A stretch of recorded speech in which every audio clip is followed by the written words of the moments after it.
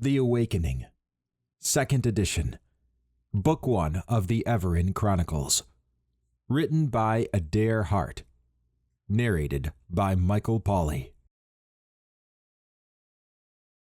Prologue. Jerzan Graduul knew that as the leader of the Bloodbore mercenary group, when a large, derelict alien ship appears out of nowhere, you loot it clean, take slaves, and kill those who get in the way. He had been napping in his living quarters when his command crew contacted him. After 6 months hiding away on a cramped ship, he was ready for a change of scenery. Resources were low, and the crew's morale showed it. He had no doubt they would come across something, and one thing the Bloodbores were known for was getting what they wanted by any means necessary. His crew was mostly Dalrun, like he was, and stood on average about 6 feet tall, with pale skin and humanoid bodies. There was no doubt in his mind that his crew could handle anything, and he had been hoping to come across a pleasure cruiser. Those were always the easiest to raid and much more enjoyable than a cargo transport. After slapping on his form-fitting underarmor, he went to the command center. When he arrived, he took a quick look at the various screens that covered the circular room. A captain's chair stood in the back of the room, with 6 high-tech workstations arranged in front of it in a half-arc, lining up against the curve of the wall. The lighting was bright, but that was typical of any Dalrun merc ship. He saw his fellow Dalruns, Galcut Karis, Jal Kanopkin, and Huldar Rykast working at their stations. Hosk was the lone Greer on the crew, and his humanoid assault robot, G-85, stood off to the side. The Greer were 4-foot reptilian humanoids, and Hosk was typical of their species. Galcut was a recent member, and Jerzan had his doubts, but up to this point, Galcut had been solid. Huldar was wild and unpredictable, and his face was normally used when the viciousness of the Bloodbores was discussed. Even now, he was just wearing boots and underwear. Jal, Jerzan's second in command, was reliable and had been with Jerzan for as long as he could remember. Hosk always looked like he was ready for battle, and with his piloting skills, Jerzan knew the ship was in good hands. "So we gonna check that alien ship out?" asked Huldar, looking around. "What do you think, shit for brains?"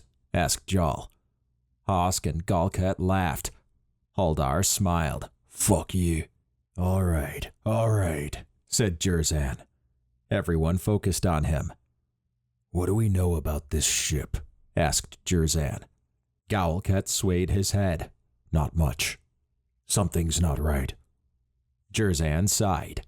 "You say everything's not right. Is this that Evaran shit again?" "Let's look at the facts. Tolkasgar, Jolt, and Dolgus Kree were captured a while back. The top 3 most wanted by the Bilaxians. Rumor is that Evaran was involved." Jerzan raised a finger. "Allegedly involved." "Maybe so, but there were eyewitness accounts of seeing someone that matched the historical records, and there were sightings of his weird ship. He's been around for a long time, from what I studied, just messing up those who harm others," said Galcut.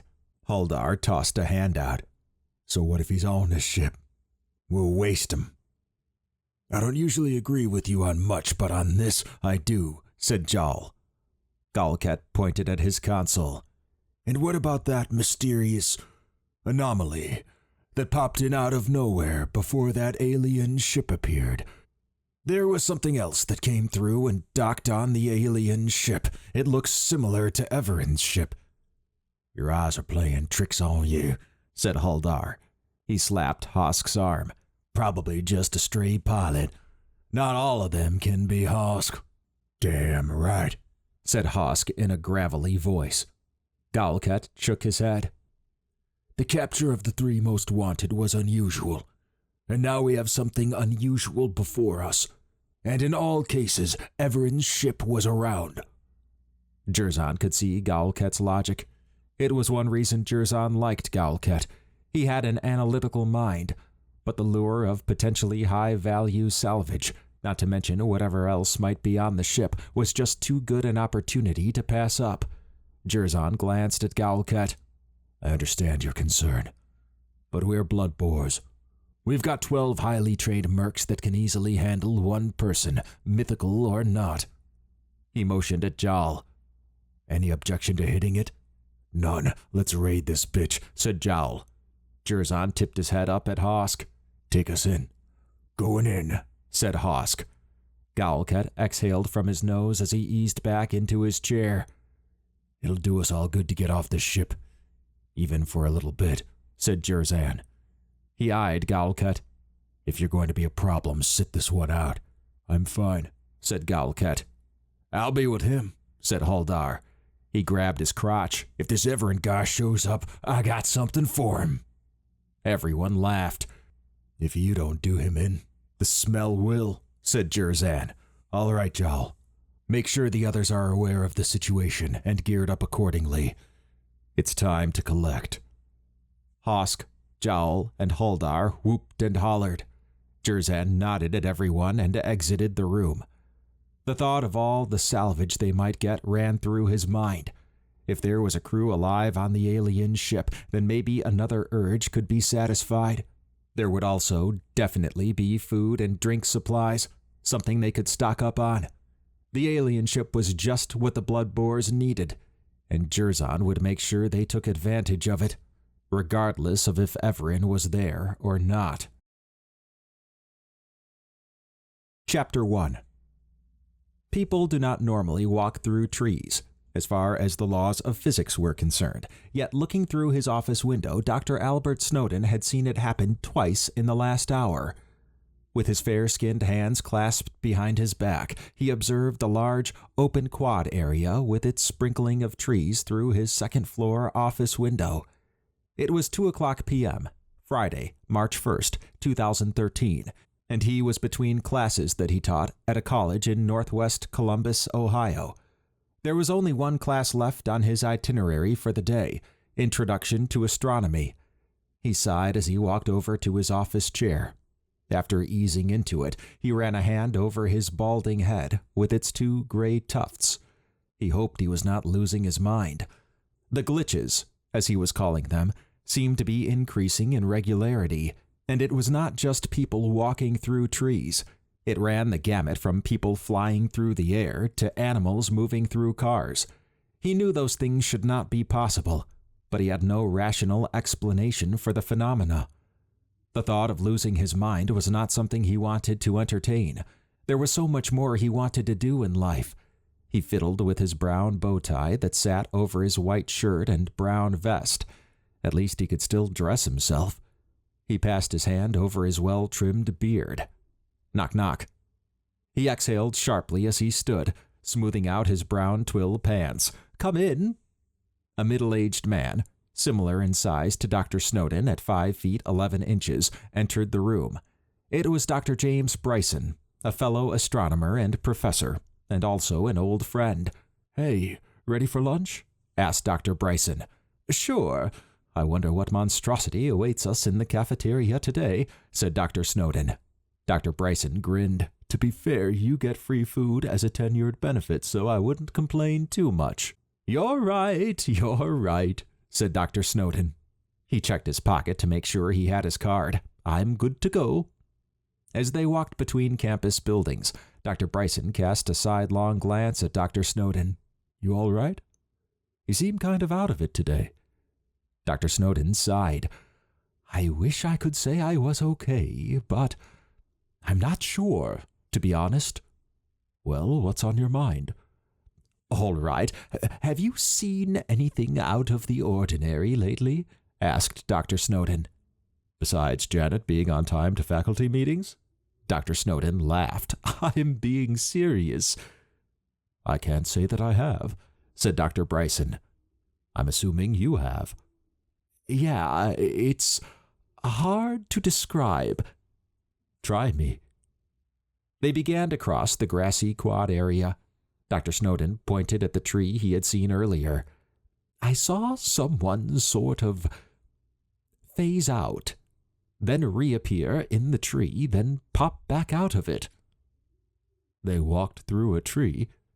Dr. Snowden shook both hands out. I know, it sounds crazy, but I'm telling you, I saw it. Not just once, but twice today. I see, said Dr. Bryson. He eyed Dr. Snowden as they continued to walk. How much rest have you been getting? Dr. Snowden shrugged. It comes and goes, although I've pegged it at a 3-week cycle. One cycle I can barely keep my eyes open. The next I can barely sleep or nap. And we all know how much you love napping. Dr. Snowden chuckled as he swatted Dr. Bryson's arm.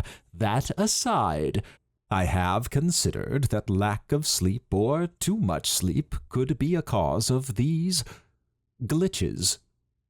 After a moment of silence, he said, Crazy, right?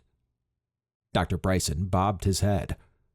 Well, what you describe sounds like someone rubber banding. Huh? They crossed a sidewalk and stood outside the building with the cafeteria on the ground floor. You know I play games on my PC from time to time, right? Asked Dr. Bryson. Oh, yeah. Dr. Bryson smiled. Sometimes players in a multiplayer game would rubber band. They would appear in one place and then reappear in another. It had to do with latency. You would get these hilarious situations sometimes with players or objects doing things they weren't supposed to be doing. Like flying through the air. I've seen that. So maybe the universe is a simulation and you're seeing glitches for some reason. Dr. Snowden rolled his eyes. Not the universe is a simulation thing again. We settled this at the St. Louis conference. Give it time. There's still a lot of research to be done on it, said Dr. Bryson. He nodded toward the cafeteria. Maybe some food will do you good. Dr. Snowden nodded and slapped Dr. Bryson on the back. Let's go. After 15 minutes, they had their food and were seated at an isolated table. Dr. Snowden poked at the crispy chicken patty on his plate. I think this is chicken. You never know, said Dr. Bryson, laughing. Dr. Snowden enjoyed spending time with Dr. Bryson. It made everything feel normal and harkened back to a time when they were roommates in college, when there were no glitches or unusual sleep cycles. As Dr. Snowden looked up and around, he saw someone fall through the floor, then reappear a bit ahead back on the ground. His breathing went haphazard as his eyes widened. What is it? Asked Dr. Bryson, following Dr. Snowden's gaze. You seeing another glitch? Dr. Snowden sighed as he drew his lips tight. Yeah. You know what? You only have one more class for today. How about I take it and you head home and get some rest? I think I'd like that, said Dr. Snowden. I didn't mean to drop all of this on you today. He shook his head. Today just seems worse than the others. You should maybe check in with your doctor. I already did a while back. She said nothing's wrong and I just need more rest. Dr. Bryson nodded, just like I did. You're both probably right. I need to call Emily before I start the drive home to give her an update, said Dr. Snowden. Emily was his niece and had lost both her parents. Dan, Dr. Snowden's brother, had died from cancer on February 4th, 2011. Sarah had passed away, giving birth to Emily. Dr. Snowden was the only remaining family member she was close with, so she was staying with him while she finished out her second semester of her senior year at the college where he taught. Dr. Bryson rubbed his chin as he eased back into his chair. How's she holding up now after Dan's death? It's been a while. She's still grieving, even after 2 years, but I think she's handling it well, said Dr. Snowden. And you? Dr. Snowden's throat constricted. I don't think you ever get over your big brother dying. Right, said Dr. Bryson. He cleared his throat. All right, get going. Have a good weekend, and if you want company, give me a call. Dr. Snowden stood and laid a hand on Dr. Bryson's shoulder. I will. Thanks. As he walked out of the cafeteria, a wave of relief swept over him. Letting someone else know about the glitches besides Emily could be dangerous, but he trusted Dr. Bryson. Maybe it should have been discussed earlier. Dr. Snowden would update Emily on the drive home. Emily sighed as she sat on a wooden bench on the platform surrounding a sand volleyball court. Her heart was still pumping from the pickup game she had played, but she felt like she could fall asleep at a moment's notice. She felt bad when Brad, the captain of the other team, had come over to talk to her and then left after she was short with him. It was not his fault. She was just out of sorts. She ran her fair-skinned hand through her dirty blonde hair and then tugged on her ponytail. Her classes were done for the day, and a good rest seemed in order. Her eyes caught her girlfriend, Jennifer, approaching. "Hey, that was a good game," said Jennifer, sitting next to Emily. Jennifer leaned in and kissed Emily on the cheek. "I guess." Jennifer tilted her head. "Everything all right?" I'm not sure. I'm really tired." "The 3-week cycle thing?" Emily nodded. She did not understand why she could barely keep her eyes open sometimes, while others she was wide awake. She had hoped caffeine and other stimulants would be her best friends for the last week, but nothing seemed to help. It scared her to think that there might be something wrong with her. "Anything I can do to help?" Emily shook her head. "I'm fine." Her cell phone played an incoming call sound. "I have to take this. Don't go anywhere." Jennifer smiled as she nodded. Emily put the cell phone up to her ear. "Uncle Albert? You're calling early." "Yeah, I'm going home," said Dr. Snowden. "You're having a bad day?" "Unfortunately, worse than any I've had in a long time. Something's different this time." Emily swallowed hard. "Different how?" "I can't put my finger on it, but more glitches, and everything seems off," he said in a wavering voice. "Okay, how about I make us a good dinner? I'm done here for the day so I can head home," she said. "Up to you. I don't want to ruin your day with mine." Emily's throat constricted. "It's fine. I'll see you soon." Living with Dr. Snowden for the last 2 years had brought her closer to him, and she could not imagine her life without him. The thought that Dr. Snowden might pass was troubling. "Your uncle having another bad day?" asked Jennifer.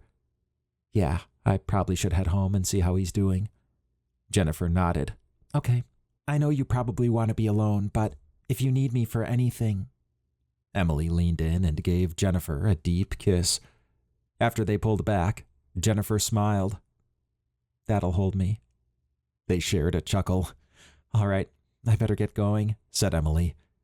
She exhaled from her mouth as she lightly squeezed Jennifer's hand. "I'll see you tomorrow. I think tonight we'll just be settling down, Uncle Albert." "I'll see you then," said Jennifer, rising as Emily did. Emily watched Jennifer head out. Although Emily wanted Jennifer to come over, Emily was not sure what the environment would be like. Dr. Snowden sounded almost panicked on the call, something she never associated with him. Short-tempered, sure, but she could not recall the last time she heard him so unsure of himself. An hour later, she was home and ready to spend the rest of the night relaxing. She saw Dr. Snowden napping on his favorite recliner, but opening the door caused him to snort and wake up. "Oh, that was quick," said Dr. Snowden. Emily raised an eyebrow. "You were napping hard?" He chuckled. "Yeah, but it's not helping much. I bet you're as tired as I am." "Yeah, I am," she said. She took a seat next to him. "So you saw more glitches?" 3 this time. 2 were someone walking through a tree. The 3rd was someone falling through the floor. How about you?" "Just 1, she said. "At my volleyball game, I went to spike a ball over the net, and I swore I hit it. I know I did, but everyone around me said I missed it. When I went to look for the ball, it was where it would be if I had missed it." He tilted his head. "Huh, at least I know I'm not crazy, I think. The fact that you're getting them makes me think there's something wrong with the environment." Emily looked around. "What do you mean?" "Everything seems less, like a little less colorful." She chuckled, "Like it's losing power or something." Dr. Snowden rubbed his chin. "That's a good analogy, actually. Maybe over the weekend we could plug ourselves in." She swatted his arm. "Now you're being silly. You have any plans for the weekend?" Just grading papers. Ah, Jennifer will be over tomorrow. Dr. Snowden nodded. It'll be good to see her. I'm glad she makes you happy. She laughed. I'm glad she makes me happy too. Anyways, how about I make us some burgers and fries? Your favorite, she said, grabbing his hand. His eyes lit up as he tapped her hand with his free hand. I could go for that. It did her good to see Dr. Snowden in a better mood. Okay, you rest up then. I'll bring it out to you when it's ready. All right. Although her stomach was still churning at the thought that something was wrong, not just with Dr. Snowden, but with everything, she would focus on making dinner. She was not sure what she could do to help with the glitches. Maybe they would pass. But she had the sinking feeling that it would only get worse. At least a good dinner would be had. Chapter 2. Dr. Snowden gazed out the living room window with his hands clasped behind his back. It was Sunday morning, and the bright, melting snow outside made him squint. With winter finally ending, he knew the snow would go. One aspect he loved about wintertime was that fewer people came by the house, and there were more opportunities to nap undisturbed, even if the naps did not actually make him feel more rested. He shuffled toward his favorite recliner in the living room, hoping that maybe a change in sleeping venue might help. It probably would not, but at this point he was willing to try anything. He still wore his clothes from the previous night, when he had fallen asleep grading papers at his desk in his study, and there were spaghetti stains spattered on his shirt. That could be dealt with later. A smile crept across his face at the thought of napping for the rest of the afternoon. Hopefully this time he might actually rest, although his gut told him he probably would not. He plopped down onto the recliner, glancing around while wiggling his toes and gripping the recliner arms. The chair was like an old friend just waiting to comfort him. He was ready for his nap. Emily bounced into the room from upstairs. She was wrapped in a bathrobe and running her hands through her damp hair. The smell of scented shampoo permeated the air. Dr. Snowden reminisced about how much Emily was like Sarah, standing around 5 feet 9 inches with dirty blonde hair and a face deep in thought.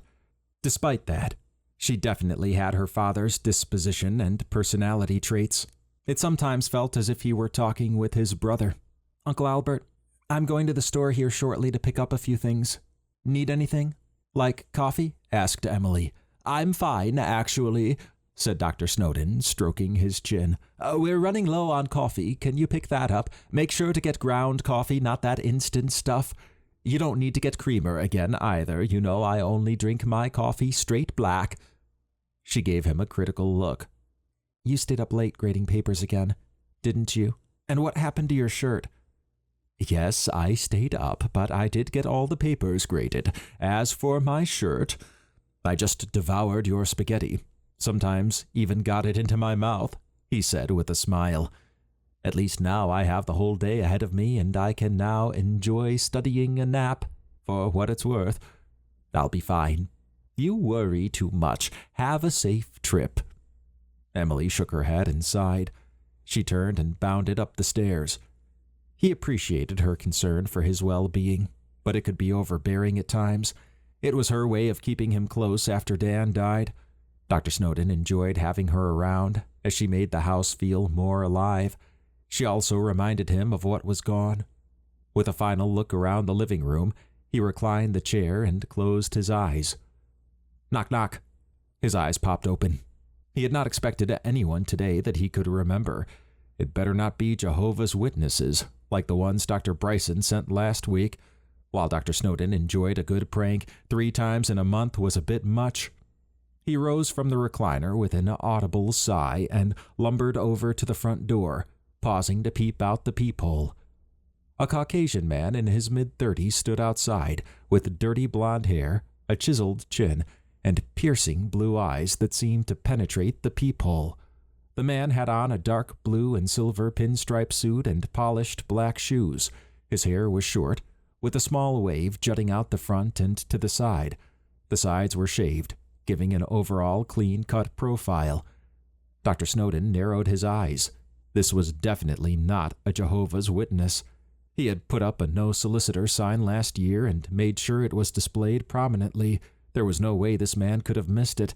He either ignored it or was there for another reason. Either way, Dr. Snowden was going to find out. He cracked the door open a bit. "Dr. Snowden," said the man in the doorway in a calm, emotionless voice. "Yes? Can I help you?" The man bowed with his left arm across his stomach. "My name is Evaran, and I am here to save you." Dr. Snowden smirked. Great, another religious nut, just what he needed. He had tangled with people pushing various philosophies on him all his life, and he had developed a mental checklist of tactics to refute many of their claims. Although he tried to avoid confrontations if possible, he knew that once a person made up their mind, they rarely changed their view. However, when cornered, he did not back down either. "How'd you know my name? Did Dr. Bryson send you?" "I do not know a Dr. Bryson." "How'd you know my name, then?" Evaran pointed to a package sitting on a chair on the front porch. "You have a package from the college with your name on it." Dr. Snowden stepped back a bit and opened the door all the way to see the package. It was several feet wide by several feet tall. He did not remember hearing a package delivery last night. That's odd. Okay, well, thanks for stopping by. It's been great. Take care. Wait, said Evaran, extending his left hand, palm up, toward Dr. Snowden. A vertical 10-inch screen appeared, hovering above a ring on Evaran's middle finger. On the screen was a decrementing timer, and it showed around 10 minutes. Dr. Snowden crossed his arms and raised his eyebrows as he scrutinized the display. He was not aware of any type of technology capable of producing a free-floating screen, especially from a ring. Typically, he would have already shut the door, but the screen intrigued him. He pointed at the display. Okay, tell me what that is, and I'll listen to what you have to say. Deal? Curiosity. That trait befits you. It is a deal, then, said Evaran with a nod. At a high level, the screen is a holographic projection emitted by my ring. The ring also emits ultrasonic radiation for tactile feedback. The ring itself, however, is really just a relay for a much more powerful system. Does that satisfy my part of the deal? Dr. Snowden pushed his glasses up. He had never heard of technology combined like that before or seen anything so advanced. It could be some type of optical illusion. He was not even sure he fully understood what he had heard, but he could not deny what was in front of him. A deeper examination was needed. He pointed at the screen. Yeah, I guess, although I'd like to touch it. Evaran extended his hand farther toward Dr. Snowden. Dr. Snowden poked at the display and felt resistance, like touching a rubber sheet. His lips parted as he pulled his head back. The applications a technology like this could power did not escape him. He closed his mouth after realizing it was still open. This was far beyond anything he had expected. He pulled his hand back and looked at Evaran. That's pretty amazing. I am glad you think so. Are you ready to hear what I have to say now? Sure, why not? Said Dr. Snowden, shrugging. He had many questions, and maybe he could ask them after hearing what Evaran had to say. Very well, said Evaran. He raised a finger. I am here to save you from your current predicament. The world around you is an illusion, and I need to prepare you for an awakening. He pointed to the timer with his right hand. In around 8 minutes, this world will disappear, along with you in it. When it does, I will be there to guide you through your awakening. Everything about this encounter seemed unusual to Dr. Snowden, from the high-tech screen he was seeing to the impeccable suit Evaran wore, which was not normal for a door-to-door solicitor. Dr. Snowden harumphed. That's an extraordinary claim. Do you have extraordinary proof to confirm this claim? Evaran lowered his hand to his side, making the screen go away. Ah, the scientist in you speaks. I like that. I do have some evidence that you may find interesting. Let me ask you, have you had dreams of being in a space that you knew was a medical room of some type, but did not recognize as any medical room you have seen before? Dr. Snowden's heartbeat ramped up. He had only told Emily about the dreams she was having as well. How Evaran knew about them was a mystery. Yeah, I've had a reoccurring dream about a medical room. Did the room have 6 beds, 6 stalls, a large screen with strange symbols on it, and an unusual-looking freestanding console in the corner? Dr. Snowden crossed his arms and leaned forward a bit. He pondered what he had just heard. Evaran's description of the room was too exact to blow off as pure chance. How'd you know about that? Evaran placed both hands together in front of him, touching at the fingertips. This world is a virtual simulation, a program that tries to approximate the real world. You are a virtual representation of yourself, an avatar. Your physical body is still in the real world, actually in the room I just described to you. You have been here for about 3 weeks. Occasionally, your body needed to be moved for research and maintenance. I'm guessing that was most likely done with you in a sedated state. Your dreams would then be glimpses of the real world. Dr. Snowden scrunched up his face. He understood what Evaran was saying, but it seemed unrealistic. You would have to be an outside observer to know this, like standing next to my body then. Before Evaran could respond, the sound of Emily descending the stairs made her the point of focus. She wore a light shirt, jeans, and comfortable shoes, and her hair was pulled back into a ponytail. After putting her left arm around Dr. Snowden, she smiled at Evaran. Wow, nice suit. Who are you? Dr. Snowden perched his left hand on his chin and gestured with his right hand toward Evaran, indicating for Evaran to introduce himself. Evaran tilted his head. Ah, yes. I am Evaran. And who might you be? I'm Emily, Uncle Albert's niece.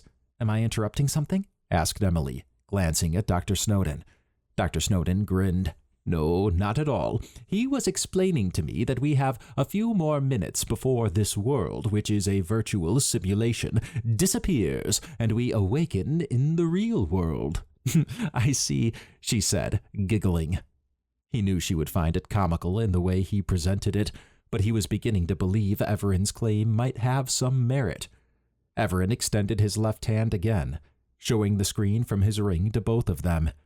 It is down to 4 minutes now. That's awesome. How are you doing that? Asked Emily. Dr. Snowden drew his lips to the right. Holographic projection, he says. He also seems to know about our dreams. Emily's eyes sank as she grimaced. She took a step back with her hands clasped together tightly in front of her. How does he know that? A good question, said Dr. Snowden. He cast a sidelong glance at Emily, then eyed Evaran. You say this is not the real world but a virtual simulation, and your only evidence so far is the mention of dreams. That could have been a lucky guess, although a very good one. What other evidence do you have? Evaran half smiled. I understand your skepticism, and I was hoping it would not come to this. I am standing between the beds you both are on in the medical room I described. To prove it, I will gently squeeze both your shoulders. Tell me if you feel anything. Dr. Snowden's heart pounded as he watched Evaran freeze in an unnatural manner, as if the pause button had been pressed on a remote control. After a few moments of silence, Dr. Snowden retracted with surprise from Emily as she jumped. He had felt the light squeeze too, which could not be possible. There was no object or force nearby that could have caused it. His skepticism was diminishing as Evaran's evidence seemed to be mounting. Evaran moved again and smiled at them. Did you both feel that? Dr. Snowden's left shoulder tingled as he rubbed it and processed the squeezing sensation. How's that possible? Emily whipped her head back and forth between Dr. Snowden and Evaran. This is freaking me out. Dr. Snowden's fingers trembled as he analyzed the situation. The 2 points of evidence were undeniable. The scientist in him would not let him dismiss it. Why didn't we feel anything when we were moved then? Your physical sensations were neutralized. The virtual simulation is winding down, meaning your mind is now processing external physical sensations, as you just felt, said Evaran.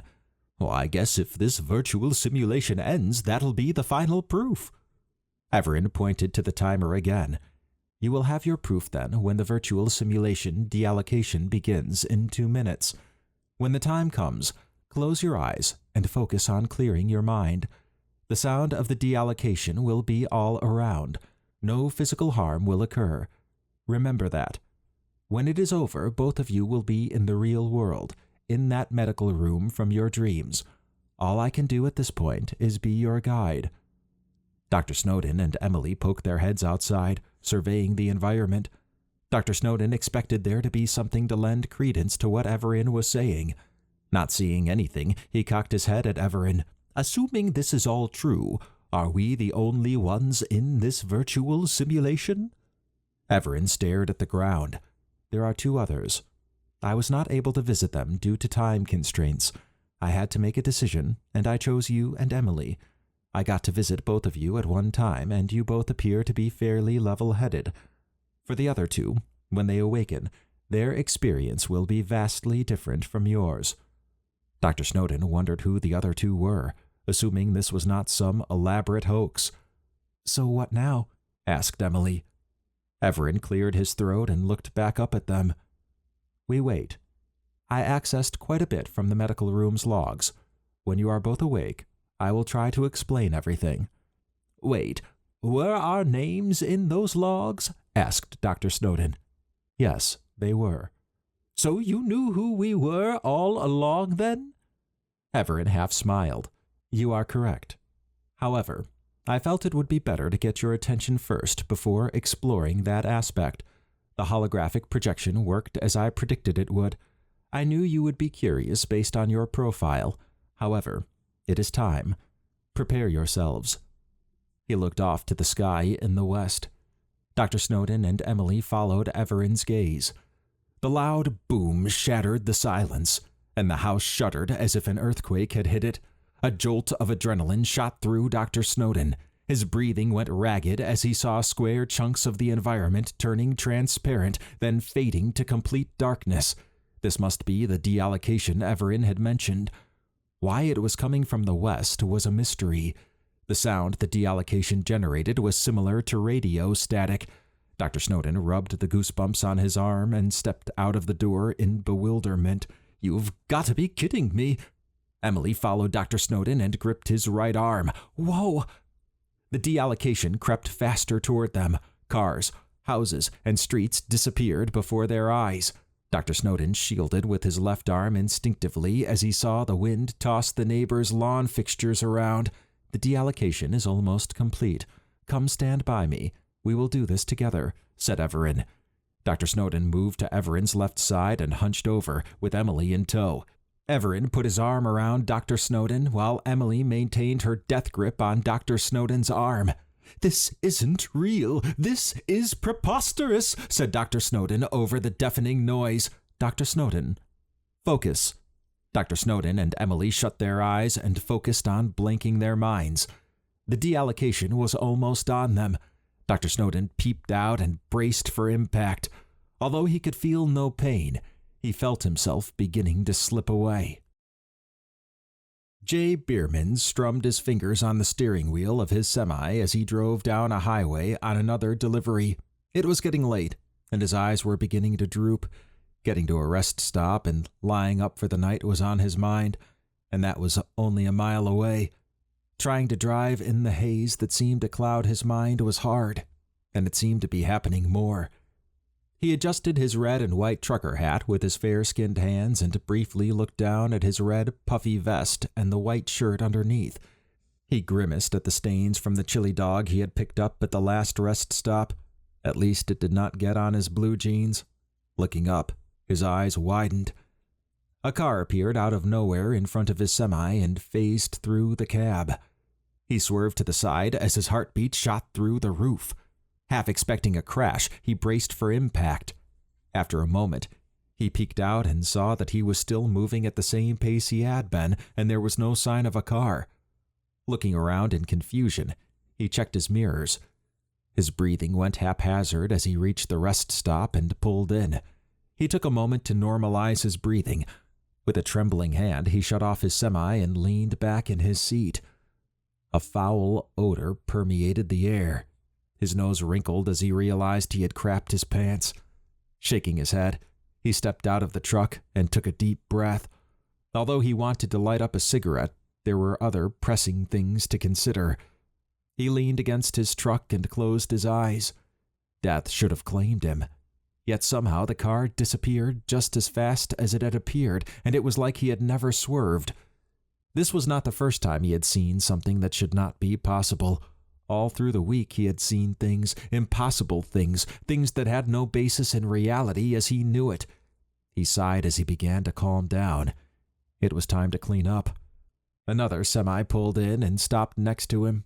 Jay grabbed a change of underwear and pants and then started off toward the rest center building. Although he would normally hang out and chat with the truck next to him, he was not in the mood for conversation.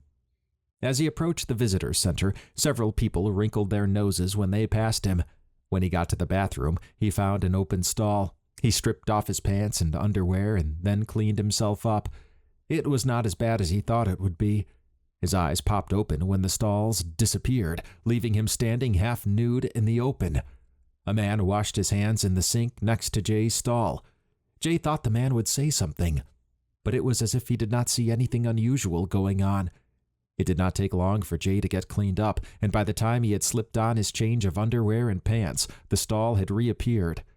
He sat on the closed toilet and put his head in his hands. Something was wrong, very wrong. The first few times something had happened, he chalked it up to maybe being buzzed. This time, though, he had no alcohol in his system.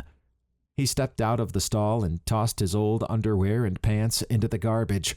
A loud boom came from outside. He looked at another person taking a leak, half expecting them to be as surprised as he was. The person did not seem to have heard it.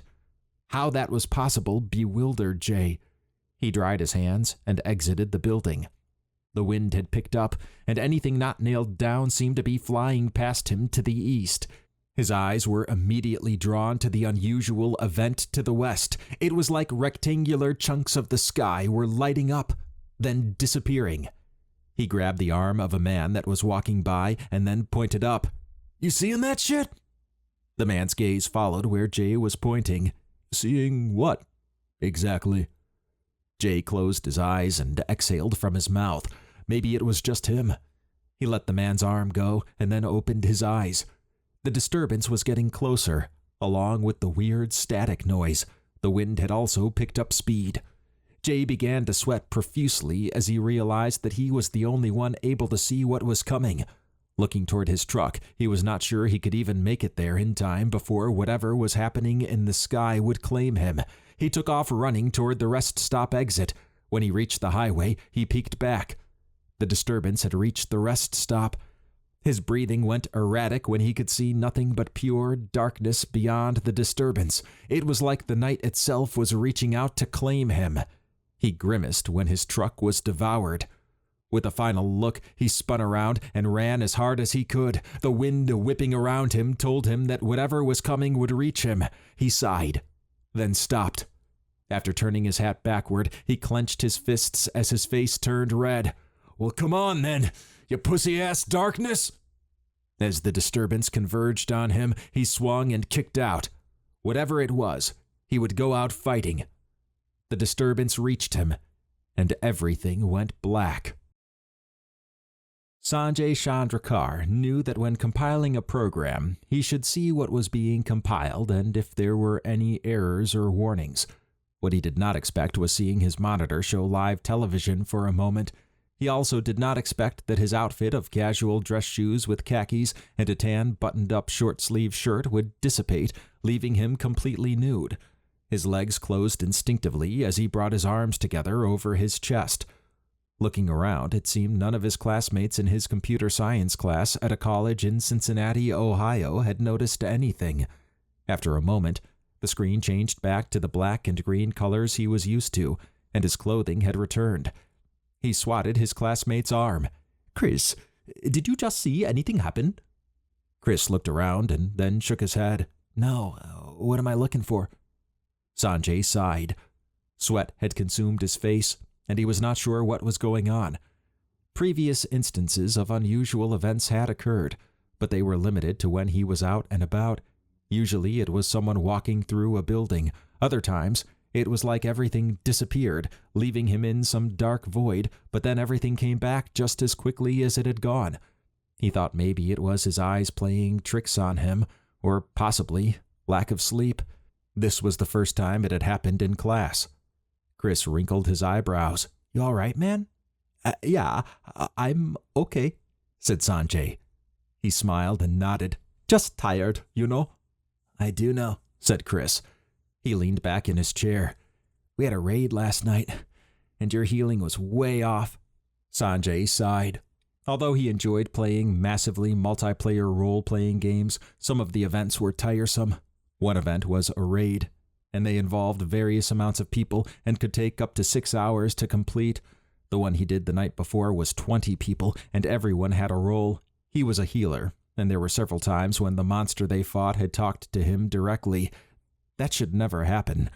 "I know, I got distracted is all." "We're hitting Darklark Dungeon again tonight. You in, or?"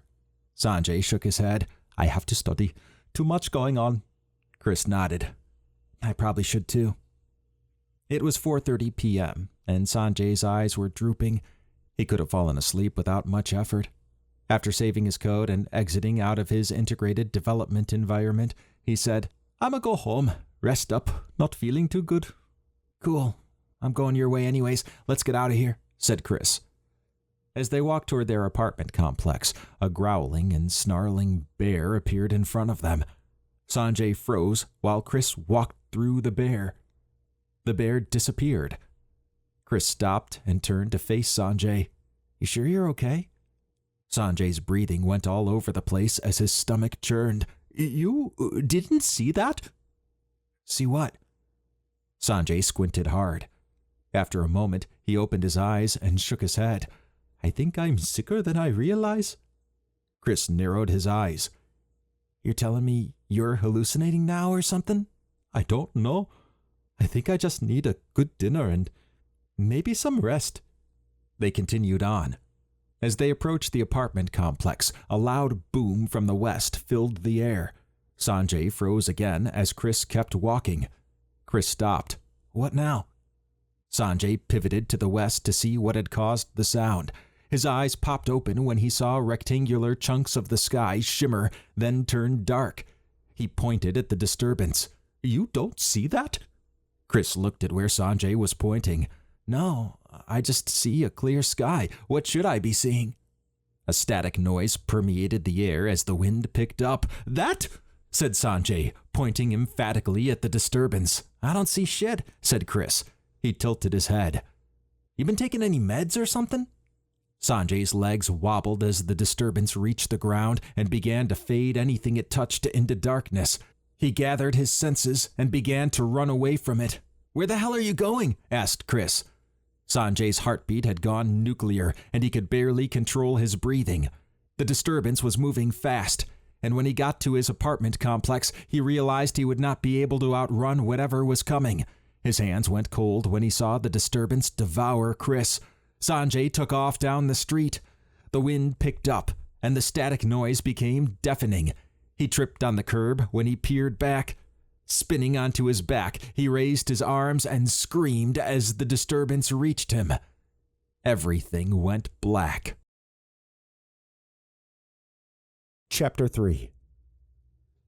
Dr. Snowden winced as pain shot through his body. They passed as quickly as they came, but it was enough to make him try to open his eyes. He immediately shut them due to the blinding light. His nostrils flared as the smell of sweat poured through them. He could almost taste it. Trying to talk was a failed endeavor since his throat did not move. His stomach tumbled, and disorientation had set in. He tried to move his arms and legs, but they were heavy and unresponsive. At least he could hear. The recognizable voice of Evaran cut through the silence.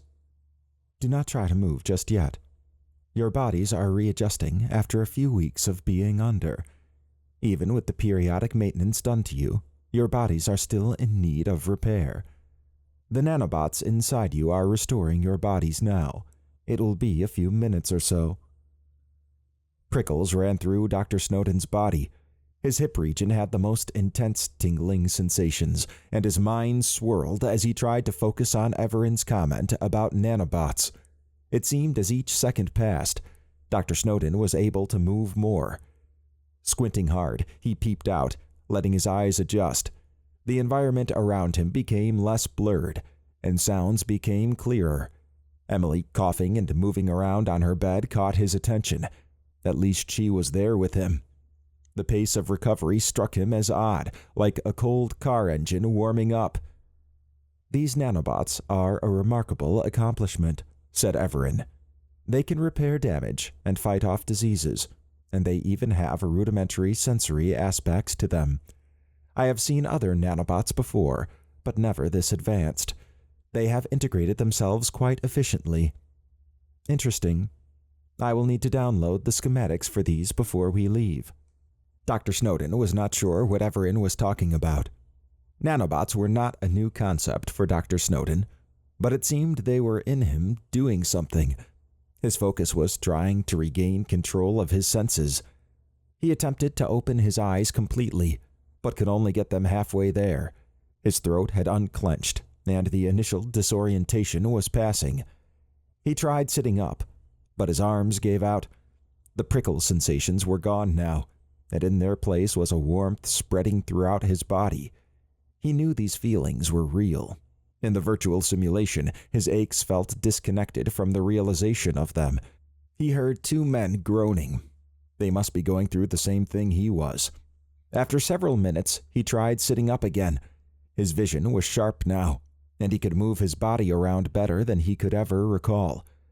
Going from a debilitated state to one of such strength was puzzling.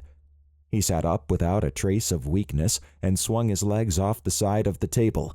One hand rested on the cool slab, while the other ran over the metallic dots on his white robe. The chill of the slab cut right through the robe to his naked body underneath. Looking to his left and across an aisle, he saw two others moving around on metallic slabs like the one he was on, and both had on similar robes. One appeared to be a fair-skinned man in his mid-30s, and the other a tan-skinned man in his early 20s. Dr. Snowden turned around and saw Emily beginning to get up. She wore the same robe that he and the others had. He turned back around and saw Evaran, but the blue suit with silver pinstripes was gone. In its place was a very different outfit. Dr. Snowden's breath slowed, and his eyes widened. Evaran's outfit looked like a padded light armor suit. It was pale gray with highlights of blue, white, orange, and silver. The suit covered his whole body except for his head, neck, feet, and hands. What intrigued Dr. Snowden was that the dark gray pads were spread out across the suit in various patterns and sizes. The ones on the chest and legs were larger than the ones on the arms and shins. The suit also had a metallic utility belt, boots, forearm covers, and a neck guard. The silver segmented utility belt had various attachments on it.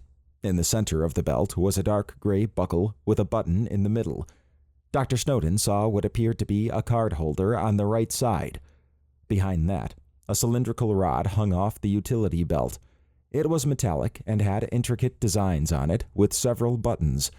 He thought it looked like the grip of a sword, but without the rest of the parts associated with a hilt. On the left side of the belt, various small metallic pouches and orbs were attached. Dr. Snowden slid off the slab and scrambled over to Emily. She was sitting on the edge of her slab and looked frozen in place as she surveyed the environment. He verified that this was the medical room he recalled in what he thought was a dream. It was apparent this was not a typical medical room. Emily slid off the slab and grabbed his right arm as she hunched over. In a wavering voice, she asked, "Uncle Albert, what's going on?" He wiped the sweat from his hands on his robe.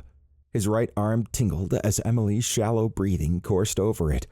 With his left arm, he cleared the sweat off his face. Evaran had said this was where they would be when they awakened. Dr. Snowden cleared his throat.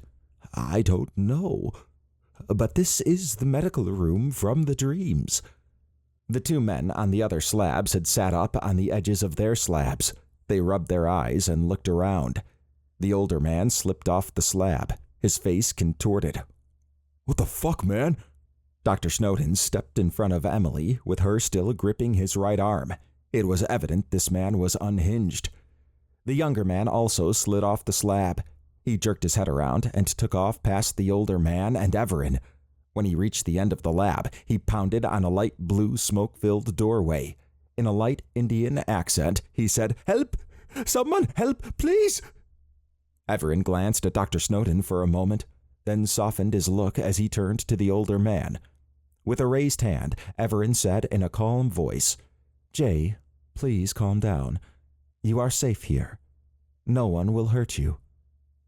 Jay focused on Evaran and walked aggressively toward him. Damn right they won't. Who the fuck are you, man? Evaran stepped back. "I am Evaran. You have been through a traumatic experience, and I am here to help you." The younger man stopped screaming and slid down to the floor with his back to the shielded door. While grimacing, he pulled his trembling, balled fists close to his chest. Dr. Snowden licked his lips as he watched the two men's actions. These men were clearly in distress. He did not want to interfere, but it was apparent they were not forewarned about this awakening like he and Emily had been. Jay stepped toward Evaran and then tried to push him, but he didn't budge. I said, who the fuck are you? He tried to push Evaran again. Evaran sidestepped the push effort and brushed Jay's arms to the side. Jay stumbled. Evaran spun Jay around and lightly pushed him to the nearest slab. Jay hit the slab, and his upper half spilled across it. He glanced at Dr. Snowden with a wild look. Jay stood back up and wheeled around to face Evaran, placing both hands on the edge of the slab. Dr. Snowden noted that the push was fairly light, but Jay hit the slab with far more force than the push should have generated. It would be impossible unless Evaran's strength was off the charts. Dr. Snowden figured Jay must have calculated this too, based on his expression. Although Evaran appeared to be human, his strength was not in line with that of a normal human. Dr. Snowden winced as a pain shot up his arm. He glanced over at Emily, who was trembling and white as a ghost, and then tapped her hand. Emily looked up at Dr. Snowden and relaxed her grip. She moved behind him, put her arms around his midsection, and then buried her face in his back. He remembered she used to do that as a kid when there was a big bug flying around the room. Evaran turned halfway around and glanced at the younger man at the other end of the lab. "Sanjay, please join Jay by the slab." Pivoting back, he motioned for Dr. Snowden to come forward. "Dr. Snowden, please come over here with Emily." Emily released her midsection hug on Dr. Snowden and grabbed his left arm as they inched toward where Jay was. Dr. Snowden stopped at the end of the slab and then eyed Jay and Evaran. Standing close to anyone at this point seemed like a bad idea. Evaran twisted around toward Sanjay again and pointed to where Dr. Snowden, Emily, and Jay were standing. "Sanjay, these three are in the same predicament you are in. I can explain this, but I would prefer to do it once with everyone together. You are not in any immediate danger. Please, come stand by the slab." Sanjay rose to his feet while staring down Dr. Snowden, Emily, and Jay. While creeping toward the slab, Sanjay flattened himself against the wall as he passed Evaran and arrived at the slab opposite where Dr. Snowden and Emily were. Evaran raised his finger. "Before I begin, let us pause for a few moments and focus on breathing. Your adrenaline levels are high." He held out his hand directly in front of him. "When I raise my hand, breathe in. When I lower it, breathe out." Dr. Snowden felt more relaxed after a few minutes had passed with Evaran raising and lowering his hand. Sanjay was no longer hunched over, but standing straight. His face showed a mix of confusion and contemplation. The lines on Jay's face had settled. Gone were the wild looks from earlier. Emily loosened her grip on Dr. Snowden's arm. Dr. Snowden glanced at her and noticed her skin had returned to its normal tone, and she seemed more settled. It was hard to believe just breathing in a controlled manner could have such a drastic effect. His heart had slowed, and his breathing had returned to normal. Everyone seemed calmer. He was eager to find out what was going on, but tempered his expectations. What was real and what was not was on the forefront of his mind. With a deep breath, he awaited what Evaran had to say. Emily was not sure what to make of everything going on. Although initially confused, her senses had calmed down, and at least Dr. Snowden was there with her.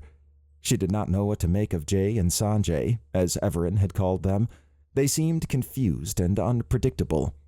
Her heart was still beating fast, and a tingling sensation swept through her body. Whatever it was, she sensed that it was trying to calm her down. She was curious about what Evaran had to say. Evaran addressed the group. "Good. You should all be feeling a bit more relaxed. Now, I know this is rough, but I believe introductions are in order." He pointed to himself. "My name is Evaran.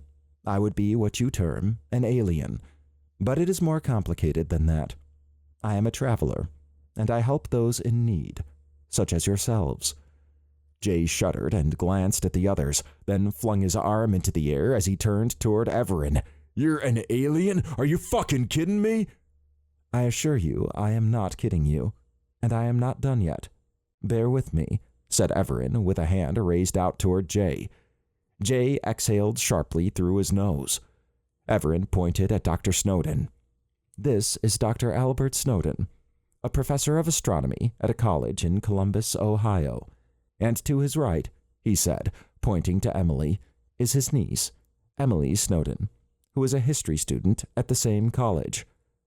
Pointing at Sanjay, he said, "This is Sanjay Chandrakar, a computer science student at a college in Cincinnati, Ohio." He then pointed to Jay. "And finally, this is Jay Bierman, a former military member who is now a truck driver and lives in southern Indiana." The emotionless tone of Evaran's voice was oddly calming to Emily.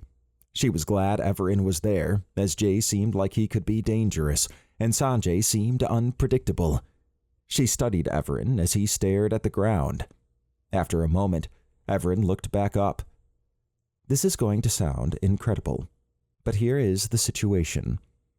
On February 4th, 2012, around 6:00 p.m., you were all abducted from a small stretch of Interstate 70 by an alien race known as the Crotovore. They put everyone into a virtual simulation for research purposes. Your minds were altered so the transition was seamless. While in the virtual simulation, they injected nanobots into everyone to help maintain your bodies.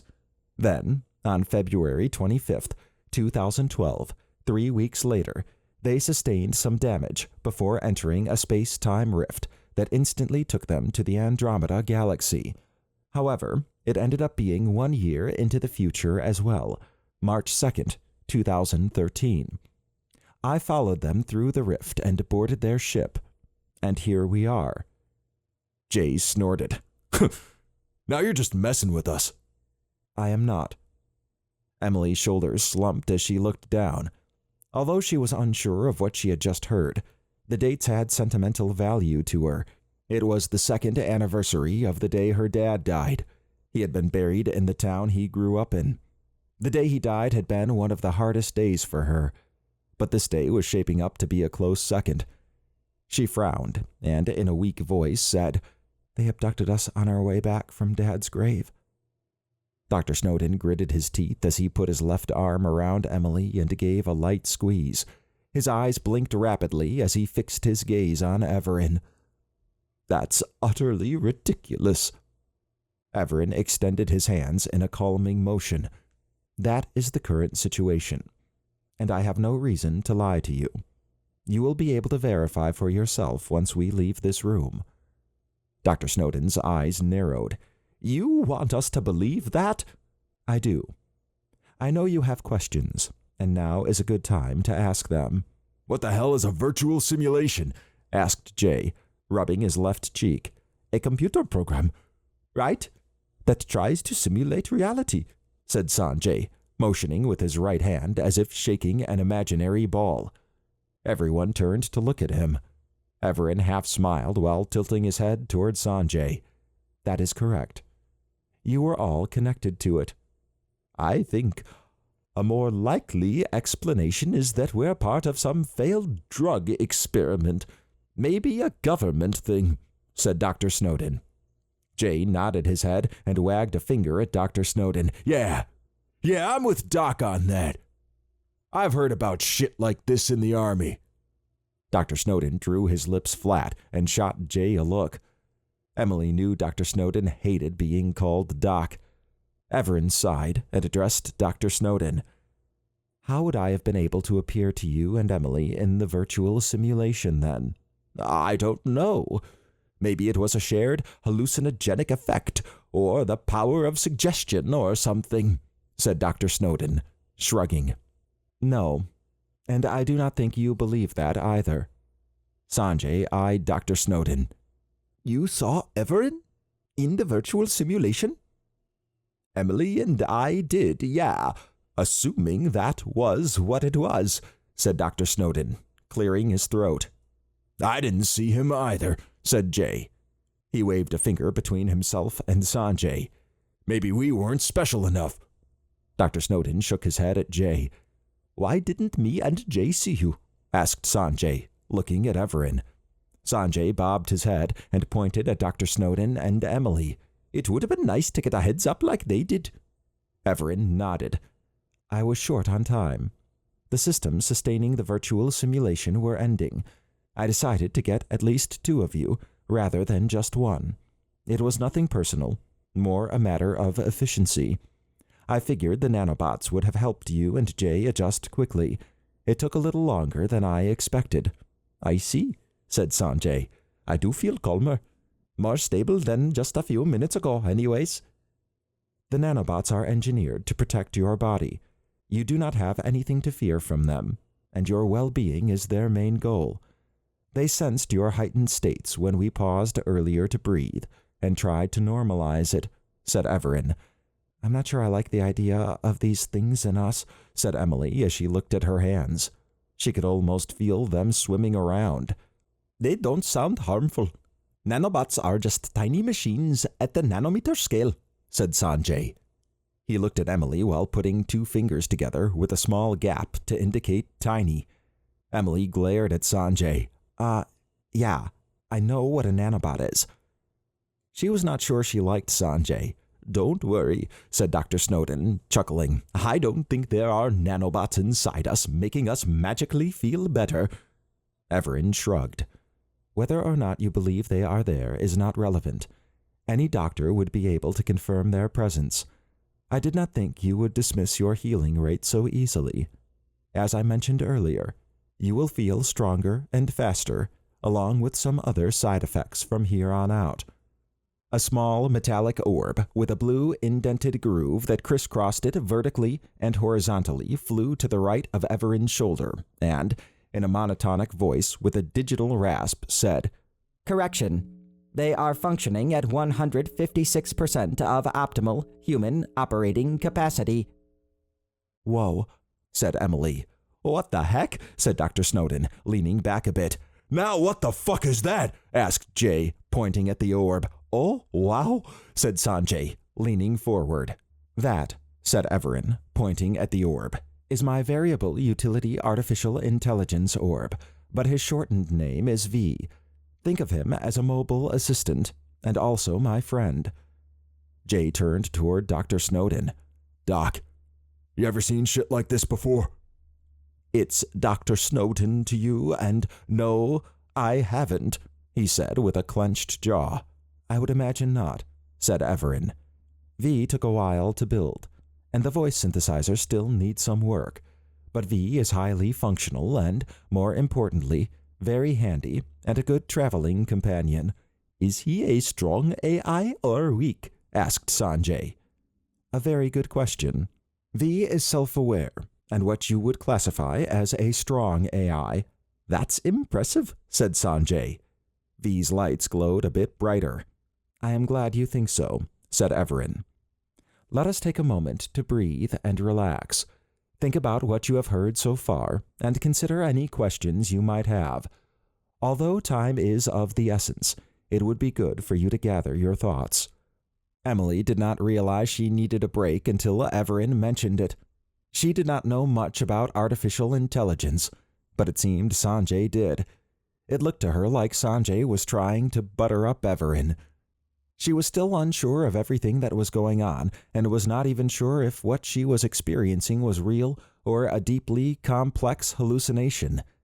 V seemed cold, but most machines and computers did. Although Evaran had referred to V in terms of a male, she did not think V had a gender. All of this was a bit much for her, and it was stressing her out. She exhaled from her nose as she awaited the next round of questions and answers. Chapter 4.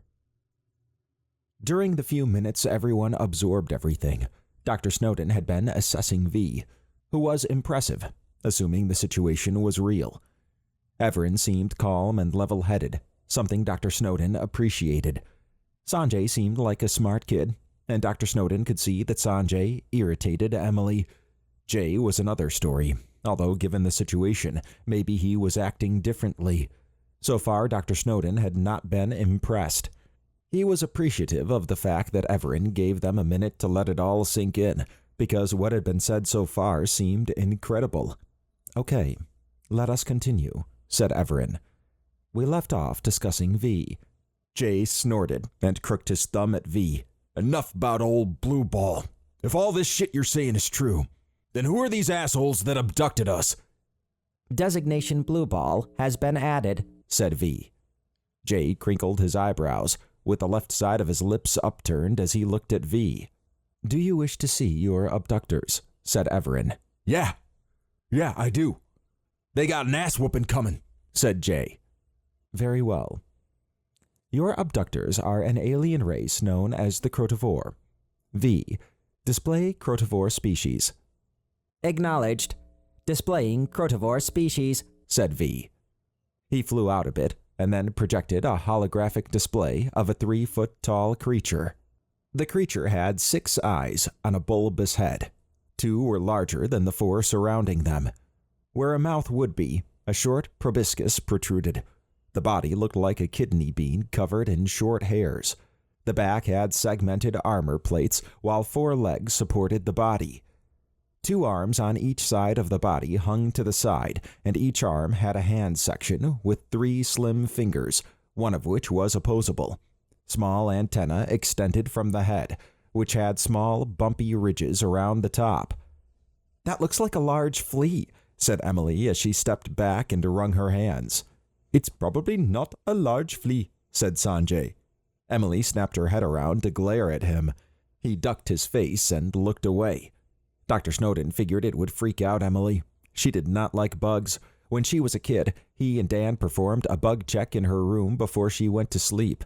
"You want us to believe large, sentient, flea-like aliens abducted us?" Evaran pointed at various objects in the room. "This is their lab.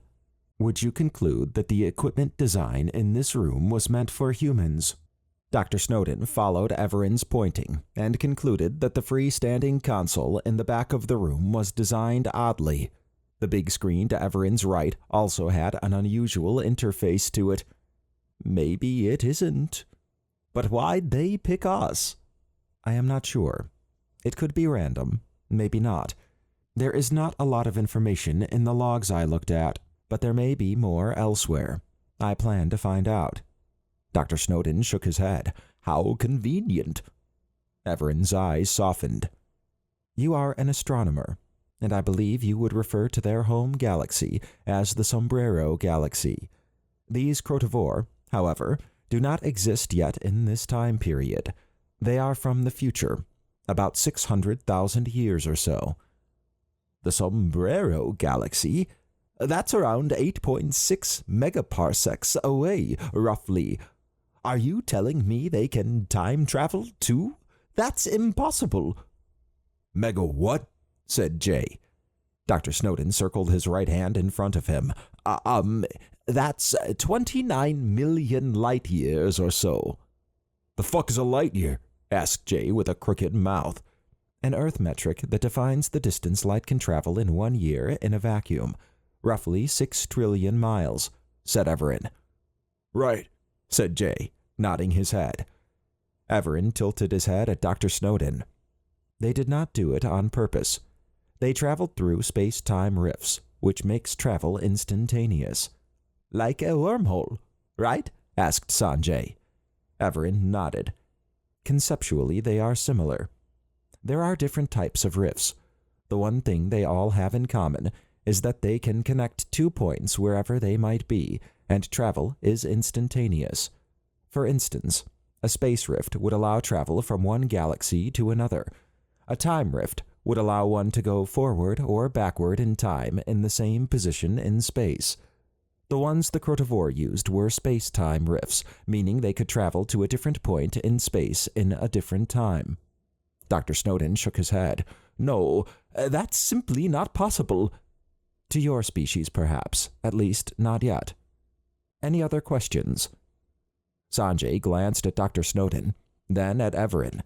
Going back to the virtual simulation, you said it was March 2nd, 2013, now, which was also the date in the virtual simulation. If the travel to Andromeda was instant, then we have only been in the virtual simulation for 3 weeks. How did we spend a year in the virtual simulation, but 3 weeks out here? Time dilation or something? Your knowledge is surprising, and you are correct again, said Evaran. In the virtual simulation, time moved much quicker from your perspective.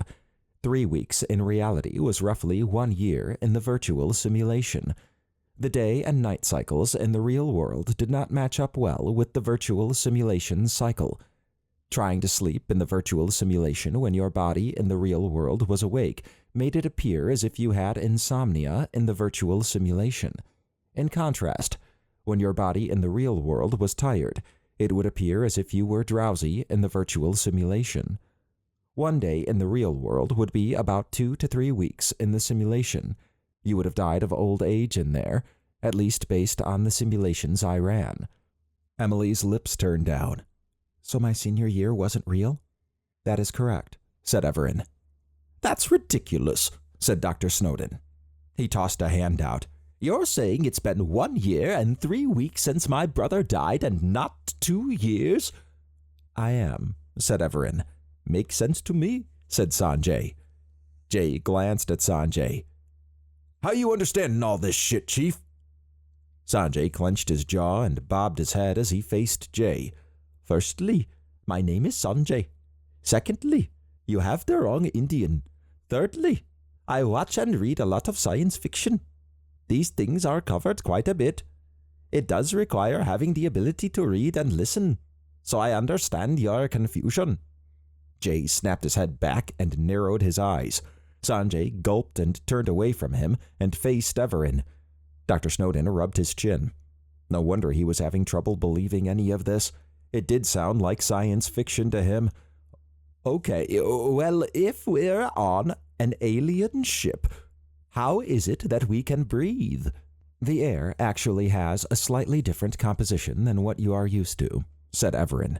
There is less nitrogen and more oxygen. Your nanobots have adjusted to that. It seemed to Dr. Snowden that Evaran had an answer for everything. Emily stepped out a bit from Dr. Snowden as she faced Evaran. How do you know all this? Evaran pointed at the console on the far side of the room. It is all in the system logs over there. This ain't happening, man, said Jay, dipping his head and rubbing his temples with his right hand. I am afraid it is, said Evaran. Why'd you help us? Asked Emily. Evaran raised a finger. I have been on Earth for quite a while now, studying your species, and I have grown quite fond of it. On the day of your abduction, my ship noticed a temporal signature on the Crotovore scout ship. That was cause for investigation, as is any type of temporal activity. I did not know they had abducted you at that point, and only found that out when I boarded their ship and accessed the specimen list. It was corrupted, and had only the names and basic descriptions intact. Although I did not know where most of the specimens came from, I did know where you came from, and from what time period. I decided to interfere, and here I am. Emily's eyes softened as she glanced at Dr. Snowden. Evaran placed both hands behind his back. Before I answer any more questions, You should put on the clothes you had before you were abducted. We only have about 10 minutes before the shields in this room drop." He walked over to the slab Dr. Snowden had been on and pressed a lower panel built into the slab, which then slid out with a slight whooshing sound. "Your clothes are in the lower panel facing toward the doorway of this room. There are stalls in the back of the room you can change in." Correction. The shields will drop in 10 minutes and 12 seconds, said V. V. Silent mode. Acknowledged. "Does everyone understand this?" asked Evaran. Everyone acknowledged Evaran and then went to their slabs. Dr. Snowden studied the first stall that he had entered. With clothes in hand, he was ready to get out of his robe. The sterile smell was in stark contrast to the rest of the lab as it hit him in the face. Maybe the nanobots gave him a better sense of smell. He could almost visualize where the most sterile spots were in the stall. A small, shelf-like structure jutted out at chest level. He set his clothes on it and began to change. After he got his pants on and had half his shirt buttoned, he heard a soft knock at the stall door. "Who is it?" "Evaran. Do you have a moment?" Dr. Snowden opened the door. Evaran leaned in. "You may not believe you have nanobots, but so you know, the nanobots have removed your prostate cancer completely." Dr. Snowden tensed up as he swallowed hard. Evaran nodded at him and closed the door as he leaned back out. Dr. Snowden turned around and continued getting dressed. His thoughts turned toward what Evaran had said. Dr. Snowden had never told Emily about his prostate cancer. It had been diagnosed in the early stages, and he had been undergoing effective treatment. Dan had died from a different cancer, and Dr. Snowden remembered the day Emily found out Dan had cancer. She had descended into a bad place. Dr. Snowden did not want to burden her with that while she was finishing college, especially when the chance of remission was high, according to the doctor. It dawned on him that the treatments in the virtual simulation were not real, so he would have been behind in his treatments. However, it appeared that was no longer needed. He also found it interesting that Evaran mentioned this privately instead of saying it aloud in front of the others. Maybe he did it because he knew Emily did not know about it. Dr. Snowden rubbed his hips, thinking about the prickle sensations he had felt in that region earlier. He had no way of verifying it was gone, and would still have to tell Emily at some point, a conversation he was dreading. After he was fully clothed, he tapped his pocket, causing his key ring to jingle. He ran his hand across his back pocket and verified his wallet was still there, and then stepped out of the stall. Looking around, he saw that he was the first one out. He walked back to the slab that he had been at before, and a few moments later, Emily joined him, then Jay, and then Sanjay. Emily had on her jeans, loose shirt, and comfortable shoes. Jay wore work boots, jeans, a white shirt with a red puffy vest of some type, and a red and white trucker hat. Sanjay emerged in casual dress shoes with khakis and a tan buttoned-up short-sleeve shirt. Evaran was studying a large screen on the wall. Evaran turned to face the group. "The shields are about to drop, so we must leave now." "What's so important about the room's shields dropping?" asked Emily. Evaran pointed to the large screen. "Come over here and look at this."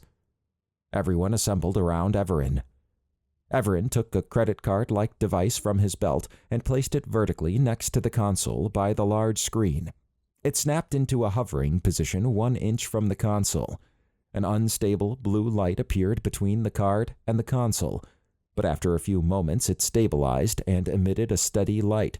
He then interacted with the air in front of him, moving his fingers around and pressing buttons like there was an interface only he could see. The large screen on the wall began displaying different-looking creatures.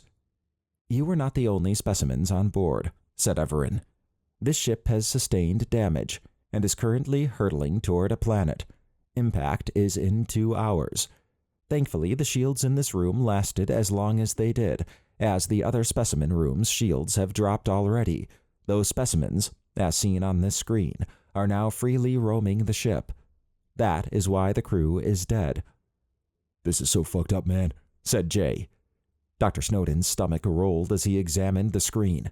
The creatures he saw looked like nightmares come to life. They had unusual symbols laid out around them, and the screen would show one for 5 seconds, then move on to another creature. Some of them looked humanoid. "Why do you keep tapping the air in front of you?" asked Emily. Evaran half smiled at Emily. "Human curiosity. How I so enjoy it. You would refer to it as augmented reality. The Universal Interface Card, or UIC," he said, pointing at the card on the console, "connects me to whatever it is attached. An augmented reality interface, or ARI, that only I can interact with appears around me. In this case, I am able to control the large screen we are looking at." "You don't have glasses on, no? Contact lenses?" asked Sanjay. "Something like that," said Evaran. Jay shrugged and shook his head. "Augmented what?" "I can explain later when we get to my ship." Sanjay wrinkled his eyebrows. "How does the UIC know how to connect to the—" A high-pitched beep filled the room. The shields covering the front entrance were beginning to turn transparent and flicker. "I will also explain that later. For now, it is time to go. Just stick close to me," said Evaran. Dr. Snowden cleared his throat and cocked his head at Evaran. "I don't think we've established that we're going anywhere with you. I've listened to your explanation, and I'm not buying it. Now you want us to follow you?" he said, shaking his head. "To who knows where?" Evaran eyed Dr. Snowden. "The bridge is where I am going. We need to change this ship's trajectory there by adjusting the thrusters. Otherwise, the ship will crash into the planet. We have 2 hours to do it. After that, we need to turn on the main engines in the engine room." "I'm going with him. He's the one with the answers," said Sanjay, gesturing at Evaran. Jay crooked his thumb at Dr. Snowden. "I'm with Doc and Hot Pants. If they ain't going, I ain't." V flew over to Emily and shot a yellow beam over her pants. Correction. Emily has pants within an acceptable temperature range. Sanjay chuckled as everyone else stared at V. Emily glared at Jay and then at Sanjay. V flew back to Evaran. Evaran shook his head and looked at V. "I thought you were in silent mode." Acknowledged. Silent mode engaged. Dr. Snowden sighed and then faced Jay. "I'd appreciate it if you didn't call my niece Hot Pants, and again, my name is Dr. Snowden, not Doc." Jay raised both hands toward Dr. Snowden. All right. Damn, man." Evaran interacted with his ARI. A large creature appeared on the screen. Evaran pointed to it and looked at Dr. Snowden. "This is a dungal. It is an apex predator on the planet it comes from." He pointed toward the door. "It was 2 hallways over from here, and the shields to its room are down. That means it is wandering around somewhere out there." He then wagged a finger at Dr. Snowden. "How will you deal with that?" Dr. Snowden studied the dungal. It looked like a large boar with a huge mouth and a rhinoceros horn. "If it isn't real, then I won't have to." Emily tugged at his arm. "Uncle Albert, I think we should go with him." "What? Why?" asked Dr. Snowden, snapping his head toward Emily. "Because it's what Dad would do. You told him there were those who research and those who do. He was a doer, and so am I. If we sit here doing nothing, what do we gain? I think it's safer to explore what's out there as a group instead of splitting up." Dr. Snowden sighed. She was right about Dan. He would have slapped Evaran on the back and taken this as a challenge. Dr. Snowden could see it in Emily as well. However, he was not used to her questioning his decisions. Maybe it would be better to have numbers in an unknown situation. He dipped his head and flung his right arm up. "Fine. We go." Evaran paused to look at Emily, then slowly nodded at her. "How will we defend ourselves?" asked Sanjay, tilting his head. Evaran pulled the cylindrical device from his belt. "This is my utility handle, and what I will use for defense. It has the ability to shoot heat, stun, repulsion, and grappling beams. It can also form various shapes via morphable metal." Sanjay looked around at the others, then back at Evaran. "Care to Show us? Once again, your curiosity is refreshing. Although we are limited on time, I can do a quick demonstration, so you are not startled if I do use it, said Evaran. He tapped a button on his handle, which extended morphable metal out one end in the shape of a baton. Whoa, said Jay. The end of the baton glowed orange as Evaran pointed at the doorway. This is a heat beam. An orange beam shot out, then dissipated. It is used for utility purposes. The baton end glowed blue and then shot out a beam. Blue electrical arcs jumped around the fading shielded door. That is the stun beam, said Evaran. It only works on beings susceptible to it. For a human, it would knock them out. He changed the baton end to glow white. Boom! Everyone but Evaran and V jumped. What the hell was that? Asked Jay with his left arm raised in front of him. A repulsion beam. I use it to repel those who would do harm, said Evaran. I like it, said Sanjay. Evaran nodded. The last beam is a grappling beam, as noted by a yellow glowing end, and it functions as you would expect. He extended his left forearm, which now had a glowing, semi-transparent rectangular shield with a hex pattern. This is a resizable energy shield used to reflect any beam or projectile that should come our way. Pretty advanced, said Sanjay. And more than enough to handle anything on this ship, said Evaran. Come, let us go to the bridge then. V, scout mode. He grabbed the UIC from the console on the wall and put it into the card holder on his belt. When he got to the entrance, he turned to face V. V. He sighed. Silent mode off. I really need to fix that. Acknowledged. Scout mode engaged, said V.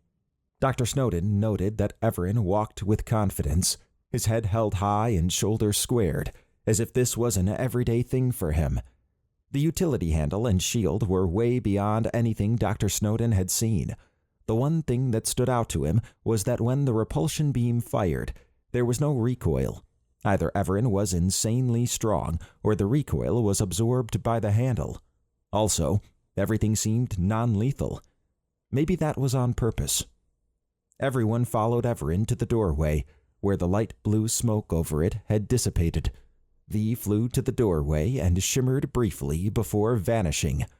Dr. Snowden was not surprised at V vanishing. Impossible was becoming routine to him. Chapter 5. Dr. Snowden followed Evaran along with the others out of the medical lab. Although Dr. Snowden was still unsure of everything, he did not see any harm in entertaining Evaran and seeing where this went. If this was a hallucination or a dream, it was well crafted. Everything Dr. Snowden had seen so far seemed more real to him than in the virtual simulation. He was still coming to grips with having a year of fake memories.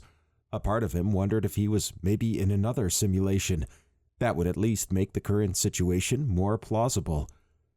The dimly lit hallway was large, and a faint mist permeated the air. The ceiling was about 20 feet high, and there were 2 entrances across the hallway and one to the right of the doorway they just exited.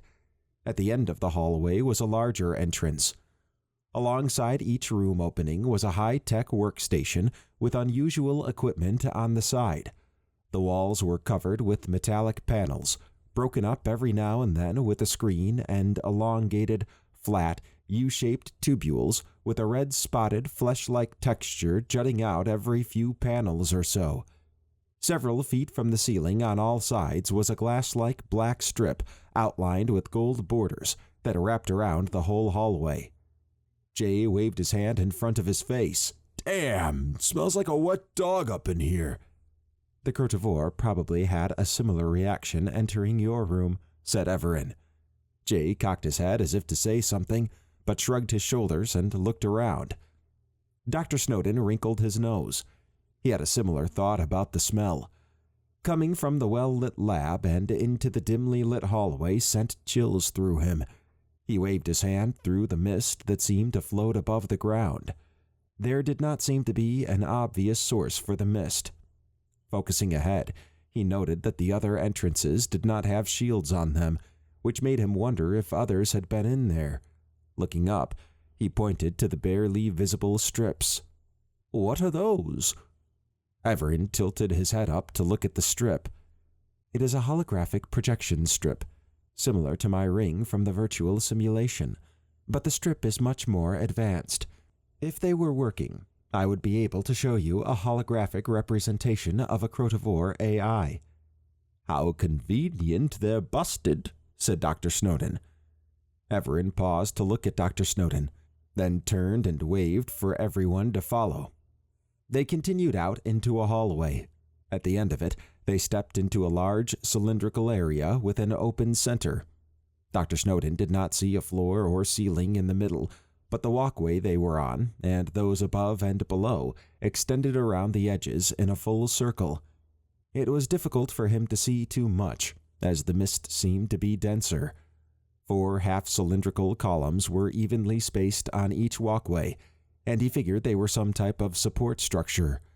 The whole area reminded him of a large, hollow missile silo, and they were quite a ways up.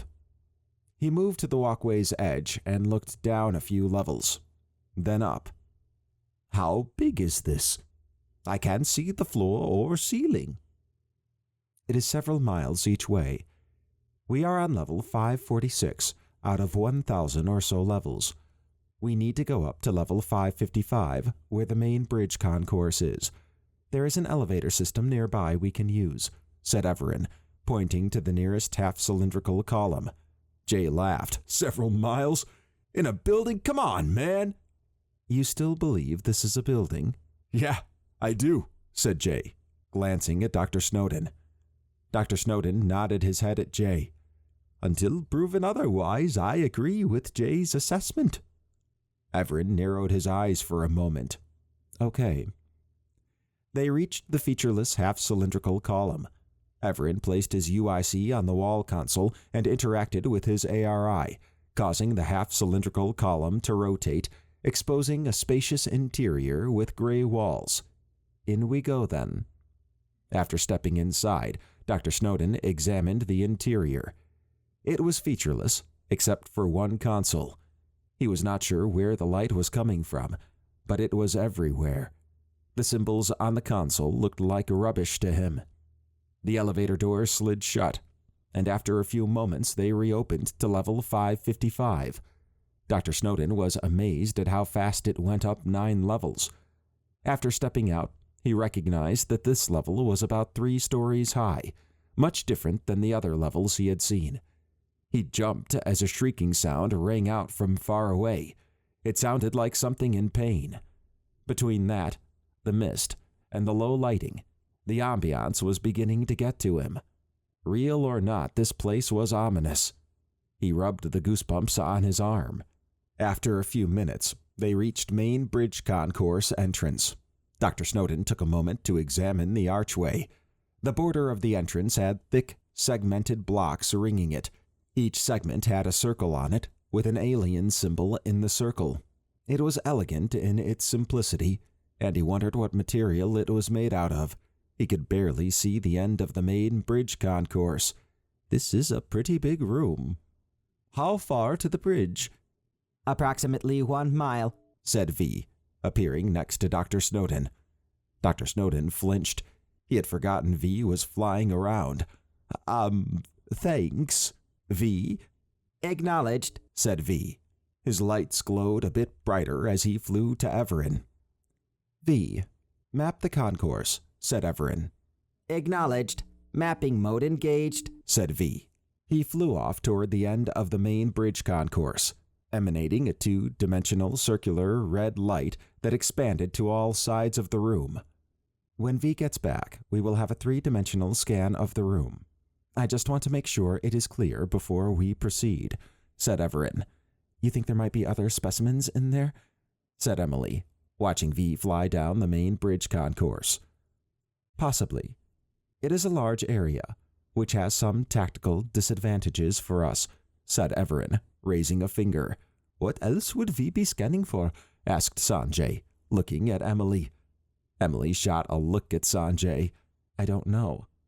That's why I asked. Sanjay ducked away to the other side of the arched entrance. Dr. Snowden did not think Sanjay was trying to be confrontational, although his curiousness could be construed as aggressive. Emily seemed to think so. Dr. Snowden walked over to one of the segmented blocks on the entrance border. An interface projection appeared in front of him and displayed the unusual alien symbols, but this time he understood what they meant. It was a map interface for the main bridge concourse. "Hey, I can understand this," he said, turning to look at Evaran. "Ah, good. The universal translator has kicked in," said Evaran. Everyone gathered around Dr. Snowden. Sanjay studied the map interface. "Are the nanobots doing this?" "They are involved," said Evaran, gazing down the main bridge concourse. "I was able to get them to accept translation requests from my ship. I was unsure how long it would take to kick in, but it appears they have completed integration." "Translation requests? You mean we're connected to your ship through our supposed nanobots?" asked Dr. Snowden with raised eyebrows. "Yes, the supposed nanobots can communicate with the ship's universal translator. Typically, I would offer you a temporary set of nanobots. As you already had nanobots inside you, I decided to see if I could interface with them, and it appears to have worked. Your nanobots now have a new protocol to check with the ship's universal translator if they cannot translate something. If it cannot translate something directly, it will use the nearest term, even if it is slang," said Evaran, turning to look at Dr. Snowden and Emily. "Does it make others who don't have universal translators understand us? Like if I were to speak to a French person, would it come out as French?" asked Emily. "Yes, and your lips would move to compensate, although you would still see French in text, and the other person's lips move in sync with French. You would understand what it meant," said Evaran. "I find that very unlikely," said Dr. Snowden. Jay shook his head. "That's messed up." "The evidence is staring you all right in the face," said Evaran. "Does this mean the ship has access to our thoughts then?" asked Sanjay. "Temporarily during the translation it does, but it does not keep an audit trail. The Universal Translator Protocol came with my ship, and all I know about it is how to access it remotely and configure some of it," said Evaran. "So it has some privacy security built in. I like that," said Sanjay. Dr. Snowden could see that Sanjay was into the situation, but Dr. Snowden could not bring himself to so easily believe what Evaran was saying. The conclusion Dr. Snowden had reached in the medical lab was no longer as secure as he thought it was. He watched as V flew back. Dr. Snowden calculated that since V had not been gone long, he must be able to either fly quickly or skim across the top and scan forward, as opposed to only the sides Dr. Snowden had seen initially. V flew next to Evaran and projected a three-dimensional overview of the main bridge concourse. The projected map had more detail than the displayed one from the segmented block. Evaran began walking around the projection with his hands behind his back. V, report. Analysis. No active life forms detected. Multiple inactive life forms detected. 87 entrances. 7,000 hatchways. "I think that will be enough. Let us go," said Evaran. Although Dr. Snowden had been able to keep his fear down, knowing this all might be real kept badgering him. Emily was about as he would expect her, and Sanjay and Jay seemed real. Dr. Snowden exhaled from his nose. Being on an alien ship in the Andromeda Galaxy due to flea-like aliens abducting him was not what he had envisioned being wrong with him just a day ago. Yet here he was. Hopefully this was a big hoax. He sighed as he trudged after Evaran and the others. As the group moved down the main bridge concourse, Dr. Snowden took note of the architecture. The sides had walkways accessible by ramps at evenly distanced intervals. There were various areas sectioned off in the main walkway that contained stands with unusual devices. Benches with strange shapes and an occasional odd-looking plant dotted the floor. The concourse was definitely larger than he had expected. The most unusual aspect was the small hatches high up on the walls. There were 3 rows, each row having roughly 5 feet between each pathway. The rows seemed to span the length of the concourse. After 30 minutes, they reached the middle of the main bridge concourse, and the bridge door could be seen in the distance. "This is something you all may want to see," said Evaran, pointing to something on the ground. Everyone assembled around Evaran and examined where he was pointing. On the ground was a dead crotovore. It was missing a leg and 2 arms, and half of the chest armor was gone, with teeth marks around the edges. Green liquid had solidified around it. There were other aliens near the dead crotovore that Dr. Snowden did not recognize. "It looks part eaten," said Sanjay. "It was one of the security forces of the ship. You can tell by the designation on the chest plate," said Evaran, motioning at the mangled chest armor. "Whatever got to it was strong enough to peel apart the armor. That is probably something we want to avoid." "Ew, I think I'm going to be sick," said Emily as she grimaced and put a hand on her stomach. "I've seen better props than this," said Dr. Snowden. Jay shook his head. "I don't know, man. Looks pretty real to me." He rubbed the back of his neck while looking up. His head snapped back as he pushed Dr. Snowden down. "Watch out!" "What the?" said Dr. Snowden as he ragdolled to the floor. A spider-like creature landed where he had stood just a second ago. His eyes widened and his heart began to race. "What the fuck?" shouted Jay as the creature jumped at him. He caught it in midair and threw it to the ground, and then stomped on it. Several more creatures landed near him. Jay kicked the nearest one, sending it tumbling back. Another one jumped at him. He dodged it, and when the creature landed, he pivoted and stomped it. Another creature fell on his arm. He shouted out in pain as it careened off him and crashed to the ground. His face turned red. He stepped back and kicked the creature into the air. After turning his hat backward, he balled his fists and shook his head at the one he kicked. "Well, come on then, you little shits!" Sanjay took off running with 4 creatures in pursuit. Evaran had turned to help Jay, but then turned back around to run after Sanjay. Dr. Snowden scrambled to his feet. Emily, screaming, caught his attention. 2 creatures had landed near her, and another was already trying to bite her. Emily held the one trying to bite her in place with her outstretched arms. Dr. Snowden bolted over and kicked the first one. Its sides busted open, spewing guts everywhere. Dr. Snowden stomped the second one, causing its organs to fly out the back end. He yanked the third one off Emily and threw it to the ground. It landed on its back.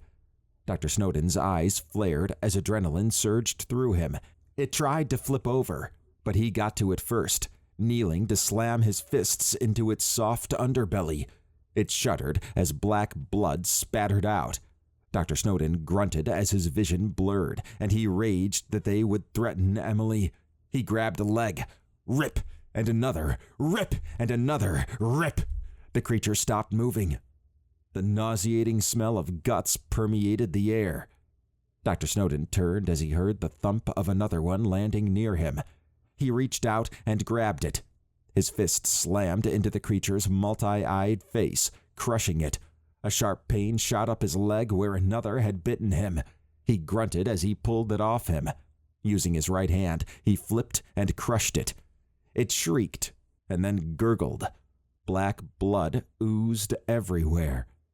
Dr. Snowden picked up the body and ripped it in half. He turned to look at Emily, who was violently shaking. She had fallen back some and was dodging one of the creatures while kicking at it. It avoided her blows and continued to circle her. Dr. Snowden scrambled to his feet and rushed over. He dove at it, slamming both fists into it. It flattened out. Dr. Snowden let out a primal scream as he jackhammered the lifeless corpse. Evaran had returned and laid a hand on Dr. Snowden's shoulder. Dr. Snowden kept hitting the dead creature. Tears ran down his face. "Dr. Snowden," said Evaran. Dr. Snowden stopped and put his fists against his temples and squinted his eyes. His jaw was clenched and his breathing ragged. He whimpered as he looked back to Emily, who was frozen in fear. Looking around, he saw Evaran and Jay, both covered in guts, staring at him with dead creatures lying around them. Peering back, he glared at the thing he had mutilated. There was no way a creature like this existed on Earth for many reasons. He knew any aggressive bugs that could evolve to this size would have easily swept the planet. They were definitely real, and not props. "I believe it is dead," said Evaran. Dr. Snowden took a deep breath.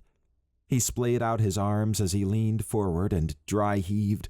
The taste of the creature's blood was in his mouth. Some of the entrails that had shot onto his face slipped off. After a few moments, he turned his head to look at Evaran. In a quiet voice, Dr. Snowden said, This is real."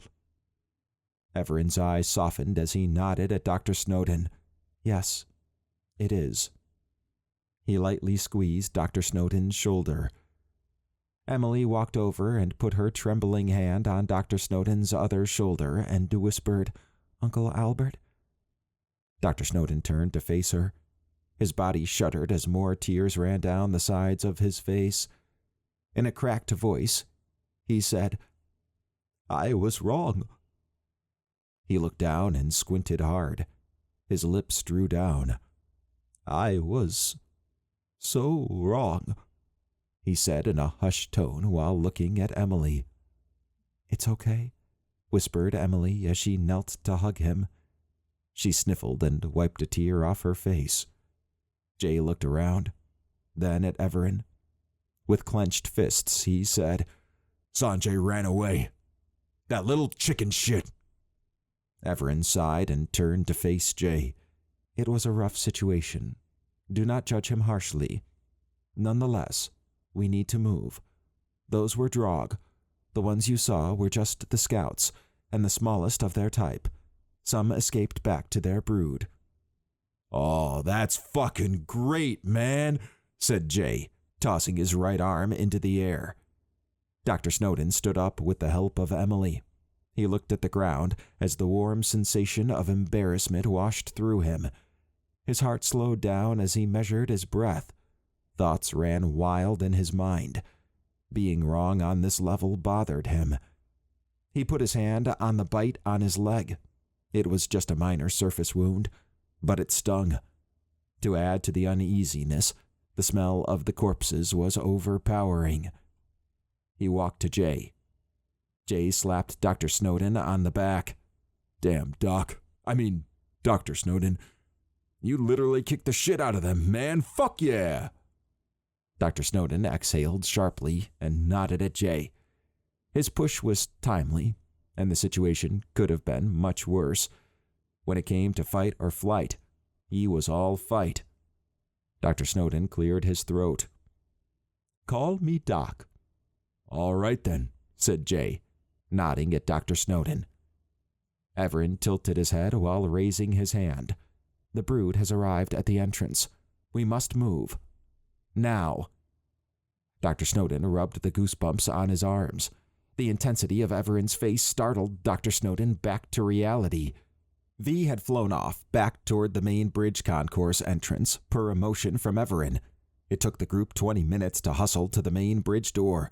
When they arrived, Evaran placed his UIC on the console next to the entryway. "There you are, you son of a bitch," said Jay, approaching Sanjay, who was curled up next to the door. Sanjay used the door to slide up into a standing position. A urine trail snaked down his slacks. "I was scared, okay?" "Fuck, man, we're all scared.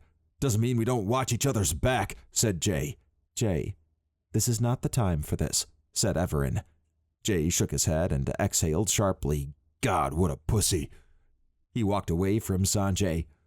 Evaran interacted with his ARI and then pulled out a small orb device from his utility belt. He tossed out the orb, which then hovered a few feet off the ground. After interacting with his ARI again, a projection shot up, showing creatures running through the entrance. They were pouring in, not just on the ground, but on the walls and the ceiling. "Shit, more of those things?" said Jay, his mouth slightly ajar. He turned his hat back around. So many of them, said Emily, grimacing. That is a full-on drog brood. We can discuss it more when we are in a safer position, said Evaran. Goddamn, said Jay. Emily grabbed Dr. Snowden's arm. Dr. Snowden could feel her trembling echo through him. He had a lot of thoughts running through his mind, but the projection of the Drog mesmerized him. The Drog had different body types. Although they were all mostly mottled brown in color, there was a remarkable diversity of shapes. They reminded him of ants somewhat. There were larger ones with 4 legs, a thorax behind them, and an upper plated body. The face had 2 large eyes and large pincers where a mouth would be. The upper body had 2 powerful-looking arms that ended in claws. Those must be the soldiers.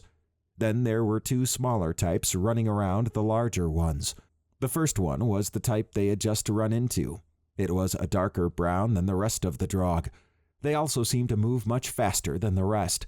The second one reminded him of a pill bug, except with armored plates that had spikes on each segment.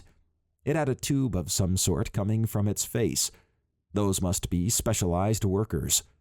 As V began flying back, there was a wide shot of them. A large one towered over them all.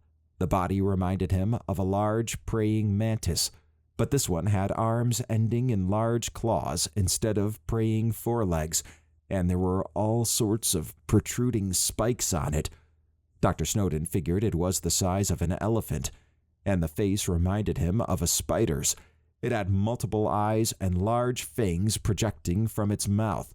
He had no idea what that creature represented, maybe an overseer or something. The clicking sounds were getting louder. He guessed they knew that there was food in here. At least there were no flying ones. How's the door coming? Asked Sanjay. Evaran reached out, and after the projection orb flew into his hand, he put it back on his belt. His UIC had established a blue light between it and the door console, and after interacting with his ARI, he said, opening it now. The doors pulled back into the side walls, revealing a large bridge. They burst through as Evaran pulled the UIC from the door console, causing the doors to move. V flew in as the doors closed. Thumping sounds emanated from the door a few moments later. Dr. Snowden barely registered the thumping. A jumble of thoughts was waging war in his mind. He was not used to being this wrong, and realized how foolish he must have looked to Evaran and, more important, Emily. Dr. Snowden vowed to learn everything he could. Chapter 6. Dr. Snowden slumped down against the wall just inside the bridge entrance.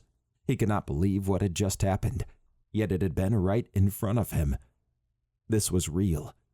He knew he had to adjust to it, or he would not survive. Having Evaran around made things a bit easier, and Dr. Snowden was coming to trust Evaran more. Dr. Snowden closed his eyes as his breathing normalized. It was sinking in that not only was everything real, but they were in a potentially very bad place. He looked to his side when Emily sat next to him and then linked her left arm with his right. She was probably worse off than anyone so far, and he would try to put on a brave face for her to hold on to. Jay leaned against the wall on the other side of the bridge entrance. He looked up at the ceiling and took a deep breath. Damn, I could go for a smoke bout now. Sanjay went ahead a bit and stood by one of the workstations in the room. He drooped his head and slid his hands into his pockets. Evaran walked out in front of the group. Any longer out there, and we would have been another meal for them. While I could handle them, I would not be able to guarantee your safety. Nonetheless, they will not be breaking through that door. It has shields and is physically very durable. Relax a bit. I'm going to work on the bridge consoles. There are sustenance replicators to your right. You can get some water there, but I would recommend not trying to select any food items. He looked at Jay. Or cigarettes. Figures. Any place to get this crap off? Asked Jay, pointing to the Drog bits and pieces on his boots. Evaran nodded and pointed to their left. There are some cleaning rooms over there. Just step in. Wait for the door to close and undress. If you need to use the bathroom, they have a structure for that in there as well. Once you are ready, just press the large green button, and it will scan and then clean everything in the room. Jay smirked as he walked over to the first cleaning room. A shit scanner. I suppose so, said Evaran with a half smile. Emily tugged on Dr. Snowden's arm. Uncle Albert, you okay? I'm fine, said Dr. Snowden, sighing. I need to think for a bit. Why don't you go get cleaned up? She stared at him for a moment. Okay. She got up and walked toward the cleaning rooms. Sanjay followed after her, giving her ample time to get into one of the rooms before he went in one. Dr. Snowden began to sort out his thoughts in more detail. He decided to focus on why he did not believe Evaran initially. Evidence was all around, and Dr. Snowden had dismissed it out of hand because he did not believe in the premise. It was not easy for him as a scientist to accept the situation, especially given the lack of verifiable facts. He concluded that Evaran was just being brutally honest. Next, Dr. Snowden began going through what he knew. 1. There was Evaran, the first alien that Dr. Snowden had met while conscious. Evaran was apparently able to hack into an alien virtual simulation. On top of that, he had his own starship and a flying orb with artificial intelligence. He also seemed to have an understanding of time travel, space-time rifts, and their abductors, the Bloodbore. Dr. Snowden figured maybe this could be a learning opportunity. Evaran did not have to rescue them, but he did. That said a lot about his character. Dr. Snowden concluded that Evaran had their best interests in mind. Dr. Snowden's thoughts turned to the Bloodbore. They abducted 4 people along a lone stretch of I-70, but the why eluded him. Evaran said there was sparse information in the logs, and that he planned to find out more. Maybe there would be additional information here on the bridge. Dr. Snowden filed it away as something to ask Evaran later. The fact that aliens existed at all was exciting, but what they did was inexcusable. Life was already hard for Emily, and now she had to deal with this.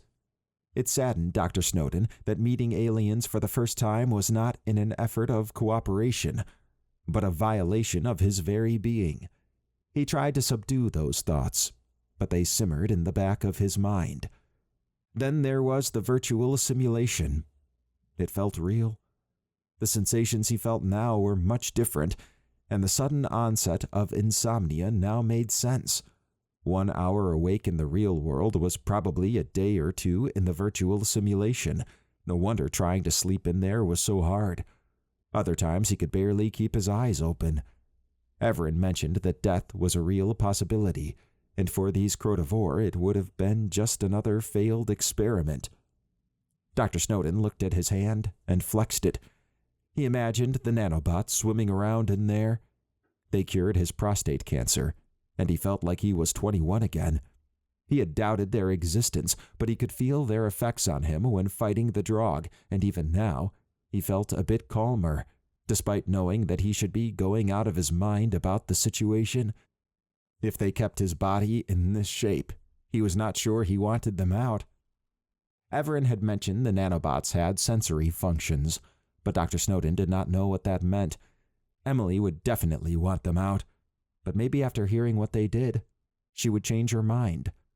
Dr. Snowden planned to let her know about his prostate cancer before then. The last thing she needed right now on top of all this was to learn that he had any type of cancer. Dr. Snowden's mind wandered to Jay. His machismo was off-putting at times, but Dr. Snowden saw a certain charm in it. Jay had saved Dr. Snowden from having one of those creatures fall on him. He admired Jay's resilience, and although Jay was probably as scared as the rest of them, anger was his reaction to the situation. Sanjay was a mystery.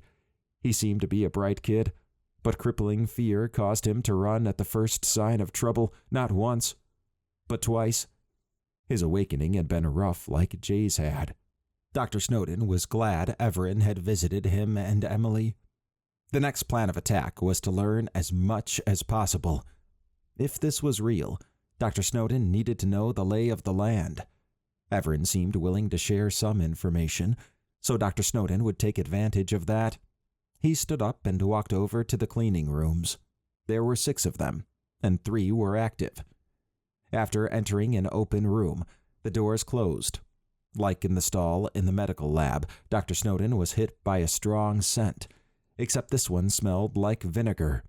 He undressed and placed his clothes on a table that jutted out from the wall. The structure Evaran mentioned was a hole in the ground with a set of movable limbs extending out over it. Dr. Snowden adjusted the limbs and locked them in place, then sat on them and relieved himself. Once finished, he stood up and pressed the large green button near the entrance. A greenish mist filled the room. It was difficult for him to see anything, but the mist massaged his body. He enjoyed the sensation over the next few minutes. The grime fell off like skin from a molting snake. Once the mist dissipated, a sweet fragrance filled the air. He looked at his arm and ran his hand over it. The mist had cleansed him thoroughly. He grabbed and inspected his shirt and noted there was not a trace of black blood or draw guts. How the mist was able to figure out what to remove was yet another mystery. This would be on his wish list back at home, assuming he could get there. He checked the toilet and noticed it was cleaned out as well. The room was efficient. He leaned back against the wall. It felt good to be in a place where he was not being threatened by crazy aliens. 15 minutes later, Dr. Snowden exited the cleaning room. It was time to find out what was going on with the ship. He surveyed the bridge. Evaran faced one of the wall consoles and interacted with his ARI. His hands moved in the air like he was using a computer keyboard only he could see. Dr. Snowden refocused on the bridge. It was a mashup of alien spaceship bridges he had seen on television growing up. On the front wall of the bridge was a large, single screen that covered almost the entirety of it. To the sides of it were multiple smaller screens. The room had 2 areas. The first area, near the entrance they had come in from, had 3 rows. Each row had consoles and unusual-looking chairs. A walkway down the middle separated the rows into equal parts, and a command chair loomed at the end of the walkway. The second area was open in front of the front screen. The sides of the bridge had a continuous console with more odd-looking chairs distributed evenly. The center screen showed a planet, with readouts indicating distance and speed on the bottom right. Dr. Snowden chuckled when he saw Jay trying to interact with Emily at the sustenance replicators. Emily was less than pleased to talk with him. Her lips, pulled to the right, gave it away. Jay scratched his hand and moved over to Sanjay, who was busy interacting with one of the consoles, and brushed off Jay's attempt to talk. He approached Dr. Snowden and sighed. Maybe I shouldn't have been so hard on Sanjay. Your niece doesn't like me either. They're young, angry, and confused, said Dr. Snowden. He wagged a finger at Jay. And you did call her Hot Pants. Jay looked down and away. Dr. Snowden tapped Jay on the arm with the back of his hand. It's okay. This situation is unusual. Let's see what Evaran's up to. They assembled around Evaran. Dr. Snowden pointed to the center screen. Is that the planet we're hurtling toward? It is, said Evaran, facing them. The planet has primitive life, but will not have any if this ship hits it. Dr. Snowden noticed that Evaran's suit was cleaner than before. It must have had some type of slow self-cleaning aspect to it. Emily had joined them and handed Dr. Snowden a container of water. She looked at the center screen. It looks so serene. Sanjay followed in after Emily. Evaran glanced around at them, then looked at Dr. Snowden with knowing eyes. So, what questions do you have? Dr. Snowden smiled. He reflected on how odd it felt to smile. That UIC, you said it allows you to connect to any system. How does it know how to connect to an alien system like this? I'd like to know this too, said Sanjay. Evaran nodded. It is only important that you know it can. The how is A bit deeper than I think you are ready to hear. The UIC can interface with any technological system, usually bypassing any security setup. Impressive, said Sanjay. I like to think so, said Evaran. He gestured at Sanjay. Your studies involve working with software. Think of it as a low-level matter decompiler that works on technology. When it is accessing the system, it will snap a few inches from what it is trying to interface, and you will see a blue light begin to intensify. Once it has accessed the system, the UIC will emit a stable blue light, and I can then access it via my ARI. The Crotivore security system, which is fairly secure, I might add, does not have countermeasures for a device like this. The only effective countermeasure is a security AI, and in this scenario, there is none. Dr. Snowden furrowed his eyebrows. The idea that the UIC could access any technological system except for security-enhanced AI ones seemed implausible. The results, though, were obvious, and he could not deny that. Why would you need the ARI then? There's already a physical interface, said Sanjay. The ARI is a generic interface that works across any system. The ARI and the physical interface both access the same set of functionality, said Evaran. Sanjay raised his eyebrows. So the ARI is just another view, essentially? Exactly.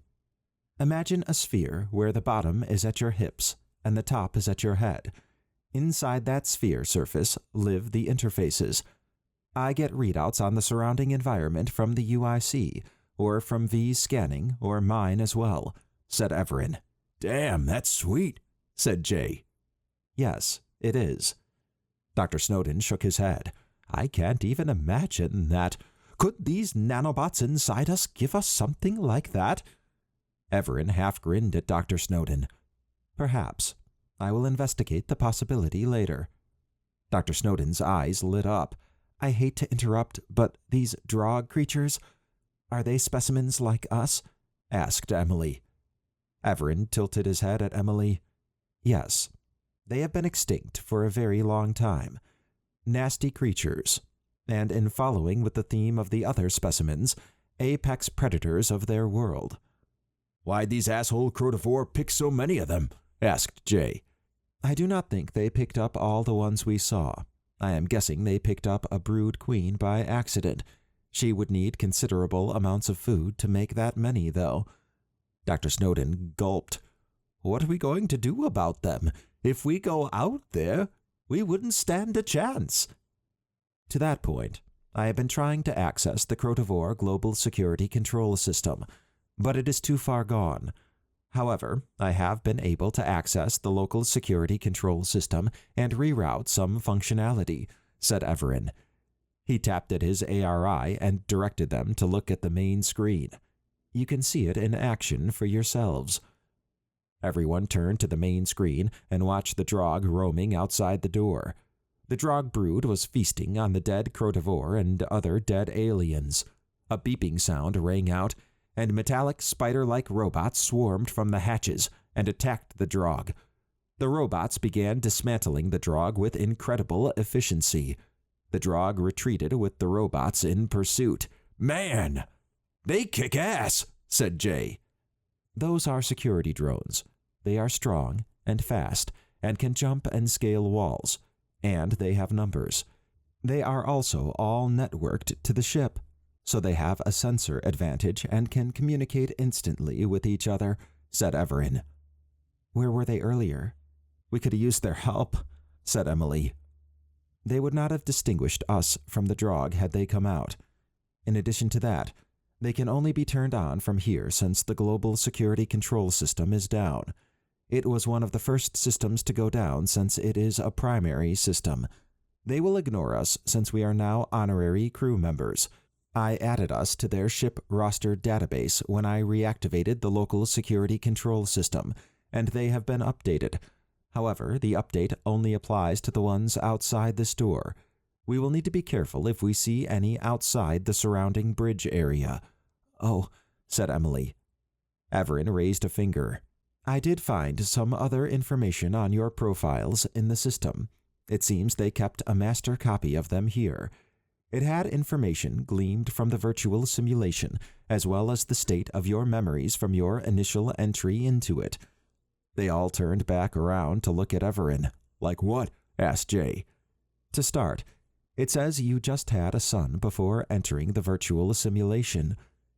Jay swallowed hard. "I can't wait to get back to him." "Sanjay is the first in his family to go to college in America." Sanjay grimaced. "I wish I was back at college." "Emily plays volleyball." Emily sighed. "Be nice to be on a court instead of here." And finally, Dr. Snowden recently published a paper. "I did," said Dr. Snowden. Sanjay smiled at Emily. "I wish I had time to play sports." She glared at him. "It's simple time management." He averted his eyes and looked away. Evaran paused as he interacted with his ARI. "It looks like there's more, but a bit personal. Okay, back to digging for me."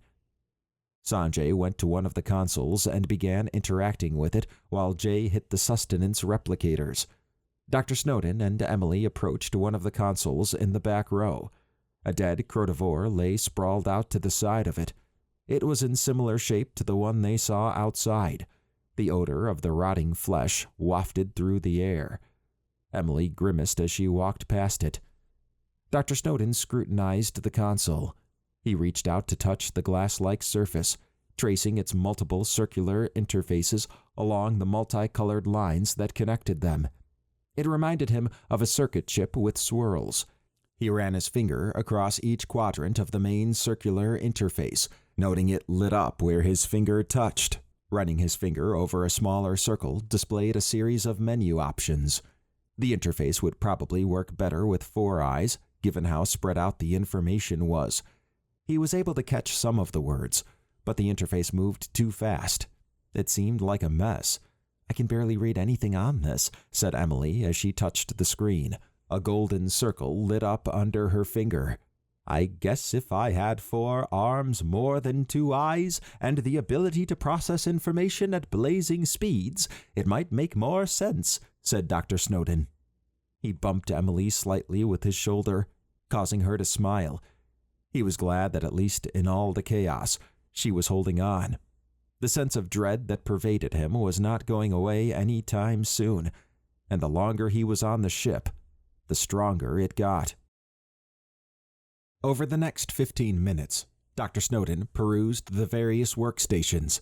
Emily stuck close by, and he enjoyed discovering and exploring with her at his side. It reminded him of the camping trips they used to take. While Dan made dinner, Dr. Snowden and Emily would look around at various plants and trees and try to name animals and insects they saw. That was the one time when her bug aversion was not as strong. He got a similar vibe exploring the workstations with her, but he knew just how deadly the situation was. Evaran addressed the room. "Who wants to hear a crotivore speak?" Although Dr. Snowden had an intense dislike of the crotivore, the scientist in him still wanted to hear what they sounded like. He wondered about their culture, having ships this big. One thing was apparent. The crotivore seemed to have little regard for life they considered under them. He wondered how many aliens woke up from their virtual simulation without the aid of Evaran. Dr. Snowden shuddered. Regardless, he was intrigued enough to listen to the crotivore speak. "What'd you find?" "The last visual log in the system. I will play it on the main screen," said Evaran, pointing to it. Everyone turned their attention on the main screen. Evaran swiped at his ARI, and the main screen changed from the picture of the planet to a crotivore with a tight-fitting gray suit. Lights flashed in the background around the crotivore, and a muted warning alert was firing off. A tingling sensation rushed through Dr. Snowden's chest. He noted that the background looked similar to his immediate surroundings. Although he did not know crotivore facial expressions, the rapid blinking of the eyes seemed to indicate nervousness. He wondered if they were the first humans to see a non-humanoid alien speak. The crotivore interrupted his thoughts when it spoke in a high-pitched and garbled-sounding voice. Critical Har reporting. Critical Har is the last surviving member of the crew. Critical Har doubts it will make it out of this alive. A majority of the main systems are down, except for life support. The global security control main system is down, along with most of the secondary systems. Bipedal creatures attacked us en route to the last rift we came through. The specimens are roaming the ship freely. Tertiary systems, such as transports and replicators, are still functional. Critical Har barely got into the bridge and sealed it. Gakiprut was with Critical Har and made it into the bridge, but Gakiprut was mauled severely by a quadruped creature on the way in. Gakiprut died shortly thereafter. Dr. Snowden looked down at the crotivore they had walked around earlier. Although he was saddened at the situation being described, he was also excited to see Critical Har speaking.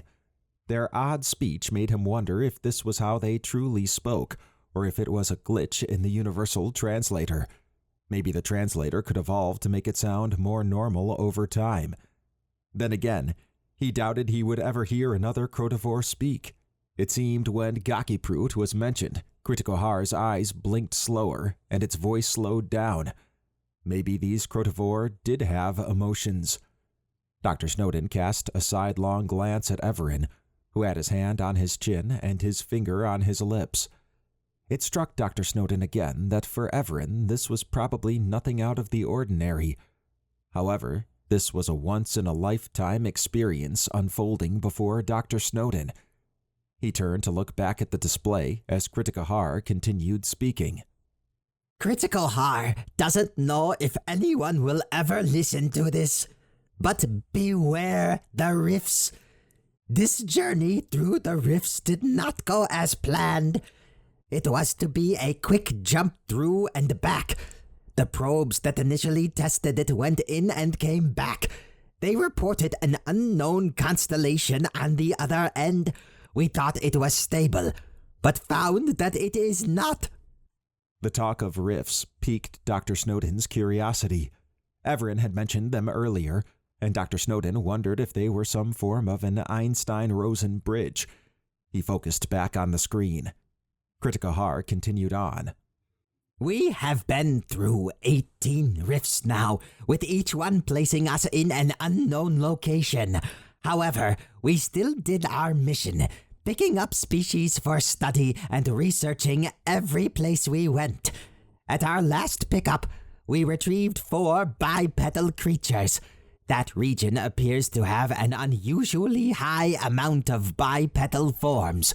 It took us 3 weeks to get to the next rift, and on the last week, we encountered an aggressive bipedal species that attacked us after failed communications. Although our ship had better defenses, they had more ships. We made it through another rift, but the system's damage had been done. Dr. Snowden waved his hand at the display. Can we pause for a sec? Evaran paused the playback. Who are the bipedal species they're referring to? I know it isn't us. Evaran placed his hands behind his back. Earth is part of a galactic community. The crotivore ship was flying through the Kregan Star Empire, which stretches over a vast area of space around both Earth and the space-time rift. The Kregans are humanoid and aggressive at defending their space. As advanced as this ship seems, it sounds like the Kregans must have been fairly advanced too, said Dr. Snowden. Not so much advanced as different. The crotivore region of space in their galaxy only has one humanoid race, and they are primitive technology-wise. However, the Kregans are far from primitive. They are the dominant power in your section of the galaxy. The crotivore had no defense against some of their weapons, it appears, based on the logs I have read, said Evaran. Sanjay raised his hand. I noticed they referred to time in weeks. I assume the universal translator is translating that to something we would understand? Very observant, and you are correct. If it had translated it to 59 tetratons, it would not make sense to you. Anything else? Said Evaran. Dr. Snowden and Sanjay shook their heads. Evaran interacted with his ARI. Kritikahar began speaking again.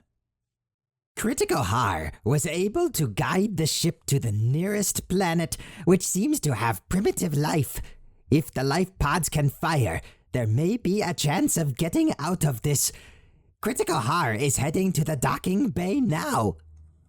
The sound of something hitting the door in the video startled Kritikahar, who looked back at the door. There isn't much time. If you are hearing this and are on the ship, be careful. Kritikahar out. The video showed Kritikahar reaching forward with two of his arms and touching the console screen. The video went blank. I wonder if he made it to the docking bay, said Emily. Evaran looked at the ground as if in thought. Not likely. The ship reports all Crotivore life signs are gone, and none of the life pods were fired. He looked around at his ARI. Nonetheless, it looks like the data retrieval still has some time left. I have changed the ship's trajectory, so we are no longer in danger of crashing into the planet. However, we need to get the main engine back online. I have downloaded the sequence needed to do so. We will need to head to the engine room after this data retrieval process is complete. What did you change the ship's trajectory to? Asked Sanjay. To the sun. The ship will continue toward it, but under its current momentum, it will be several weeks until it gets there. By turning on the main engines, we can shorten that time to 7 hours, said Evaran with taut lips. You're going to kill everything on the ship? Asked Emily with wide eyes. Unfortunately, yes. That's cold, man, said Jay. Evaran looked down for a moment, then sighed as he looked back up. This was not an easy decision. I feel for the creatures on this ship, abducted without a choice in the matter. However, the planet below cannot be interrupted by this timeline-changing event. This ship is larger than the asteroid that hit your planet 65 million years ago. The primitive life on the planet would not stand a chance. Okay, but why are we speeding up the ship to the sun? Asked Dr. Snowden. Evaran gestured with his right hand. We are deep in Bilaxian space. They are aware of this ship, and I am sure it has attracted the attention of others. This ship's technology is far more advanced than that of any of the civilizations here. It would radically alter the timeline to have this advanced technology fall into any of their hands. That must not occur. They would arrive before this ship hit the sun with plenty of time to scour it. Even now, there is a Bilaxian cruiser group approaching rapidly. He gestured with his left hand. Another thing. This ship causes timeline changes wherever it goes. It must be stopped. The very existence of these apex predators on this ship has already caused changes from wherever they are, just as your presence here has. If I had the time, I would capture every one of them and take them home. However, I do not know where they came from, save a few. I could try and guess, but that would make things worse. I had to make a choice, and I chose to save you four and direct the ship into the sun. I know where you came from and when. What do you mean by timeline, exactly? Asked Dr. Snowden. Evaran tilted his head. Although I would not normally discuss this, I think we are past that point. Are you sure you wish to know? Dr. Snowden looked around at the others for a moment and then faced Evaran.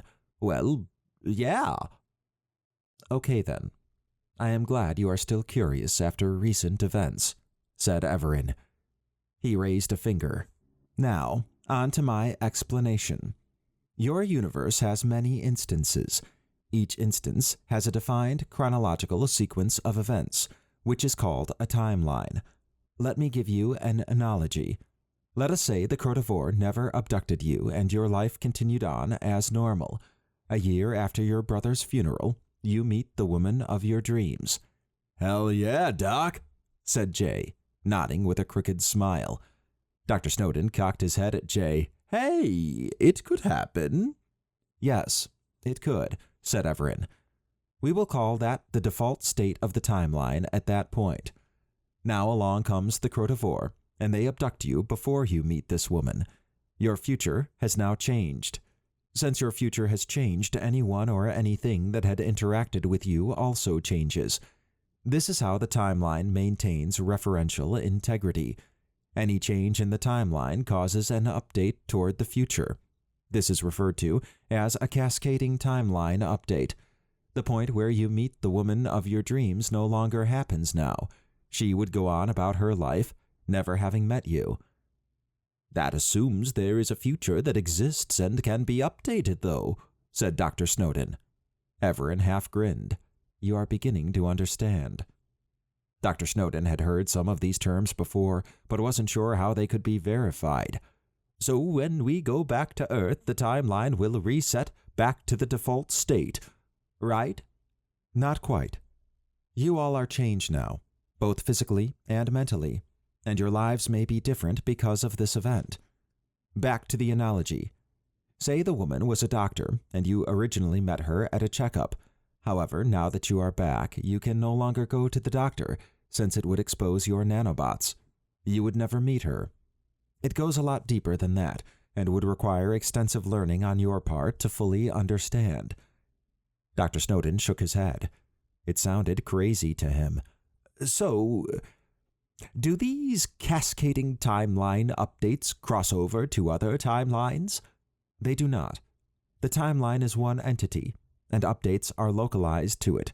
There are other timelines, parallel to the one you are in, as I mentioned, and they do not intersect with each other. The timeline changes the Crotivore caused were isolated to this timeline. In these other timelines, is there a copy of us? Asked Sanjay. Evaran half smiled. There is in some, and they would refer to you as the copy.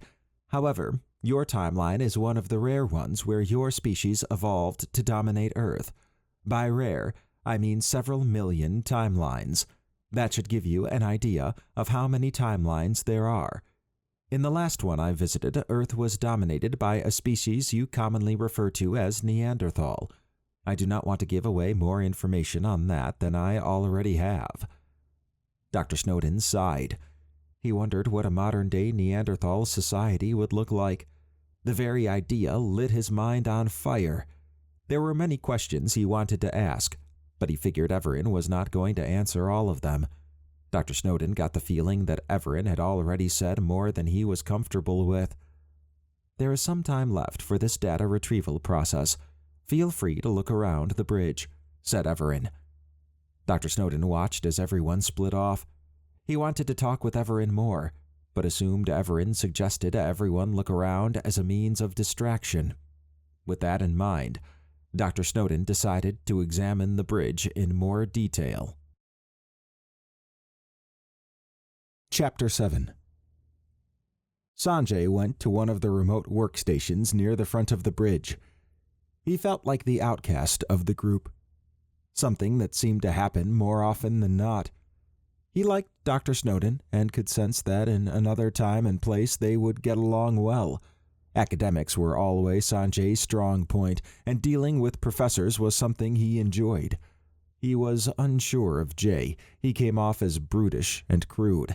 However, Sanjay admired how Jay did not flinch when the Drog had attacked. Instead, Jay had flipped his hat back and gone into fight mode. Sanjay sighed. That was just not his style. Then there was Emily. She was attractive, and he did what he always did around pretty girls, stumble around and come off sounding weird.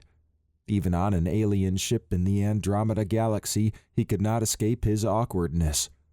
Running his finger across the Crotivore console brought a smile to his face. Although he was scared, he felt safe with Evaran. Sanjay loved all the technology he was seeing, and now had proof that aliens existed.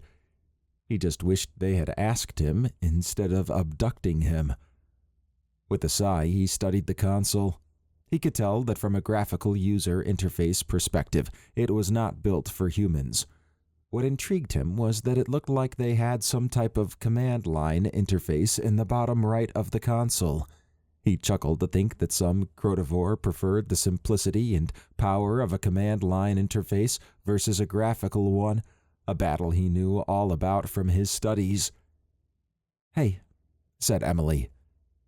Sanjay flinched as he snapped his head toward her. He had not even sensed her coming up on him. Hey." Emily sighed. "Look, I don't want you to think I don't like you. It's just, I'm scared. I'm trying to keep my cool, but it's hard. This whole situation is messed up." "Yeah," he said, looking down. "I wasn't trying to make fun of you or anything. I know, I can be defensive sometimes." Sanjay smiled. "And I'm awkward around pretty girls." Emily raised her eyebrows. I mean, you know." He sighed as he shook his head. "I did it again." She chuckled. "It's cool. I just didn't know you as well back then, but I think I have a better understanding now. What were you looking at when I came over?" "Oh, just the console interface. I've developed some before, and was curious how an alien one would look." He shrugged. "Looks like chaos is their design philosophy." Emily laughed. Sanjay was glad to see that Emily was not angry with him. He tossed a hand out. "So, I heard you met Evaran in the virtual simulation." "Yeah, and he had on a pinstripe suit. That's crazy." "How did he inform you of what was about to happen?" "He showed us a timer that was ticking down to our awakening," she said. "Then he said that we were in a virtual simulation and proved it to us by touching our shoulders in the real world. It freaked me out, to be honest. What about you?" "I was walking to my college apartment with a friend, and then the sky began disappearing. It scared the hell out of me." "I bet. Did you see any glitches before that?" she asked. He nodded. "Too many. I thought I was losing my freaking mind." She chuckled. "Yeah, me too." An awkward silence passed. Sanjay looked her in the eyes. "I wanted to thank you for coming over. I know I can be weird, and it's hard for people to overlook that sometimes." "It's all right," said Emily. She looked around, then back at Sanjay. "So, what do you think will happen when we get back to Earth?" "I don't know. But I do know I'm gonna stay with my parents in town for a bit. Being around family will help with this. I'm not sure I want to be around my apartment anytime soon." "Makes sense. What about you?" he asked. She exhaled from her nose. "Probably sleep for a few days." They shared a laugh. "But honestly, I'll try to put all of this away in my head. Life is short, and there's a lot I want to do," she said. "I don't know how easy that will be. I mean, this is, by far, the weirdest situation I've ever been in, and now I have a year's worth of memories that aren't even real." "You have your uncle here at least." Emily glanced at Dr. Snowden. "Yeah. He keeps me grounded. At least you can talk to him about it." "I would never in a million years tell my parents. They'd have me committed." Emily's eyes softened. "Maybe we can all stay in contact, support group or something." "I'd like that. If anything, it will remind me I'm not insane." She laid a hand on his shoulder. "We'll get through this. I may be scared out of my mind, but for now, we have Evaran as a guide, a way off the ship, and a future ahead of us." Sanjay licked his lips. "Yeah." The sensation of relief that he would not be alone with this experience made it seem less threatening. They still had to get off the ship, but he felt that Evaran was far more than he looked, and would be able to get everyone to his ship. At least with Emily, things would be okay. Sanjay looked forward to the prospect of a support group. Maybe they could have outings. This would be a bond that he did not think anyone would forget. Jay wanted to talk to Sanjay, but it seemed Emily was already talking to him. With everything going on, freaking out and taking it out on others was not going to be helpful. Jay sighed. He knew his aggressive personality painted him as an asshole sometimes, and this was a time everyone needed to be together. It reminded him of his service in the military. Things could get bad between members, but everyone always pulled together as a unit. He saw this as no different, although it took him a while to get there. Looking around, he saw Dr. Snowden examining the sustenance replicator. At least Jay could talk with him. He sauntered over. "This sustenance replicator is interesting," said Dr. Snowden. Jay studied the unusual-looking replicator. He had no idea how it could create something out of nothing. Yet there it was. "Have you gotten it to work?" "Yeah, watch this," said Dr. Snowden. He pressed a glowing green button on the nearby console. Water. A small container with water appeared on the replicator pad. Jay wrinkled his eyebrows. How'd you figure that out?" Dr. Snowden pointed at the button. "That seems to be the only button on the interface. I guessed that in order to determine when to listen to what was being said, the button needed pressed, sort of like a press-to-talk type thing." "Huh," said Jay. "And since we have these nanobot things in us, it translated water to whatever the hell these bug aliens speak." Dr. Snowden nodded. He took a sip of the water. "Not bad. I guess you can't go wrong with H2O." Jay shook his head. "I'm glad you understand all this shit." "I'm still coming to grips with the fact that this is real," said Dr. Snowden. He sighed. "I'm trying to hold it all together, but this place scares me to death. I wouldn't mind learning about alien culture in small, bite-sized chunks, but we were tossed right into the mix." "Yeah, I'm with you there, Doc. This is a damn ship of horrors." "You seem to be holding up well." Jay shrugged. "I'm trying. I don't like being this amped up." They turned around to face the front of the bridge. Jay saw Emily and Sanjay share a laugh. It made Jay feel even worse about unloading on Sanjay earlier. Jay figured Sanjay probably had no formal training in how to handle high-stress situations.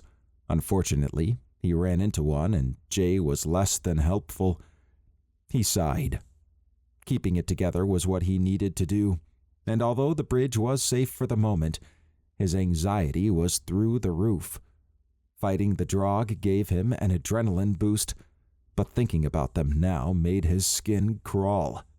"They seem to be getting along," said Dr. Snowden. "Yeah. I should talk with him after we leave here. I didn't mean to snap on him." "It was a tough situation. I don't really think anyone plans what to do when you're attacked by cat-sized alien spiders." Jay laughed. "I like you, Doc. Despite all this shit going on, you can make light of the situation." "Losing my cool wouldn't help anyone." Jay licked his lips and looked down. "Yeah." Dr. Snowden swatted Jay's arm. "It did help fight the Drog, though." They shared a chuckle. "While we're talking about Emily and Sanjay, I didn't mean anything bad about your niece. That was me just acting out," said Jay. "It's okay. We have much bigger things to worry about than that." Jay liked talking to Dr. Snowden. He brought a sense of calmness and assuredness that everything was going to be okay. It was similar to the feeling Jay got from Evaran. Maybe they were more similar than they knew. "I know you have a son, but do you have any other family?" asked Dr. Snowden. "No brothers or sisters, and besides my son, just my wife. I thought I was with them." Dr. Snowden nodded. "They'll be happy to see you when you get back." "What about you?" "It's just Emily and I. My brother died a few years ago due to cancer, and Emily's mother died giving birth to her, so I watch over her now. She came up to live with me, and here we are," said Dr. Snowden. He glanced at Jay.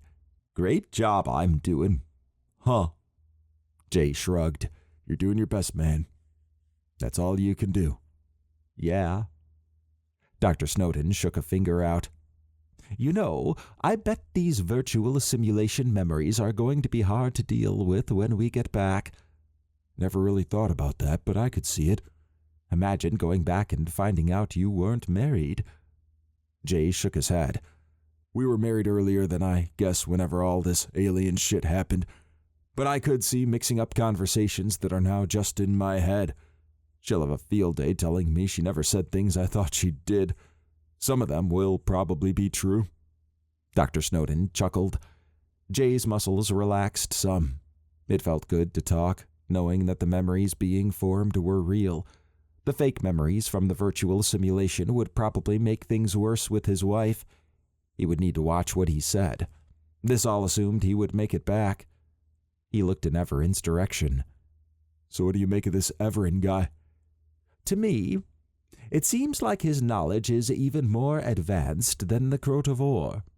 He said he built V. I don't know anyone that could have done that, although in time I suppose they could. All this talk of time travel, universes, and how he just seems to know more than he's letting on leads me to believe that Evaran is far more than anything we can comprehend. Jay scratched his forehead. Yeah, I barely understand half of what he's saying, but I think he means well. I do know he's strong as shit. He lightly tapped my back, and I went sprawling over a slab. Yeah, he's definitely strong. As if on cue, Evaran turned toward the main screen and scrutinized it. After interacting with his ARI, he said, My ship's external sensors have been activated. I have access to the visual feed from Docking Bay 3, the next bay over from where my ship is, and I am transferring the visual to the main screen. It appears we have visitors. Chapter 8. Jerzan's eyes narrowed as he stood in the command area of his ship. He surveyed the docking bay they had just landed in. They had flown through a light blue shielding, and all indicators showed that the bay was pressurized. The flashing lights that washed over the docking bay made it hard to really see anything. All right, let's see what this bitch has on her. Assemble outside. Don't need to tell me twice, said Haldar. He jumped up and ran to his quarters. Galket nodded. Same here. Jerzan glanced at Hosk. You see anything out of the ordinary? I'm not sure yet. There's another docking bay connected through a hallway, and I can't make out any of the symbols on the walls. They don't match up with anything in our language database. How's the air? Not bad. It might be rough, but breathable. Seems like there's less nitrogen than we're used to. Jerzan rubbed his chin. The Rybox brothers will love it then. Yeah, probably. I've deployed our defenses. Anything we don't like that comes near this ship, they'll get ripped to shreds. I've also sent a pulse to get a layout of the ship. I would have expected some defense against that, but the ship is having power issues. All right, see you outside, said Jerzan. He went to an area just a bit out from the bottom of the ship's exit ramp. The flashing lights had stopped, and only the sound of the crew moving inside and the quiet hum of the ship could be heard. Metallic containers were on the edges of the room, with some stacked on each other, obscuring his view. 2 doors stood out. One seemed to lead to the interior of the ship, while the other was a hallway entrance that led to the other docking bay. In terms of docking bays, it looked standard, although it was a bit more advanced in design. He could not make out what any of the symbols were on the containers or the walls, but figured it was a language of some sort. He double-checked that his medium-sized energy weapon was on his back, along with 2 energy pistols strapped to each thigh. Although he knew they were there, it was instinct to verify it in every new environment. His form-fitting suit was ready to go. The suit's material could withstand medium blunt force, was tight, and could change color as needed. It was gray for the moment, which accentuated all the black straps holding various gadgets and weapons. His attention turned to the crew disembarking. The first down were Goran and Doran, the Rybox brothers. They were Bilaxians, humanoids that stood 7 feet tall and had blue skin and ritualized facial scars. Their outfits were pure black, typical of Bilaxian special forces, and combined with their size, they were a formidable sight. The next down were the Dalruns of the crew: Haldar, Galket, Gaius, Tostic, Henrital, Seamus, and Rondel. They wore a mix of tactical gear, usually dark in color, and had a variety of weapons on them. Haldar and Galket stood out from the others. Haldar wore baggy green pants and a sleeveless shirt, while Galket had a tan suit covered by a trench coat and a wide-brimmed, partially metallic hat. The last two to come out were Hosk and his humanoid assault robot, G-85. After everyone had assembled at the bottom of the ramp, Jerzan walked to the front of the group. Listen up. This is a unique opportunity. We've never seen a ship like this before, which means it ain't from around here. That means there's the possibility of truly unique loot. We're going to do 2 passes. First one is mark anything of value, then we'll go collect it as a group in the second pass. Only mark shit that has value. He pointed at Seamus. Let me say that again. Anything of value.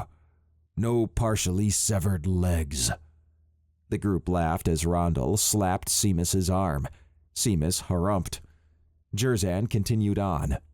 If you find any survivors, capture them and bring them back to the ship. If they prove not worth the hassle, kill them. Hosk has identified potential areas to check out, although it's just a guess as to what they are. But I trust his analysis. The ship is huge, so we're going to split up. Works for me, said Haldar.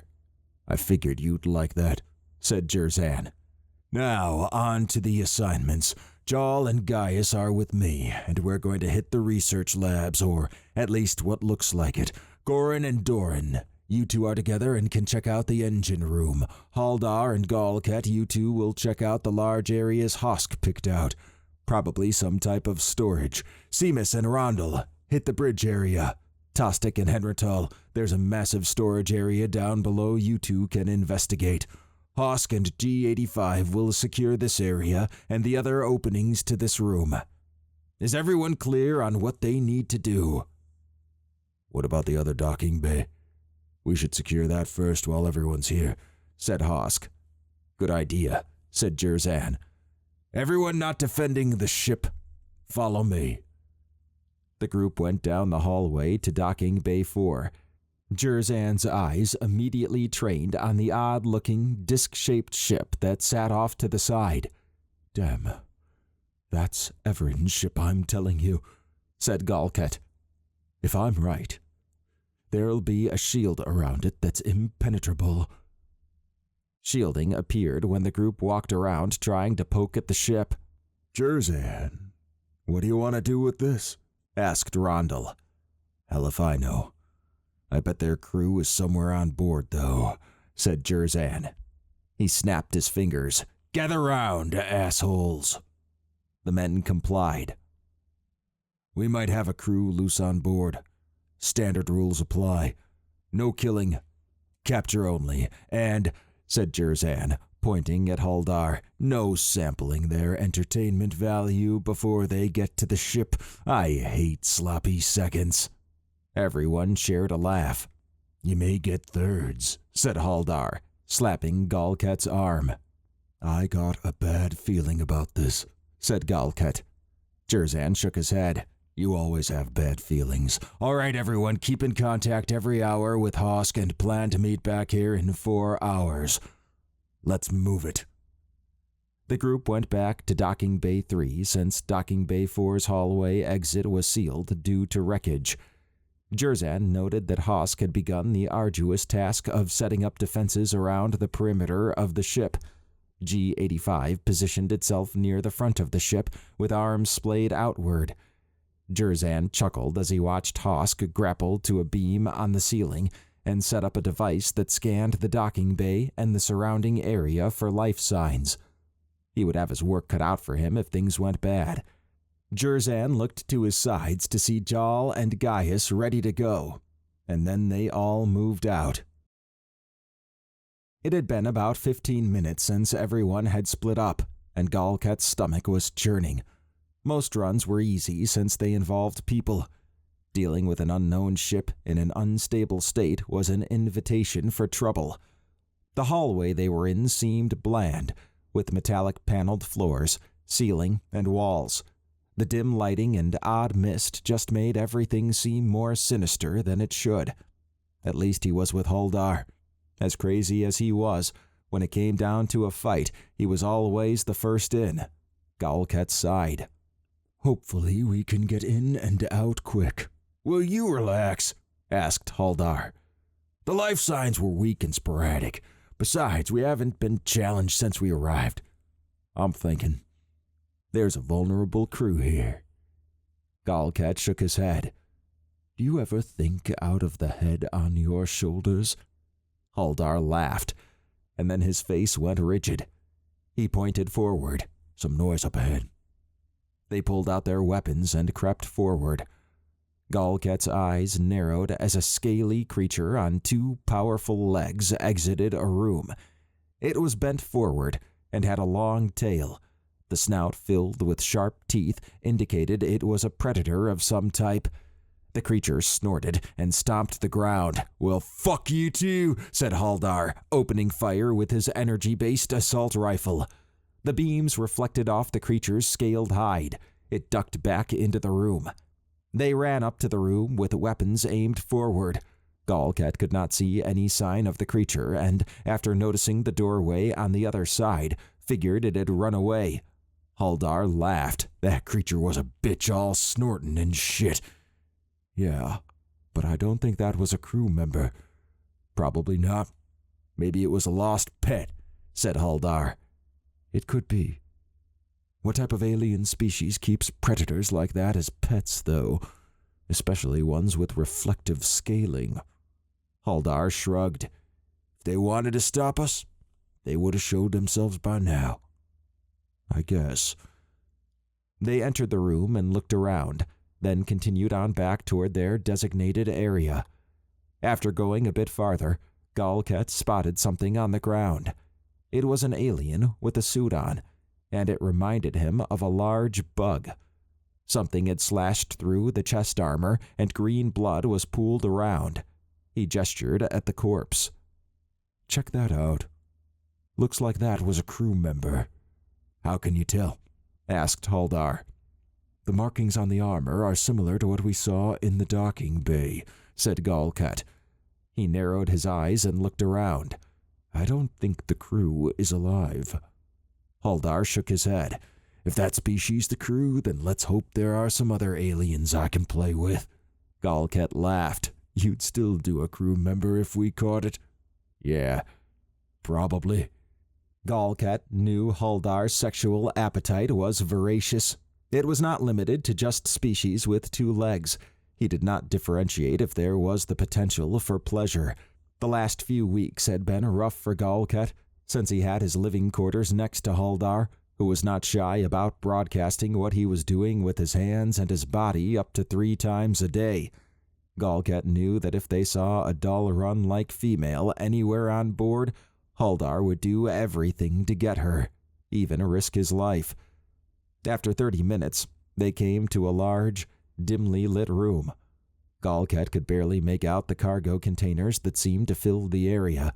There were some unusual skittering noises that occasionally rang out, but for the most part, it was just the quiet hum of the ship along with its creaking.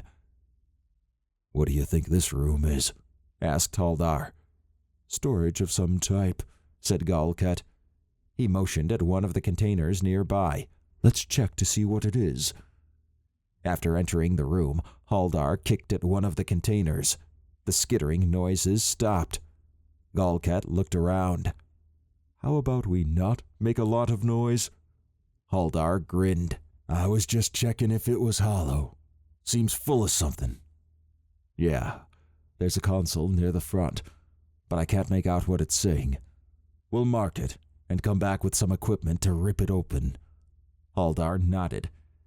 They proceeded farther into the room. Galkat narrowed his eyes. The silence is creeping me out. It wasn't quiet when we came in. You worry too much. Anything comes close, I'll hack it up. Galkat appreciated Haldar's bravado, but something seemed off. Maybe it was just the bad feeling he got from being on the ship. After checking out a few more containers, he marked them and then pointed back at the entrance. All right, I don't think we'll find much. He tilted his head at the small bug-like creature with 6 legs at the entrance. Now what do you suppose that is? Haldar aimed and then shot at the creature, causing it to go limp. He laughed. Something dead. The skittering noises rang out from the hallway. Whatever it is, it's coming from the outside to the left. We should go right, said Galkat. Haldar pulled out an energy blade and a pistol and waved forward. Come on. As they approached the entrance they had come in from, another bug-like creature appeared. Haldar shot it with his pistol. How many of those damn things are there? Scraping sounds echoed out. Whatever's coming, it's coming fast. Move, said Galkat.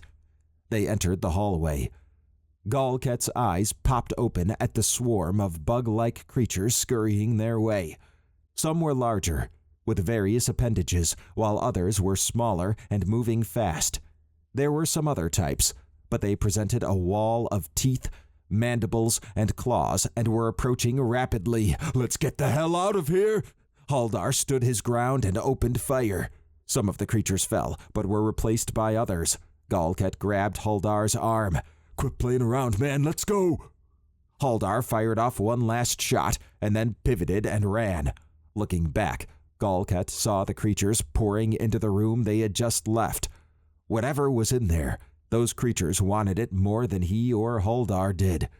Now you know there's something of value in there, said Haldar. A large creature, bigger than the others, paused at the entrance and looked their way. Yeah, but we're not going to find out without backup, said Galkat. He could see that the large creature had no fear of them. It filled up the height of the hallway and looked menacing. The other creatures ran around it like they could not wait to get whatever was in those containers. Seeing the large creature's massive arms ending in claws, he did not think it would have any problems opening the containers or defending them. Damn bugs, said Haldar. We'll see how they like a flamethrower when we come back. Galkat slapped Haldar's arm. I'll bring the fuel. They left the area and continued on. Chapter 9. Dr. Snowden narrowed his eyes as the main screen shut down. The mercenaries he had seen were heavily armed and poking at Evaran's ship's shields. They looked like they would be trouble. He was not sure if the translator was working as expected, as it seemed odd they would say sloppy seconds. It made him wonder what their native term was and why the translator chose that slang to use. Evaran had shut down the screen shortly after that. Dr. Snowden glanced at Emily. They would not get a chance to explore that with her. Not while he could do something about it. Emily swallowed hard. Who were they? Evaran rubbed his chin. Jerzan. Analysis. Jerzan Graduul, leader of the Bloodborne mercenary group, wanted in 5 systems, 34 counts of... That will be enough, said Evaran, raising his hand. I know of Jerzan and the Bloodbore mercenaries. They have hurt some of my friends. We will need to avoid him and his group, and once I get everyone to my ship, I will deal with them personally.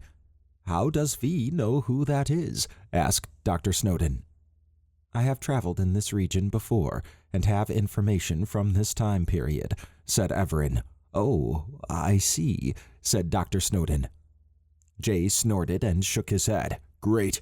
Now we gotta deal with these assholes on top of everything else? Where can we score some weapons?" "The handheld weapons on this ship are designed to work for only the Crotivore," said Evaran. "I will deal with them if we run into them. We should head to the engine room now." Jay shrugged. "Awesome, man. No weapons, mercenaries with weapons, dangerous creatures. Yeah, this'll go well." "Come on," said Dr. Snowden, slapping Jay on the back. Jay sighed. Everyone followed Evaran as he left the main bridge. As the group walked back through the main bridge concourse, Dr. Snowden observed the security drones he had seen earlier that so efficiently sliced up the Drog.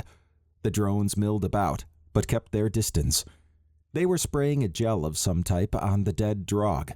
The gel converted anything it touched into a gelatinous substance that the drones then shot a vaporizing beam at. It seemed to be an efficient cleanup process. There were other dead non-Crotivore aliens lying about that he had seen earlier. He had not had time to investigate them closely at that time due to being chased.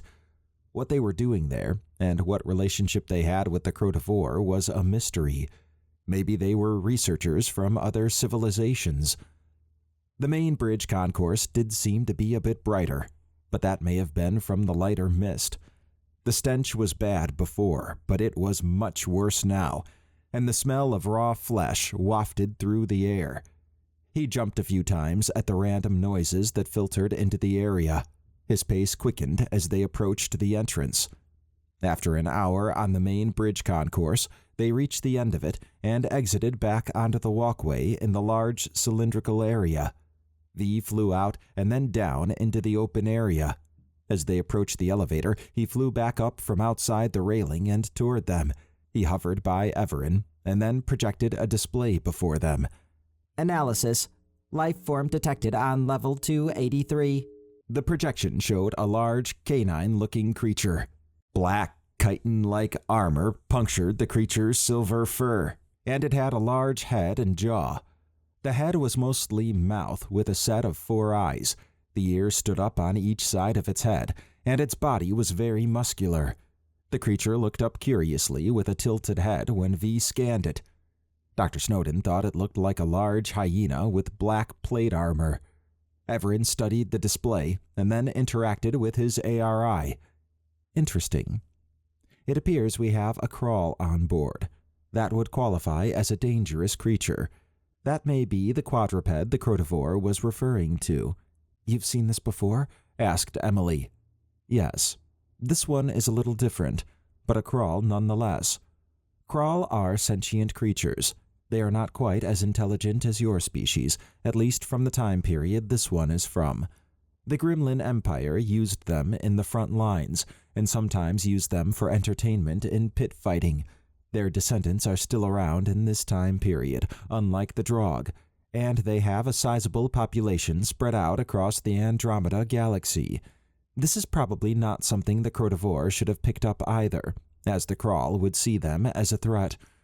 Come, we need to head to level 285 and go down a major hallway and then up a few levels in another central area like this one," said Evaran. "Looks like a big-ass dog to me," said Jay. Sanjay chuckled. "Same here." "It is an apt comparison," said Evaran. After taking the elevator to level 285, the group disembarked. Dr. Snowden caught his breath at the dead bodies strewn about just outside the elevator. He was not used to seeing so much death.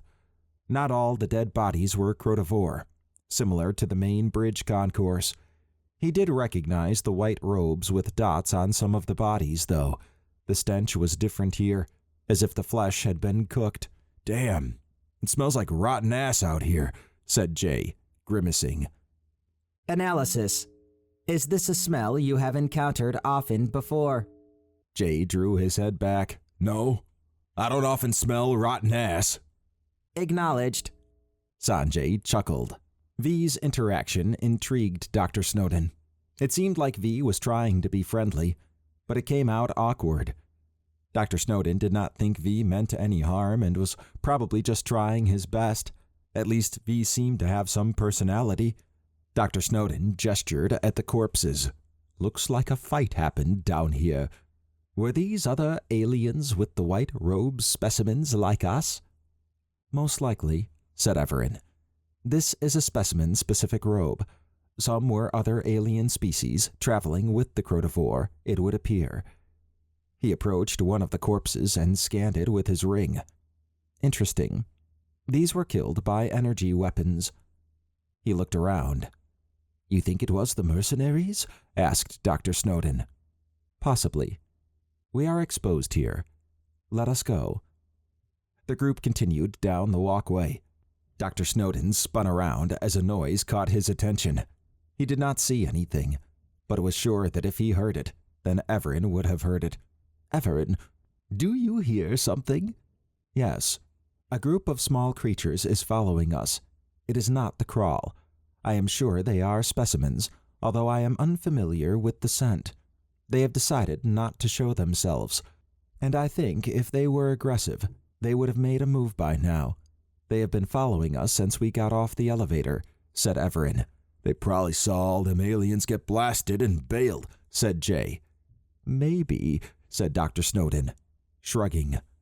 Apparently, Evaran was not too worried about it, so Dr. Snowden would not give it a second thought. Emily had skipped ahead of him to walk with Evaran. She must not have wanted to be the last in line. Emily studied the bodies as they walked around them. Evaran, why aren't there more humanoids? There seems to be a lot of bug-like ones. Evaran stopped and glanced at the bodies Emily was standing by. The humanoid form is actually common among the stars. What you see here is but a tiny fraction of the advanced races in their time period and region. These just happen to be mainly non-humanoid. Unlike your galaxy, theirs has very few humanoid species. Dr. Snowden glanced at Emily and then paused for a moment to reflect on what was just said. He tilted his head at Evaran. I thought the chance of a species arising with the humanoid form and our level of intelligence or greater would be rare. I read that too, said Sanjay, glancing at Dr. Snowden. You are correct, said Evaran with a half smile. He turned back around and continued to walk toward a large hallway entrance. Dr. Snowden increased his pace to keep up with Evaran. Wait a minute. How can the humanoid form be common, yet the chance of it arising be rare? Evaran raised his finger up and out and shook it. That is the right question to ask, and something I would like to know myself.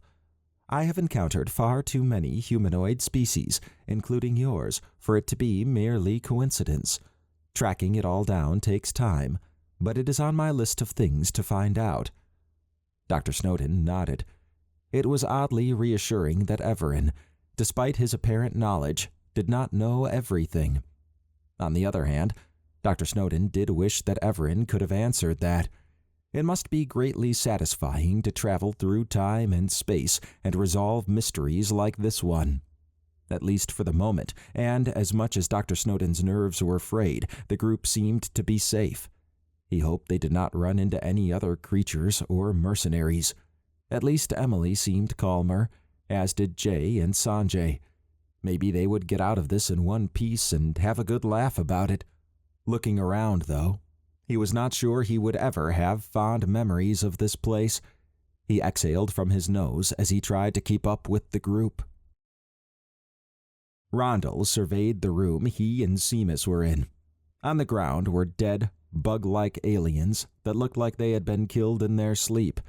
The method of death seemed to be blunt trauma to the head. Although Rondell had seen brutal violence in his days as a thief for the black market, this was on another level. Whatever killed these aliens did it while they lay in their unusual-looking beds. It seemed death was no stranger here. I don't know what half of this shit means or does, said Seamus, holding an object in his hand. Rondell nodded. Just tag it, and we'll move on. Seamus dropped the object and looked around. Seems that's the story on almost everything we've seen so far. The alien weapons we saw earlier seem to be busted, and, he said, waving a finger around, it didn't do shit for these aliens, apparently. Maybe so. But I'd like to study these things away from a place like this. The sooner we mark these things, the quicker we can get out of here." Seamus tilted his head. "This place bothers you, doesn't it?" "Yeah. And it's nothing like the places we've been to before. Something's very wrong on this ship. I'm not sure what it is, but just a feeling." Seamus eyed Rondel. "You had that same feeling when we robbed that weapons facility on Baracus Prime." "Yeah, but at least we knew what we were going to fight here. Not so much." Seamus laughed. "You just don't like space in general." "Planet-side cities is where it's at," said Rondel, shrugging. "Come on, I don't think we'll find much in these living quarters." Seamus tapped at his palm, and as he pointed 2 fingers at each object, a highlighting beam shot out. "All right, marking done." They exited the room and continued down a hallway with doorways off to various living areas. When they came to a 4-way intersection with another hallway, they paused. Rondel's eyes popped open at the hairy mass of flesh down a bit off to their left. A wall of bones, limbs, and odd-looking appendages completely filled the hallway. "What the hell is that?" "I don't know," said Seamus. He shot at it with his energy pistol. The creature pulsed while emitting a loud groaning sound. The energy burn from Seamus's pistol healed itself, and an appendage shot out toward them. Rondel grabbed Seamus and pulled him off into the hallway. "What are you doing?" "Relax, it's not going to move.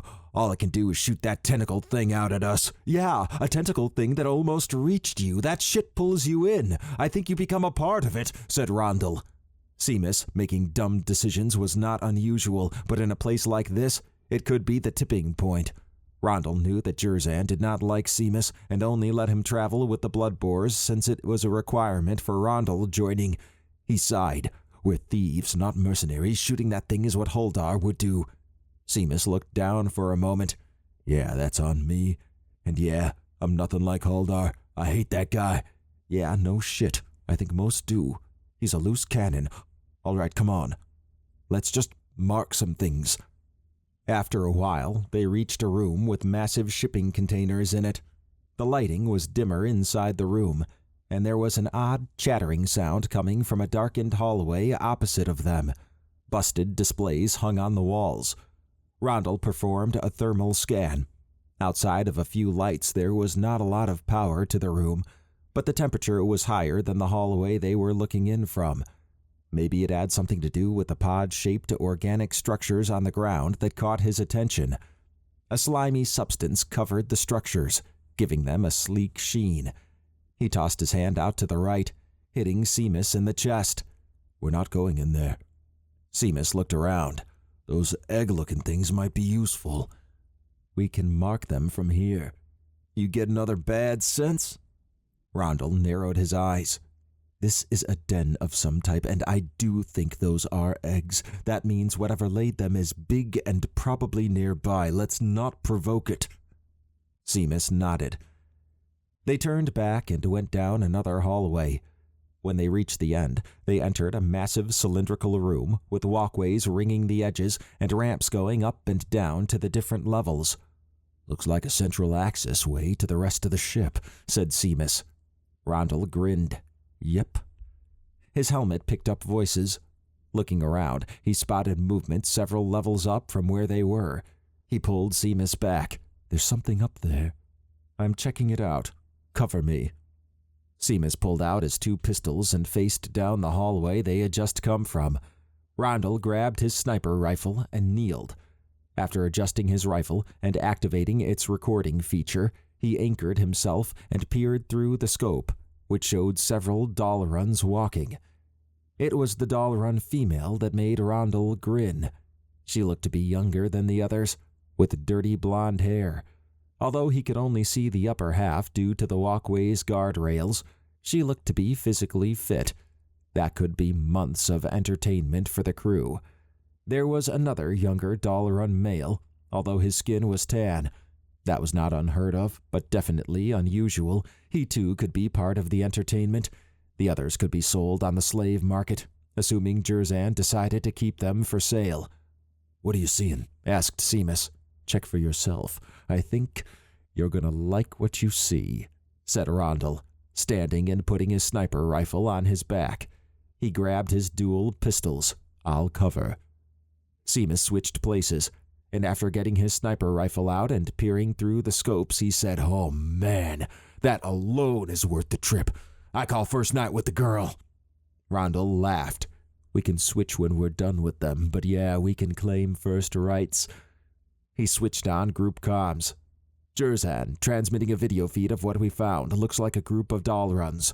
"I see them," said Jerzan. "Go ahead and capture them, and yes, you have first rights on whoever you want."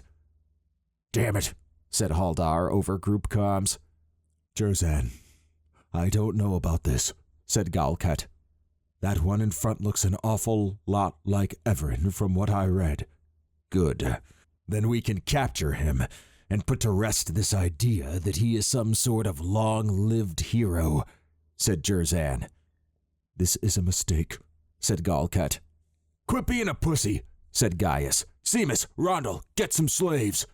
We're on it, said Rondel. He switched off group comms. You heard the boss man. Let's capture them. As he turned back around, he saw Seamus take aim. Seamus, don't! Rondel lunged forward and hit Seamus's rifle, causing it to sway and discharge. A tingling sensation ran through Dr. Snowden as he followed Evaran and the others toward the engine room. Dr. Snowden was not sure if it was just due to the stress or maybe a reaction to the environment. The thought that there might be mercenaries around every corner saturated his thoughts. What the group would do in that situation was unknown to him, but Evaran had said he would deal with it. How that would work with just a utility handle for defense was a mystery. After walking for a bit, the group came within viewing distance of the large hallway entrance that led away from the open cylindrical area they were in. It was arched, like the main bridge concourse, but a lot smaller. Unlike the main bridge concourse, this entrance looked heavily guarded. Turrets protruded on every other segmented block and were swiveling around. Some pretty interesting stuff, huh? Said Sanjay, turning his head toward Dr. Snowden. Yeah, I'd love to research all this, said Dr. Snowden. Me too. Maybe when we get home we can compare notes. At least we'll be in a safe place to do so. Dr. Snowden nodded. Jay caught up to them and turned to Sanjay. Hey man, about back there when we fought those drog things. Sanjay raised his hand. It's okay. I deserved it. I just panicked, and I was thinking of myself instead of the group. I won't... Zit! A beam hit the back of Sanjay's head, puncturing a perfect hole through it. His face shot out, hitting Emily in the back. She stumbled, turned around, and then screamed as she swung her arms wildly to scrape off the bits and pieces of Sanjay's face. Sanjay's body fell forward. Blood oozed out onto the ground. Dr. Snowden and Jay dropped to the floor. Evaran ran past them while raising his left arm and activating his shield. Emily began hyperventilating and knelt down with her hands over her head. Oh shit, said Jay. Go, said Evaran, pointing to the hallway entrance. Dr. Snowden scrambled to his feet with Jay in tow. When they got to Emily, Dr. Snowden grabbed her arm, dragging her to her feet. They ran in the direction Evaran had pointed. Dr. Snowden peered back and saw a beam connect with Evaran's shield that sent him sprawling back. Evaran motioned at V. V flew toward the hallway entrance and stopped just inside the entrance. Evaran got up and ran past V and then caught up with the rest of the group that was fleeing down the hallway. V is going to lead them away. We need to get to the other central area and up to the engine room now. Sanjay, he's... said Dr. Snowden with his lips turned down. A lump formed in his throat. He is no longer with us, said Evaran with creased eyebrows. Dr. Snowden sighed as he struggled to make sense of what had just happened. Keep moving. We can discuss it in a safer place, said Evaran. Dr. Snowden's eyes misted as he nodded. Death seemed to be popular today. They got to the end of the hallway and ran to one of the elevators. The group rushed in after Evaran activated it. When the elevator reached its destination, everyone charged out and down the walkway. After a few minutes, they reached an entrance similar to the main bridge concourse and entered. Dr. Snowden's eyes adjusted to the dimly lit hallway he found himself in while he heard an eerie sound penetrating the air. After a short run, they reached a main chamber. It was the largest room Dr. Snowden had seen so far outside of the main cylindrical area. The room was spherical, and in the center was a black orb surrounded by a mass of metal rings that stood still. There were 3 curved metal pillars evenly distributed around it, shooting a red beam at the rings. There was a corridor at the opposite end of the room, and one on each side. They stopped to the right of the chamber entrance. Evaran raised his hand. "They are following V's projection of us down a different path away from here. He will be back shortly. Let us rest for a moment." Jay rubbed his forehead and squinted hard while grimacing. He walked over and put both hands on the wall, then leaned his forehead against it. Dr. Snowden could hear Jay's short, anger-filled breaths. After what had just happened, that was understandable. Dr. Snowden went over to Emily, who had tears running down her face as she sat slumped with her back against the wall. He sat down next to her and put his head in his hands. She leaned against him. He could not believe Sanjay was dead. It happened so fast. One moment there, the next, not. A tidal wave of anger swept through Dr. Snowden. Sanjay didn't deserve this. He just wanted to go home like the rest of them. Dr. Snowden was really beginning to like Sanjay. Why Sanjay was targeted was a mystery. Maybe whoever did it was aiming for someone else and just a lousy shot. Evaran turned toward them as V flew into the room. V. Status. Analysis. I led them to a large creature. They did not survive. Replay, said Evaran, circling a finger in the air. V projected a holographic display showing 2 men firing at a large shelled creature. The creature launched itself at one of the men, crushing him against the wall. It then lashed out with green tentacles through its shell, grabbing the other man. It pulled the man close and squeezed him until he went limp. Evaran narrowed his eyes and interacted with his ARI. Acephorus. He tilted his head. It would seem the men were from Jerzan's crew based on their gear, unless there is another pack of mercenaries on board we are unaware of. Jay faced Evaran and took a deep breath. "We're not going to make it, are we?" Evaran looked at the ground for a moment before glancing at Jay. "I have failed Sanjay, but we will make it. I underestimated the mercenaries. That will not happen again." Jay turned and kicked the wall. "Fuck!" He faced Evaran. "How can you assure it won't happen again? That shit came out of nowhere." "I understand your anger, and I will do my best to prevent something similar from happening again." Jay shook his head. "As unfortunate as that was, we still need to turn the engines on. Dr. Snowden." Dr. Snowden looked up. He took off his glasses and wiped his puffy eyes. "I'm here." Emily sniffled and wiped her face. Her voice cracked. "I'm here too." Evaran nodded at them and interacted with his ARI. V. Display engine room layout. Acknowledged. V projected a layout of the area they were in. It showed them as X's in the main chamber. Hallways leading off to the right, left, and opposite end of the room were colored. They wound around several rooms and other hallways, ending in small rooms. Evaran traced his finger along the colored hallway leading to the left. "I do not want to split us up, but for this, we will need to. Dr. Snowden, you and Emily will take this route. There will be signs on the wall leading to the control rooms. They are clearly marked, and there is also a colored line on the floor leading to them." He traced the colored hallway off to the right. "Jay, you and V will take the right one." He traced the one on the opposite end of the room. "I will take this one." Jay guffawed. "Sanjay just got wasted, man. You don't seem to really give a shit. Now you want to split up?"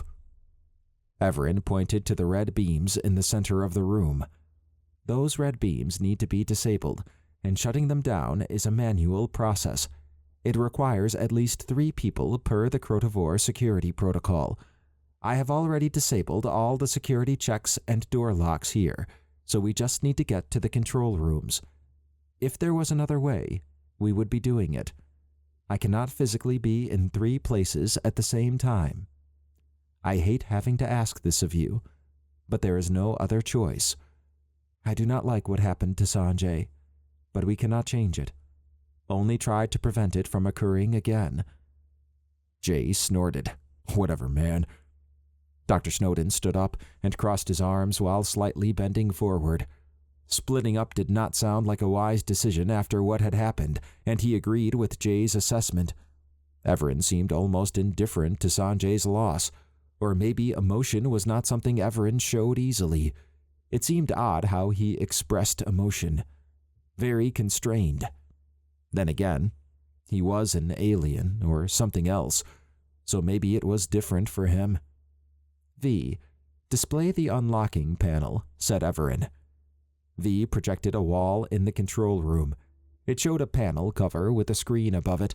The screen had an image of 3 red dots in a triangle with a button in the middle and the word unlock in green on it. There was a status label under it indicating locked. I have to turn it off in the main control room, said Evaran. When I do, the top dot will turn green.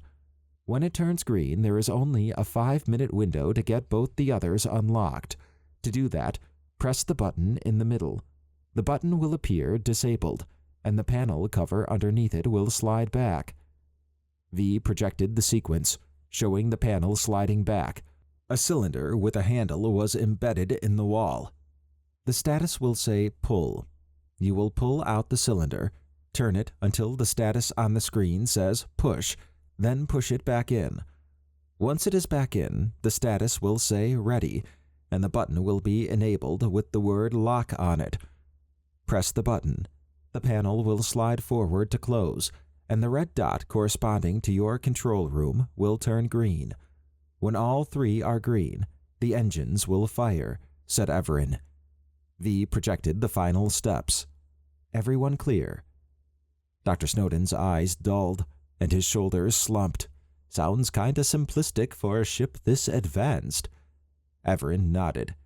You do not have to deal with the security checkpoints, automated scans backed by turrets, stun beams, shielded sections, biometric scans on the unlocking mechanism, or door locks.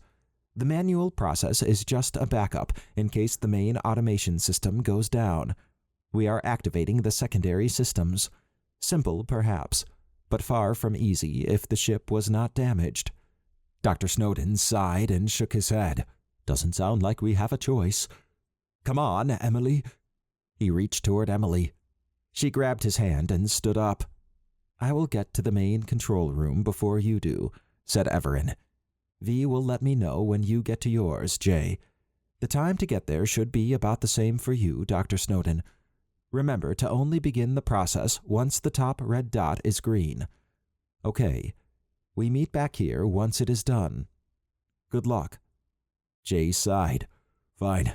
Come on, Blue Ball. Let's get this shit over with. Acknowledged. Jay and V moved off to the right. Evaran walked to the opposite side of the room. Dr. Snowden squeezed Emily's shoulder as they walked over to the left hallway. Sanjay's death was still reeling in his mind, but getting the engines on was a helpful distraction. Death was not something Dr. Snowden ever got used to seeing, and having it happen right in front of him was more than he wanted to deal with for the moment. Whatever was needed to get off this death trap, it would be done. Chapter 10. Jerzan's blood boiled listening to Seamus and Rondal over group comms, screaming that they were chasing down a group, then hearing their death cries. Although Jerzan was not sure what they ran into, he had pinged their location and was on his way with Jal and Gaius. The Rybox brothers were close and on their way as well. Jerzan ordered Galket, Haldar, Henrital, and Tostic to continue marking since they were too far away to help. As they rushed down a hallway, Jal said, Those cries. It sounded like they were being beat to death. Seamus and Rondell are tough. Whatever could have done that must have been tougher, said Gaius. They burst into a room and charged to the other side. We'll find out, said Jerzan. He had already heard the reports from the others out and about. The ship had creatures on the loose, and the alien crew had been slaughtered. Usually that meant easy picking, but these creatures defied explanation. There had not been one that anyone could identify. That meant these creatures were from somewhere else, but where? He did not know. Maybe it had something to do with the anomaly that the ship came through. After 20 minutes of hard running, they arrived at where Seamus and Rondell's location beacons were broadcasting. Jerzan was not sure what he was seeing. It was a bloodbath. Seamus had been ripped in half, and Rondell looked like he had been flattened against the wall. Damn! Nothing but a puddle of guts here, said Gaius, grimacing. Jarl extended his forearm and scanned the area with the device on his forearm. I got their location beacon history. They seem to be running this way and then into whatever did this. Gaius pulled out his medium weapon. Then we waste it, whatever it is. Jerzan bent over and picked up Seamus's location beacon. He nodded at Jarl. Get Rondell's beacon. We can analyze this later. You think Evaran and his group did this? Said Gaius. I don't know, said Jerzan. He tilted his head and over group comms said, Gulket. You hearing this? Yep, said Gulket. Has Evaran been known to do this type of thing? Nothing I read indicated he would do something like that, said Gulket. He tended to turn people over to local justice. I don't recall reading anything where he killed someone. Jerzan glanced around. So he handles things like he allegedly did with Dulgus Cree and the others. That would be his style. Jerzan sighed. Then we may be dealing with another merc crew. Jarl shook his head. I'm not sure about that. Whatever killed Seamus and Rondell was not Dulrun, Greer, or Bilaxian. Probably one of these crazy-ass creatures running loose, said Gaius. Everyone focused on the arriving Rybox brothers. Goran knelt and rummaged around in Seamus's guts. What the hell are you doing? Said Gaius, stepping forward. Jerzan laid the back of his hand on Gaius's chest. It's a Rybox clan thing. It means he's covering his hands with the blood of a fallen member. It's symbolic. It means he will avenge them. I never heard of that ridiculous shit before, said Gaius. Doran stepped up to Gaius. Gaius raised his head a bit. You got a problem with that? Jerzan stepped between them. This is not the place for that shit. He glanced at the Rybox brothers. Get whatever you can off their bodies that's salvageable and take it to the ship, and join up with us later. Doran and Goran nodded. Let's go, said Jerzan, waving forward. As Jerzan and the others trudged to the research labs, Gulket said over group comms, I highly doubt that was the work of Evaran now. It was definitely something else. I'd like to see whatever did that to Seamus and Rondell try that shit with me, said Haldar over group comms. Gaius laughed. You and me both, brother. We'll be the butchers of an unknown alien ship. Jerzan shook his head. All right, you two. Cut the love fest out. We got shit to do. If anyone sees Evaran and his group, call for the others. Don't try to take them on by yourselves. Everyone hear me? Everyone acknowledged over group comms. Good, said Jerzan. His nose flared as the haunting last words of Seamus and Rondell went through his mind. Jerzan did not know Seamus and Rondell to be intimidated easily, at least not Rondell. But his last words were surprising. Although it pained Jerzan to lose Rondell, breaking down in front of the others was not an option. Jerzan's chest was heavier, and his eyes had sunk a bit. Rondell was not just a regular member of the crew. He was also a close friend. Whoever or whatever did this, Jerzan vowed that they would pay. Tostig shut off his group comms after listening in on the situation with Seamus and Arundel. The ship was more deadly than it appeared, and although he thought there might be potential slaves here, that seemed less likely the longer they were on the ship. He and Henrital had entered what looked like a massive warehouse of some type. Per Hosk, there were several of these chained together by hallways, and his best guess was they were storage or maintenance facilities of some type. Tostig shivered. Damn, it's cold in here. Henrital grinned. Nothing like Chorus 4. Ah, how I miss that place. One of our better slaving raids. And it was warm there. Henrital nodded. You just liked having a new personal slave each day for 5 months. And you did too, said Tostig, laughing. Amazing what a bit of technology can do to pacify the locals. He fondly remembered finding a technologically primitive civilization, and between their slave ship and weapons, they easily handled the forces arrayed against them. The locals were similar to Dalruns in form, but as he and Henrital found out, the local populace's bodies worked well for pleasure. Tostig was not sure why the bipedal form seemed to be so common, but he was not complaining. It was just more bodies to sell. Henrital pointed at a row of cubes on the right side of the room, each with a transparent window sitting on a side face and a console wrapped around the window. The cubes were about 4 feet wide and 4 feet tall. There were other rows that went to the left, and the cubes got larger in size. Creatures were visible in some of the cubes. Tostig counted about 7 rows. This looks like some type of specimen storage room. He walked up to the first cube. The creature inside had 3 spherical, armored body parts, all connected by a thick muscle. Tentacle-like appendages hung off the orb parts. Not sure what the hell that is, but maybe someone would buy it for research. Henrital slapped Tostig's arm. I'll let you have that for the morning. They shared a laugh and moved over a row. Tostig noted the larger cube held a quadruped creature covered in scales. It had sharp claws and looked like a predator. I'm getting the sense that these specimens are top predators from where they come from. That one is a bit small, though. That could be due to the planetary conditions or even a point in time in the planet's history. Henrital laughed. You think they're jumping across time and collecting these things? Tostig shrugged.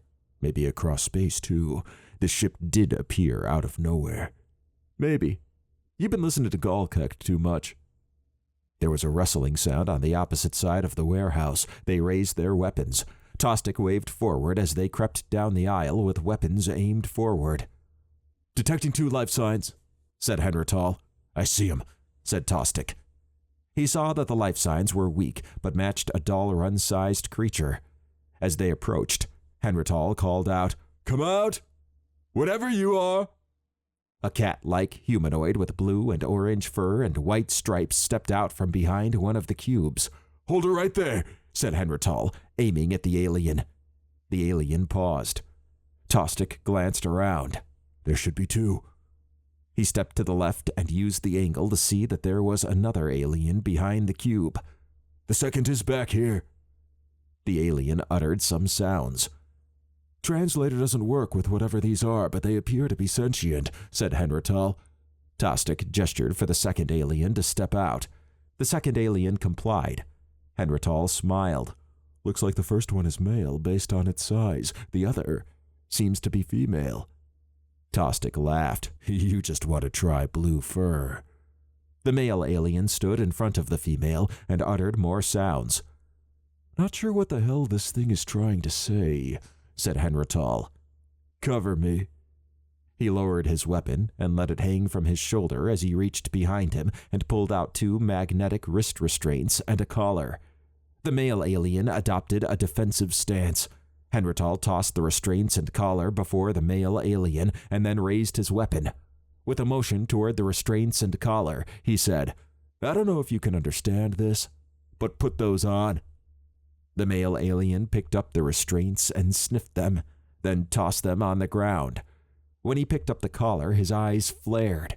He uttered a low growl and then jumped left toward Tostig. Tostig tried to fire, but the alien was too fast. The alien knocked Tostig's weapon out of his hand and then kicked him back. With a second leap, the alien was on Henrital, slicing up his face and then his neck. Henrital gurgled as he fell to the ground. His weapon discharged, hitting the female alien. The male alien crushed Henrital's head, then rushed over to the female, who was bleeding everywhere. Tostig's eyes widened as he scrambled up. He wanted to go for his weapon, but it was near the male alien. With a quick jump, he ran out of the room. He figured the male alien would be attending to the female. His throat constricted when he saw the last signs of life fade from Henrital's face. He was dead. Tostig's heartbeat went wild as he heard a loud growl echo out from the warehouse. He tapped at his group communicator. "Jerzan, Henrital's dead. Some alien killed him, and it's after me." "What?" asked Jerzan. He sighed. "We'll meet up. Hosk, what's the nearest point we can meet?" After a moment, Hosk said, "I've marked it for both of you." "All right, meet there," said Jerzan. "Goran, Doran, you're both near that spot. Meet us there. The rest of you continue doing what you're doing." "Hurry," said Tostig. "I think we killed this alien's mate. It's pissed." "Great," said Jerzan. "Seamus, Rondel, and now Henrital." He sighed. "Damn it, this shit's starting to piss me off. When we meet up, I want that alien dead." The group acknowledged Jerzan over comms. Tostig ran as hard as he could. His breathing was already rough, but it was even harder now. Running was not something he did often. Taking a quick peek back, he did not see anything, but he could hear the claws of the alien hitting the metallic floor. It was getting closer. Looking at his mini-map inside his helmet, there was a storage room where he was to meet with Jerzan and the others. It was some distance away, and he knew if he did not reach it, he would be dead. Once he arrived, he entered and ran to the right, and then down a bit. He sat still behind a shipping container of some sort as he tried to minimize his breathing. Hopefully, Jerzan and the others would arrive before the alien did. Taking a quick look over what he had defensively, he noticed that his weapons belt had been sliced off when the alien attacked. At least his knife on his thigh was still there. He grabbed it and held it tight. A silence spread out over the storage room. He closed his eyes and laid his head back. Even if this all worked out, Henrital was gone. Tostig always knew that was a risk as a slaver, but Henrital had been his closest friend. Now he was gone in a random encounter. Tostig sighed as he waited. Chapter 11. Dr. Snowden sighed as he paused at the entrance to the hallway that had been assigned to them. He could see J and V entering their hallway, and Evaran had just gone into his. Dr. Snowden refocused on the hallway before them. It had low lighting, and the mist was unusually heavy. Emily seemed to be holding it together, but her nervous movements had not gone unnoticed. She had latched onto his arm and was frowning. He patted her hand and said, "You ready for this?" "Not really," she said in a quiet voice. "We can do this," he said. "We've come this far, and Evaran seems to think we'll be okay." "You trust him?" "After what I've seen so far, yeah. I mean, I didn't at first, but this is real." She nodded as she pulled her arm back. "Okay, I'm good to go." "All right," he said. He could see she was still shaken up after Sanjay, but so was he. It bothered him that less than a half hour ago Sanjay was alive, and now he was not. Dr. Snowden clenched his teeth as they entered the hallway. Several minutes in, he paused at hearing the same pitter-patter noise from before. He cocked his head at Emily. "You hear that?" Emily sniffled. "I don't hear anything." He held out a hand toward Emily and stopped to listen intently. After a few moments, he exhaled sharply. "Something is trailing us." He swallowed hard as they continued on. Whatever was making that sound was now behind them. He wondered if it was the group of small creatures Evaran had mentioned earlier. Another round of small footsteps echoed through the hallways. Dr. Snowden turned and looked around again, but did not see anything. Whatever they were, they would not lay a finger on Emily. Of that, he was sure. It was probably some lost specimens or something. The dimly lit hallway made it hard to make anything out in detail as they continued on. He saw the signs on the walls with directions, but the colored lines on the ground were hard to see due to the mist. The noises he heard earlier were also more distinct. It sounded like the footsteps of children intermixed with occasional banging against something. He estimated they were about a few bends away. A chill ran through him. He briefly peered back while shielding his torso, but did not see anything. Maybe the nanobots were malfunctioning. He clasped his hands together and rubbed them. Emily swatted his arm. "Uncle Albert, am I a bad person?" He wrinkled his eyebrows and glanced at her. "Why would you say that?" "When others need compassion, I seem to fight them," she said with a grimace. "Where's this going?" Emily's chin quivered as she looked at him. "Sanjay died, and although I think we made up, I feel bad about how I treated him initially. Same with Dad when he was close to death." Dr. Snowden let out a measured breath. "Those are slightly different situations. You can't control how other people are going to act. All you can do is be yourself in the moment. You were angry at life when Dad was close to passing. It happens. If that's true, then being myself is fighting others when I should be helping them," said Emily. "Or that you're just headstrong," said Dr. Snowden as he put his left arm around her and squeezed. A chattering noise breached their discussion. His heart skipped a beat. He peeked behind him and saw nothing. "We need to pick up the pace." They hustled down the various hallways and ramps and, after 15 minutes, reached the control room doorway. A console to the right of the door had various options, one of which was to open the door. He pressed it, and the doors slid open. They walked into the bare control room, and he pressed the close option on the inner console. The first thing he saw was a table that stood in the center of the room, surrounded by consoles lined up against the wall. There were no loose items anywhere in the control room. Maybe that was an intentional design decision. Another possibility was that something had looted the room clean. He walked up to the table and looked around for the locking panel.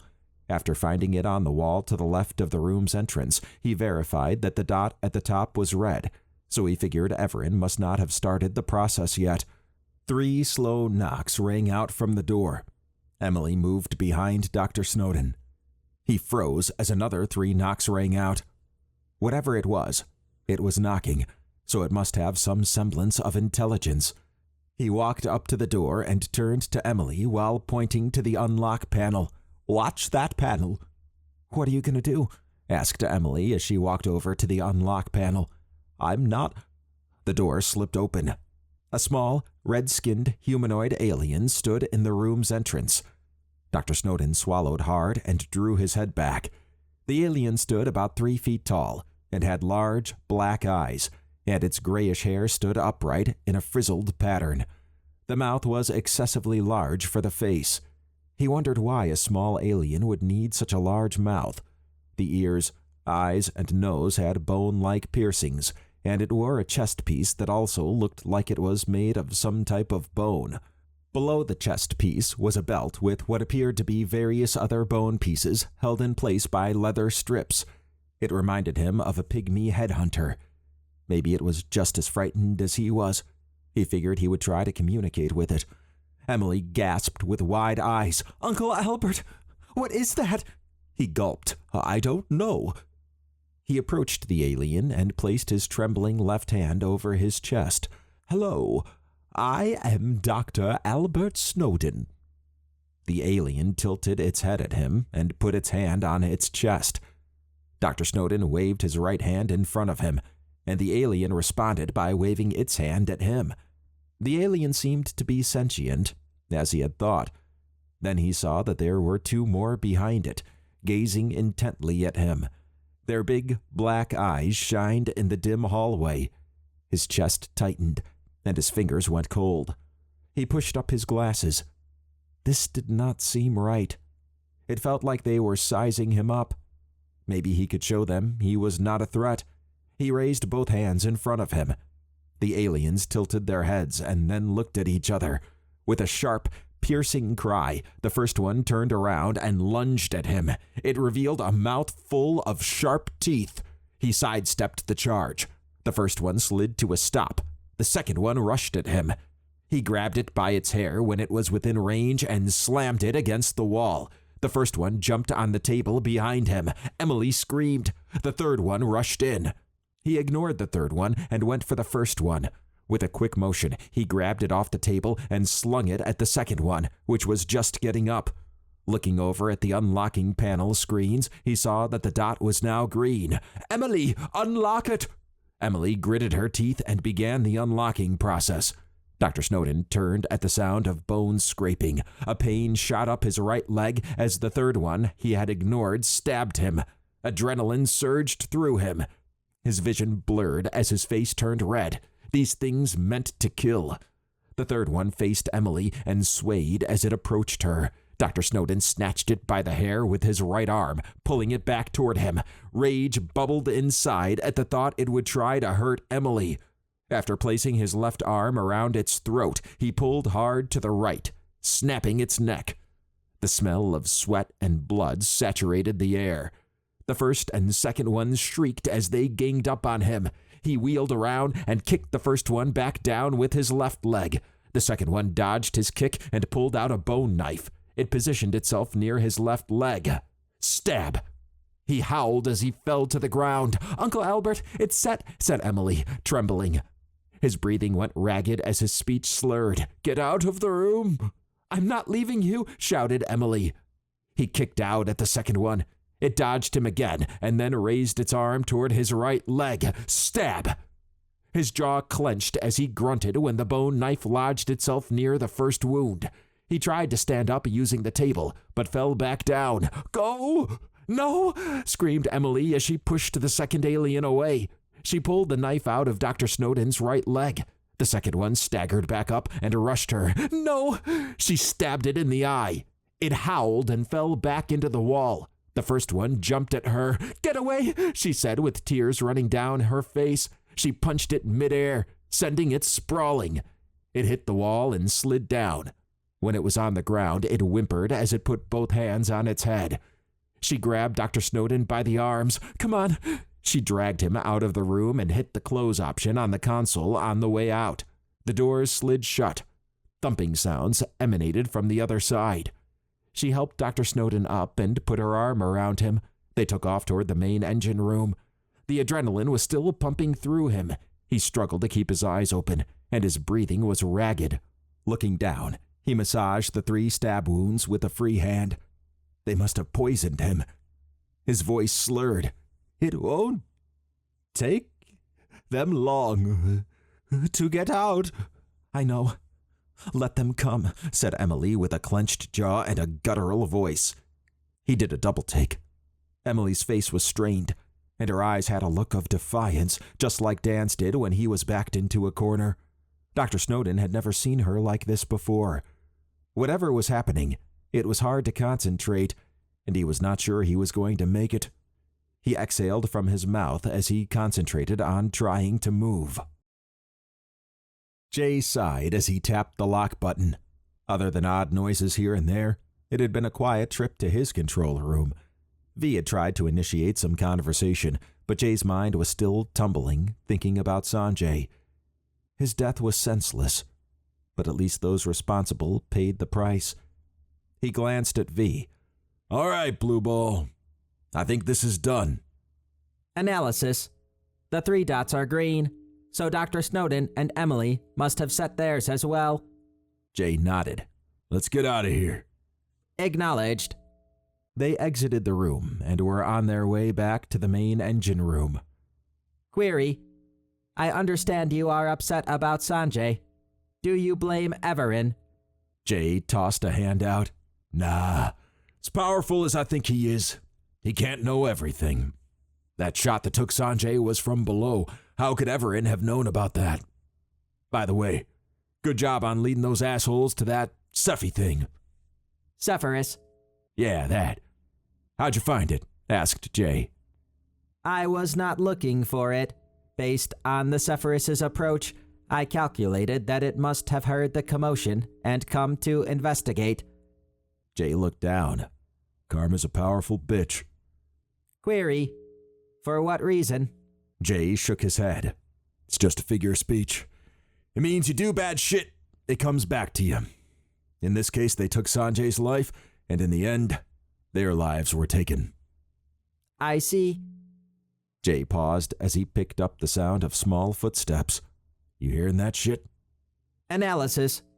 It matches the sounds from when we were near the elevator. I will investigate, said V. He shimmered and flew ahead. Jay paused to look around for a moment. A thought popped in his head that if Evaran and V had not come, this might be what it would be like. Alone. Hearing weird sounds and scared half to death. He could not imagine trying to survive in that situation, and knew he would have probably died a brutal death without fully knowing what was going on. With a sigh, he continued to trudge on. Small footsteps echoed out a bit ahead. He froze.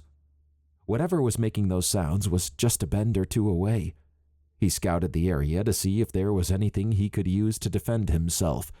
V seemed fragile in his little orb, and Jay doubted V would be able to help. Jay turned his hat backward. Whatever was coming would learn that he would not be an easy meal. 3 small, red humanoids burst around the corner and paused when they saw Jay. He narrowed his eyes. The aliens reminded him of headhunters, just shrunken. Their intent was obvious by the way they were staring him down and gripping what looked like bone knives. Still, he was twice their size and had combat training. He gritted his teeth. Well, come on, then. The aliens rushed forward. The first one raised its arm as it neared Jay. Jay ran forward and kicked it back into the others. It dropped its knife. Jay picked up the knife and rushed up to the other 2. With a swift motion, he sliced the third one's neck. It gargled as it tried to move away. The second alien had jumped up and stepped back and was joined by the first. Jay's eyes widened when a Zephyrus appeared behind the aliens. The aliens spun around and froze.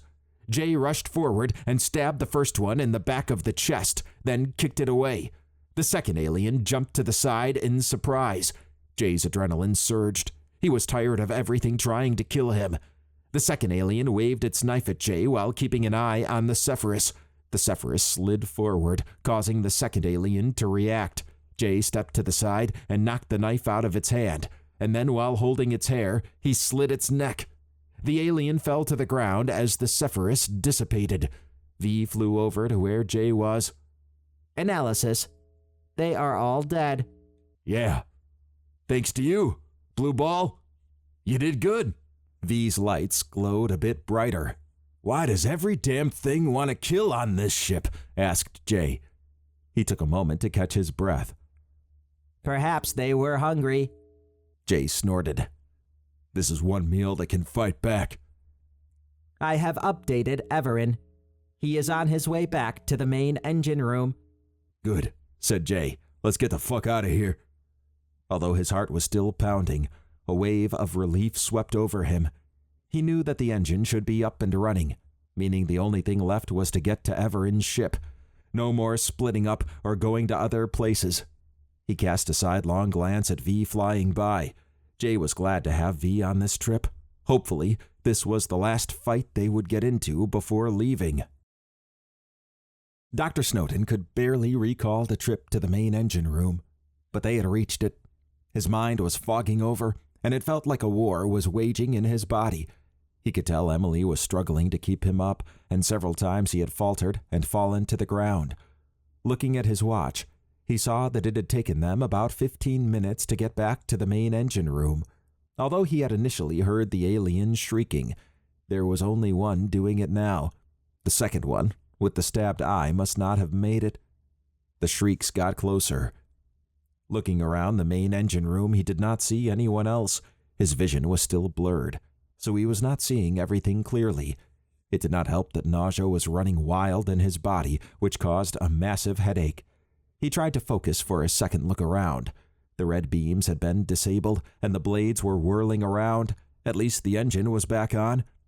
He grimaced as he massaged his stab wounds again. The tingling feeling he felt was probably the nanobots trying to counteract the poison. These nanobots just signed a renewal contract. His muscles tensed up as he heard a deep, growling noise coming from the entrance to the main room. Time seemed to slow down as he turned his head and saw the crawl standing in the doorway, gazing at him. His heart went ballistic as he realized just how bad the situation had become. The approaching sound of the alien's high-pitched screaming snapped his mind back to reality. How had he missed something that big when looking around surprised him? Emily helped him toward the hallway Evaran had gone down. She got Dr. Snowden about halfway there before helping him lie down. She called out for Evaran several times. After no responses, she put herself between Dr. Snowden and the crawl and adopted a defensive stance. She shot him a look filled with unbridled rage.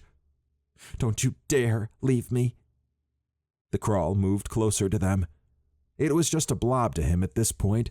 He heard the alien burst out of the hallway entrance and figured this must be the end then. There was no way he could help Emily fight the alien and the crawl, not in this state. They might have had a shot with the alien, but not against the crawl. The crawl was much larger than V's projection showed. This thing was the size of a grizzly. He turned on his back and sat up after deciding he was going to go out fighting. They had come too far to give up. Tears streamed down his face, and his head drooped. He heard the muted sound of Emily calling out to him. Dan had said to watch over her, and Dr. Snowden had failed to protect her. His head bobbed. He wondered what would become of Emily once he had passed. His breathing slowed, and he crashed to the floor. Everything went black.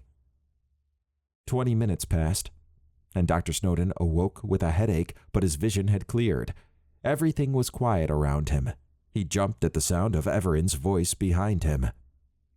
"It did not see you as a threat. You should be thankful for that." Dr. Snowden sat up and rubbed his temples. He scanned the room for Emily and saw her over by the crawl, petting it. The mangled body of the alien lay near it. "Evaran, how long have you been standing there?" I heard Emily's shouts and came as fast as I could, but it looks like she had everything under control. She is more resilient than I expected. It appears you met the crawl. Despite their appearance, they are actually quite friendly, said Evaran. Emily rushed over to Dr. Snowden and gave him a big hug. "Uncle Albert!" She helped him to his feet. He eyed the crawl, which had gone back to the dead alien and was munching on it. "I thought you said it was a dangerous creature." Evaran nodded. "It is a dangerous creature, if it sees you as a threat. Your humanoid form and size resembles that of a gremlin. It most likely figured you could help it. When it saw the alien rushing to attack you and Emily defending you, it reacted. Emily seems to have formed a bond with it. It looks like you two were able to deactivate the beam, though," he said as he walked over to the crawl and patted it on the side. The crawl appeared to enjoy the contact, and its eyes relaxed. Dr. Snowden noticed Evaran had the bone knife in his hand. "Those aliens stabbed me in the leg 3 times with a knife like that, but it appears to be healing. I think they poisoned me too. I guess the nanobots took care of that." Evaran's eyes narrowed. "It appears so. I used my ring to close your wounds, but that is only an external fix. Internally there may be some pain as it heals." He spun the bone knife around in his hands. "This is a Gringe tribal dagger. You can tell by the decoration. That is very unusual, as there should be no Gringe here." "Why not?" "Let us just say that they are not a part of this reality." Dr. Snowden swallowed hard. He figured Evaran would elaborate if he wanted to, but he did not. "Where's Jay? He got his unlocked, it seems." "He did, but he is not back yet. V said they are almost here." After a few minutes, Jay walked back into the main room, but hesitated at the entrance when he spotted the crawl and mangled alien. He looked at Dr. Snowden with dull eyes and flattened lips. "I killed them." Dr. Snowden wrinkled his eyebrows. Killed what? Jay pointed at the alien on the ground. Its friends. But you survived, said Emily, walking over and giving Jay a hug. Jay creased his eyebrows and hugged Emily back listlessly with one arm as he pointed to the crawl with the other. That the crawl? Yeah, it protected us, said Dr. Snowden. I got stabbed in the leg 3 times and was poisoned, but I'm okay now. Thought I was gonna die. You're a tough son of a bitch, said Jay. He walked over to the wall, slumped down, and put his head into his hands. Everything okay? Jay grimaced and looked up at him. Just thinking about Sanjay. That shit's still burning a fire in my head. Yeah, said Dr. Snowden, lowering his head and drooping his shoulders. Also thinking about my son possibly never knowing his dad, said Jay, looking off into the distance. That and I never killed, he said as he twirled his hands in the air. Something smart like us before. Not even when I was in the army. Dr. Snowden sighed. I know the feeling. He looked up at Jay. I got one back in the control room. Emily looked down. I did too, I think. Why couldn't they just leave us the hell alone? Instead they gotta fuck with us, said Jay. He snorted and shook his head. Credit to Blue Ball, though. He did one of them light shows behind them. It gave me the distraction I needed. Not sure it would have turned out as well without him. These lights glowed a bit brighter. Acknowledged. Dr. Snowden, Emily, and Jay shared a look, and then nodded at each other. Jay stood up and put his hands in his pockets. So, what now? Evaran interacted with his ARI. With the main engines online, we have a little less than 7 hours to get to my ship. We can head there now. Before we go, though, I need to check something. He walked in front of the crawl and then balled up his right fist and put it on his chest. With one continuous motion, he extended his fist toward Dr. Snowden, then to Emily, then to Jay. The crawl watched Evaran's actions intently. Everyone, extend your right arm, palm up. Dr. Snowden extended his hand slowly, and the crawl walked up and nuzzled it. The crawl then walked over to Emily and nuzzled her hand. She reached out and patted it on the head. The crawl went over to Jay and nuzzled his hand. It slowly blinked, then walked back to Evaran. Dr. Snowden had seen it blink slowly like that with Evaran. It made him think the crawl was happy to not be alone. Why is it doing that? Asked Emily. Evaran scratched the crawl behind the ears. The crawl understands a limited set of hand motions. The collar on the back of its neck gives it enhanced intelligence. The nuzzling was confirmation that you 3 are its friends. You just happen to know crawl hand signals? Asked Dr. Snowden. Not quite, but the collar has an interface. I just tapped into it and downloaded the hand motions while you lay unconscious. Another interesting feature is it can project a shield in front of it. Quite useful when charging enemies with ranged weaponry. Now, let us head to my ship, said Evaran. Jay exhaled sharply. What about the mercenary dudes running around out there? They already got one of us. I have V set to continuous scanning. If we find a group of them, I will deal with it and retrieve information from one of their data devices. Most mercenary groups in this region have a crew location beacon of some type that we might be able to use as well. That should give us a tactical advantage, knowing their general locations. Jay sighed. A shotgun would work better.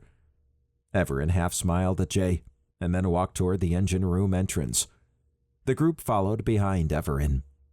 As they were walking out, Evaran turned to the crawl and extended his right arm with a horizontal flat hand toward Emily. The crawl moved over to Emily and walked beside her. She patted it on the side. Dr. Snowden could see that the crawl would protect Emily. It could probably do a better job of that than he could.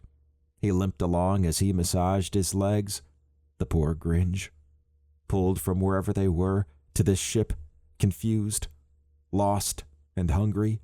They probably attacked out of desperation. Now they were dead, just like everything else he saw on this ship. The Crawl, though, was able to feed at least. It had saved his life, and he felt safer with it on their side. Just a bit ago, he thought it was going to be his death. Now it was protecting them and seemed to have bonded with Evaran and Emily. Maybe it saw what he saw in Evaran. Hope. Hope that Evaran can maybe lead them out of this hell. Dr. Snowden was relieved to leave the engine room, but all the death he had seen still lingered around in his mind. Although he was a bit calmer, he was beginning to realize the full impact of it in his thoughts. His stomach tightened up at the thought of running into more mercenaries. Hopefully, the next leg of the trip was uneventful. Chapter 12. Gaulket's muscles tensed as he and Huldar moved down a hallway. So far, Gaulket had only seen corpses and crazy-looking creatures. Although he had been marking items for salvage, he was not sure what half of the items were. It seemed the ship was doing its best to let him know it was truly alien. After hearing of Henrital's death and Seamus's and Rondal's before that, Gaulket was beginning to think they should just cut their losses and leave. "I know that look," said Huldar. Gaulket sighed. "Nothing about this feels right." Huldar shrugged. "Just another alien ship to me." "Yeah, but we've lost 3 crew already." "That's on them. Maybe we're better off cutting dead weight." Gaulket shook his head. "Man, come on. They carried their weight. Whenever we had a firefight, who was getting hurt all the time? Seamus always seemed to pick the worst choice and then do it. Rondal was okay, but his weakness was defending Seamus. As for Henrital, I don't like how he always kept to himself. Same with Tostic." "It's a slaver thing. They almost always work in pairs or small groups. Then why join up with a larger group in the first place?" Gaulket chuckled. "You don't have much empathy, do you?" "Empathy's a weakness. It lets your guard down, and then you get your shit pasted." "I don't know about all that." They paused at the entrance to a massive corridor. Along the sides were entrances to other rooms. They chose the first entrance on the left. Gaulket figured the room was some type of cafeteria. What looked like replicator stations lined one wall, and a series of unusual-looking tables and chairs were spread throughout the area. A massive cracked screen resided on one side of the room. What surprised him was how clean the room was. He pointed at one of the replicators. "Let's see if we can get one of those to work." They went over to the replicator. Gaulket studied it for a moment, and then said, "Doesn't seem too obvious to me." He touched the console and pressed around on it. "Broken. Like most of this ship is," said Huldar. "It could be voice-activated, but probably restricted to whatever language the crew spoke. "I guess. It's not like we can pull one and take it. It's not worth marking," said Huldar.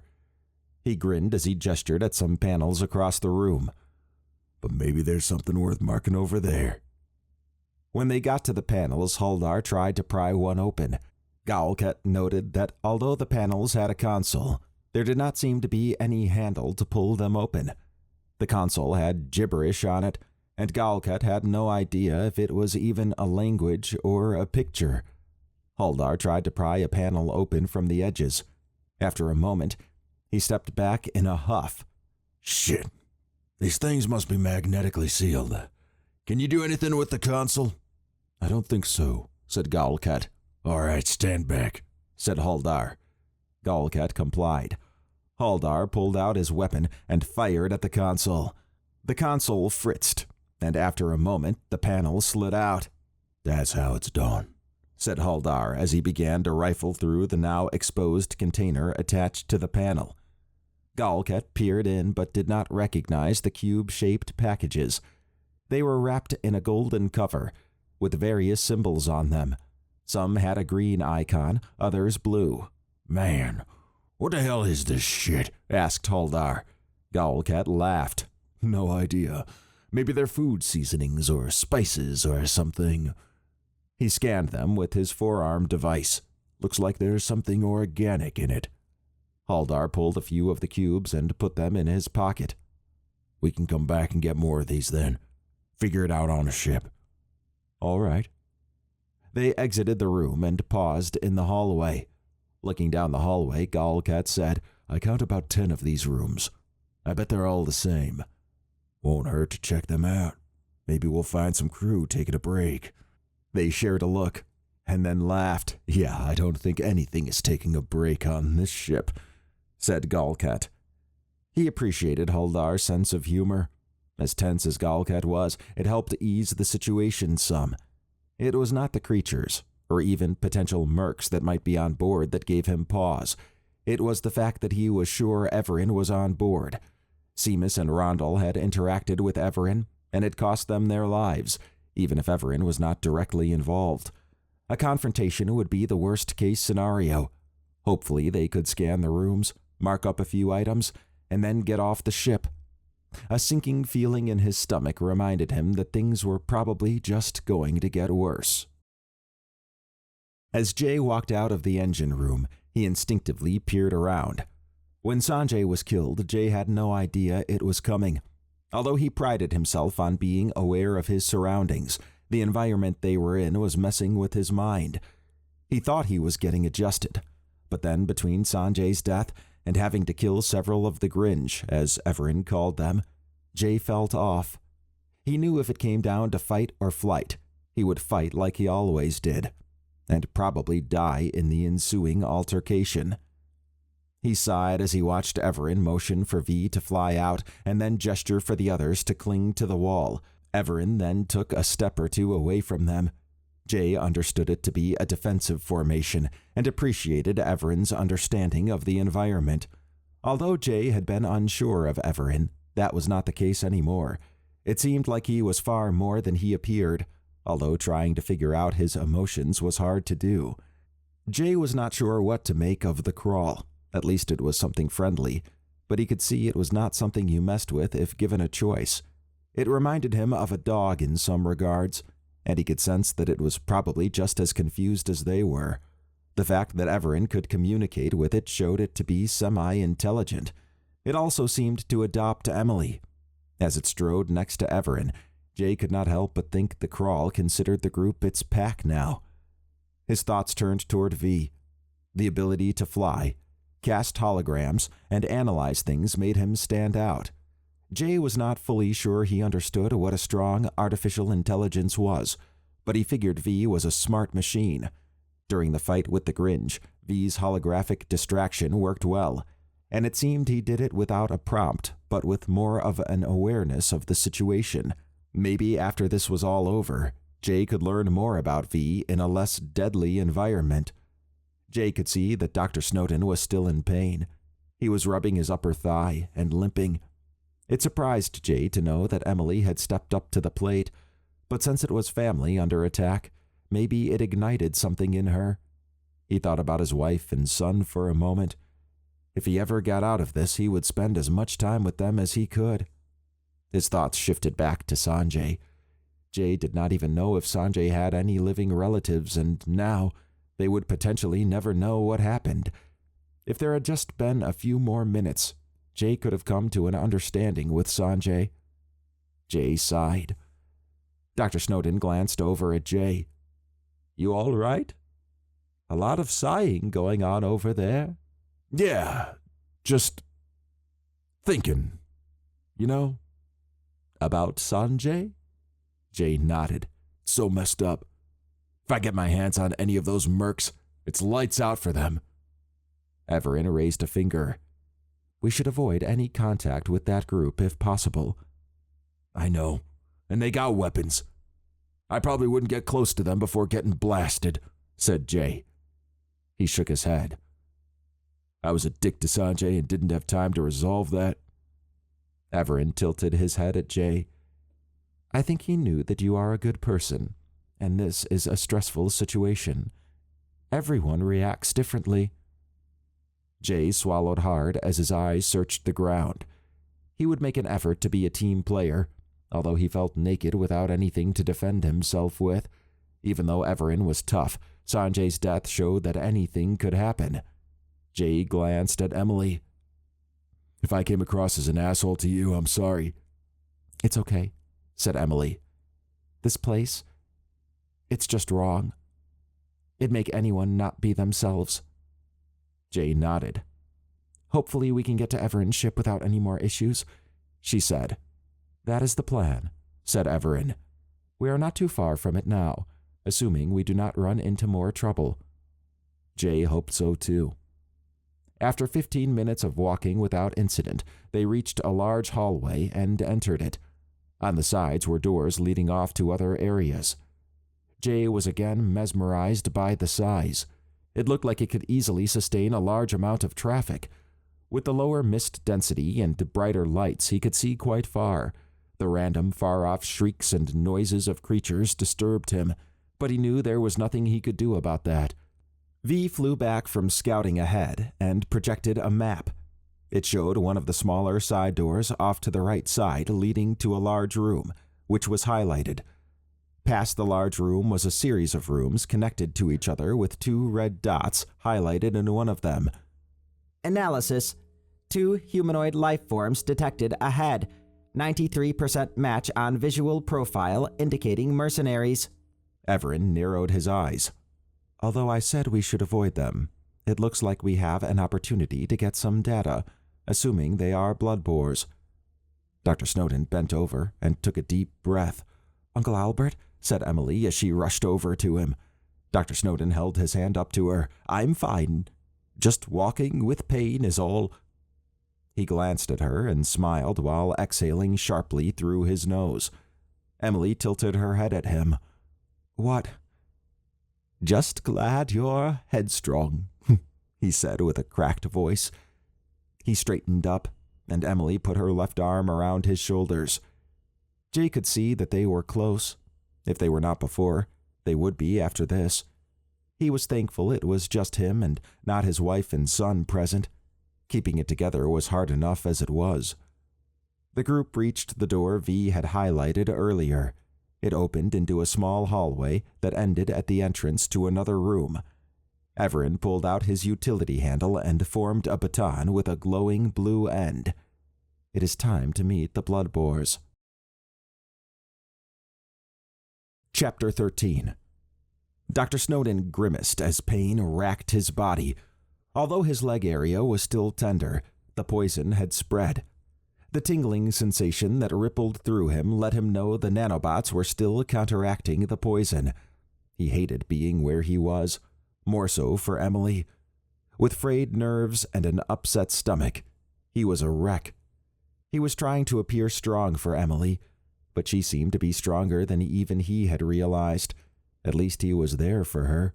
He could not imagine her having to go through this by herself. The group walked along a small hallway and into the large room. Evaran shielded the entrance they had used. He held his palm up to the crawl, then flipped it around. The crawl walked a few steps forward and shook its head. A static sound rang out as a mostly transparent arced shield appeared in front of it. It reminded Dr. Snowden of a bulldozer's front blade, but reversed. Everyone stay here, said Evaran. The 2 mercenaries are coming into this room from the opposite end in a few minutes, and I will deal with them. Make sure to stand behind the crawl's defensive shield. We can help, said Emily. Dr. Snowden was not sure how they could help, other than maybe being targets. He wished he had a weapon, although he was not sure he could use it, but it could be a deterrent. I can handle this, said Evaran. If there is trouble, the crawl will react. I will also drop the door shield behind you so you can run out. I have it up now in case something else comes up that hallway. Dr. Snowden watched Evaran walk to the center of the large room. His casual stroll oozed confidence. Given the situation, it made Dr. Snowden think that Evaran had probably seen much worse. Dr. Snowden appreciated their tactical positioning. Their rear was protected, and with the crawl in front of them, they were covered. The room appeared to be full of dining tables and chairs, but the style was unusual. He squinted at the brightness in the room. It was like everything had been cleaned spotless and was shining. He sat down against the wall next to Emily and Jay. The crawl had made sure that it was in front of the group and was staring straight ahead. Evaran scanned the door where the mercenaries were coming from with his ring. A few minutes later, the two mercenaries strolled into the room. They immediately pulled out their weapons and trained them on Evaran. Dr. Snowden could see the mercenaries in great detail. Maybe that was an aspect of his improved eyesight thanks to the nanobots. The two mercenaries looked like human men. The first man had on a trench coat or something like it, with what resembled a cowboy hat and high-tech sunglasses. This guy was straight out of a Western. The second man had on a sleeveless shirt, baggy green pants, and a belt full of gadgets. A shiny machete-looking weapon hung off his belt, and markings covered his arm. He was bald, and his face screamed cockiness. It looked like the guy he saw in the video earlier who liked to sample the entertainment. The way they moved was telling. The first one seemed more secretive and reserved. The second one more cavalier. The mercenaries moved cautiously toward Evaran. Well, what do we got here? Said the second mercenary in a sing-song voice. Evaran bowed with his right arm across his chest. My name is Evaran.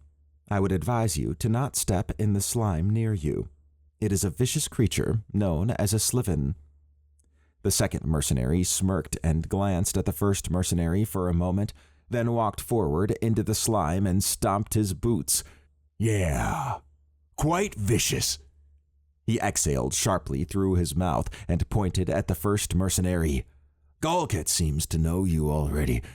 Said he recognized your profile from the video Seamus and Rondell sent us. When they were found, they were nothing more than smear stains. You wouldn't happen to know anything about that, would you? They met their end, courtesy of a Sephirus. The second mercenary laughed. A what? He shook his head. Galkat also claims you match the visual description of someone who has appeared in over a dozen civilizations across 500,000 years. Also busted Dulgus Cree and a few others. He shook a finger in the air. The funny thing is, he says you're a legend. But that sounds like a bunch of crap to me. I ain't never heard of you.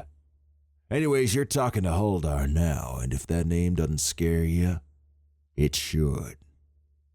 Galkat grimaced as he sidestepped the slime on the ground. It is him. We should leave. Huldar glared at Galkat. Leave. Enough with the legend crap. This isn't a fight we want to get involved with. Just watch my back. Damn, he's just a man. Galkat backed away toward a table. Huldar faced Evaran. That your ship with the tough shield? It is. You must be Bloodbore then. Huldar shot a defiant look at Evaran. What if we are? Then you have something I need. Huldar laughed. And it looks like you might have something I need, too. He gestured toward Emily and licked his lips.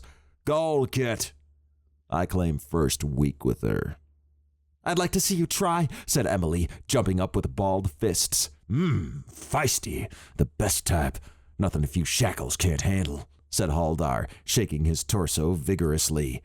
Evaran turned halfway around with his hand down toward Emily.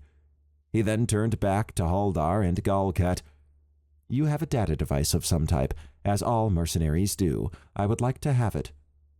Dr. Snowden thought his eyes were playing tricks on him as he saw the slime begin to surround Huldar's leg. It had crested Huldar's boots and seemed to have leaked into them. It was also approaching Galkat, who was backing away from it. I have a better plan. I'll take the girl as my personal assistant, said Huldar, motioning at Emily, and your ship and you and the others can be sold in the slave markets. Evaran eyed Galkat. Do you want to live? If so, climb onto that table. Galkat trembled as he complied. Huldar bared his teeth as he snapped at Evaran. Hey, asshole! I'm talking to you. Not for long, said Evaran, pursing his lips as he faced Huldar. You were dead 10 seconds ago. I told you to avoid the sliven. Huldar snorted and tried to raise his leg. It didn't budge. He jerked around as he kept trying to lift his leg. What the fuck is this? Galkat, help me out. Evaran raised a hand toward Galkat. Stay where you are. If you touch that slime, you will suffer the same fate as Haldar. The Sliven dissolves its prey very slowly. It injects a part of itself into the victim, which eventually leads to full paralysis. Once inside the bloodstream, it is over. Galkat! Not messing around, man! Get me out of this shit! Said Haldar with a wavering voice. He fired at the ground around him. The Sliven had climbed to the top of Haldar's knees. It dropped a tangent of slime to the ground. When it connected, it pulled Haldar to his knees. The sharp sound of bones breaking ricocheted around the room. Haldar grunted twice, then screamed. He splayed out his arms to prevent going prone. His weapon slid out to the side into the Sliven, which pulled it away. He tried to raise his arms, but the Sliven held them down. The Sliven moved up his arms. "Oh shit! Galkat!" said Haldar. Sweat ran down Galkat's face. His nostrils flared as he looked at Evaran. "Help me, and I can help you!"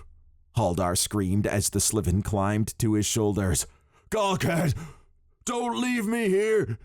Evaran pulled out his utility handle and formed a baton with a glowing orange end.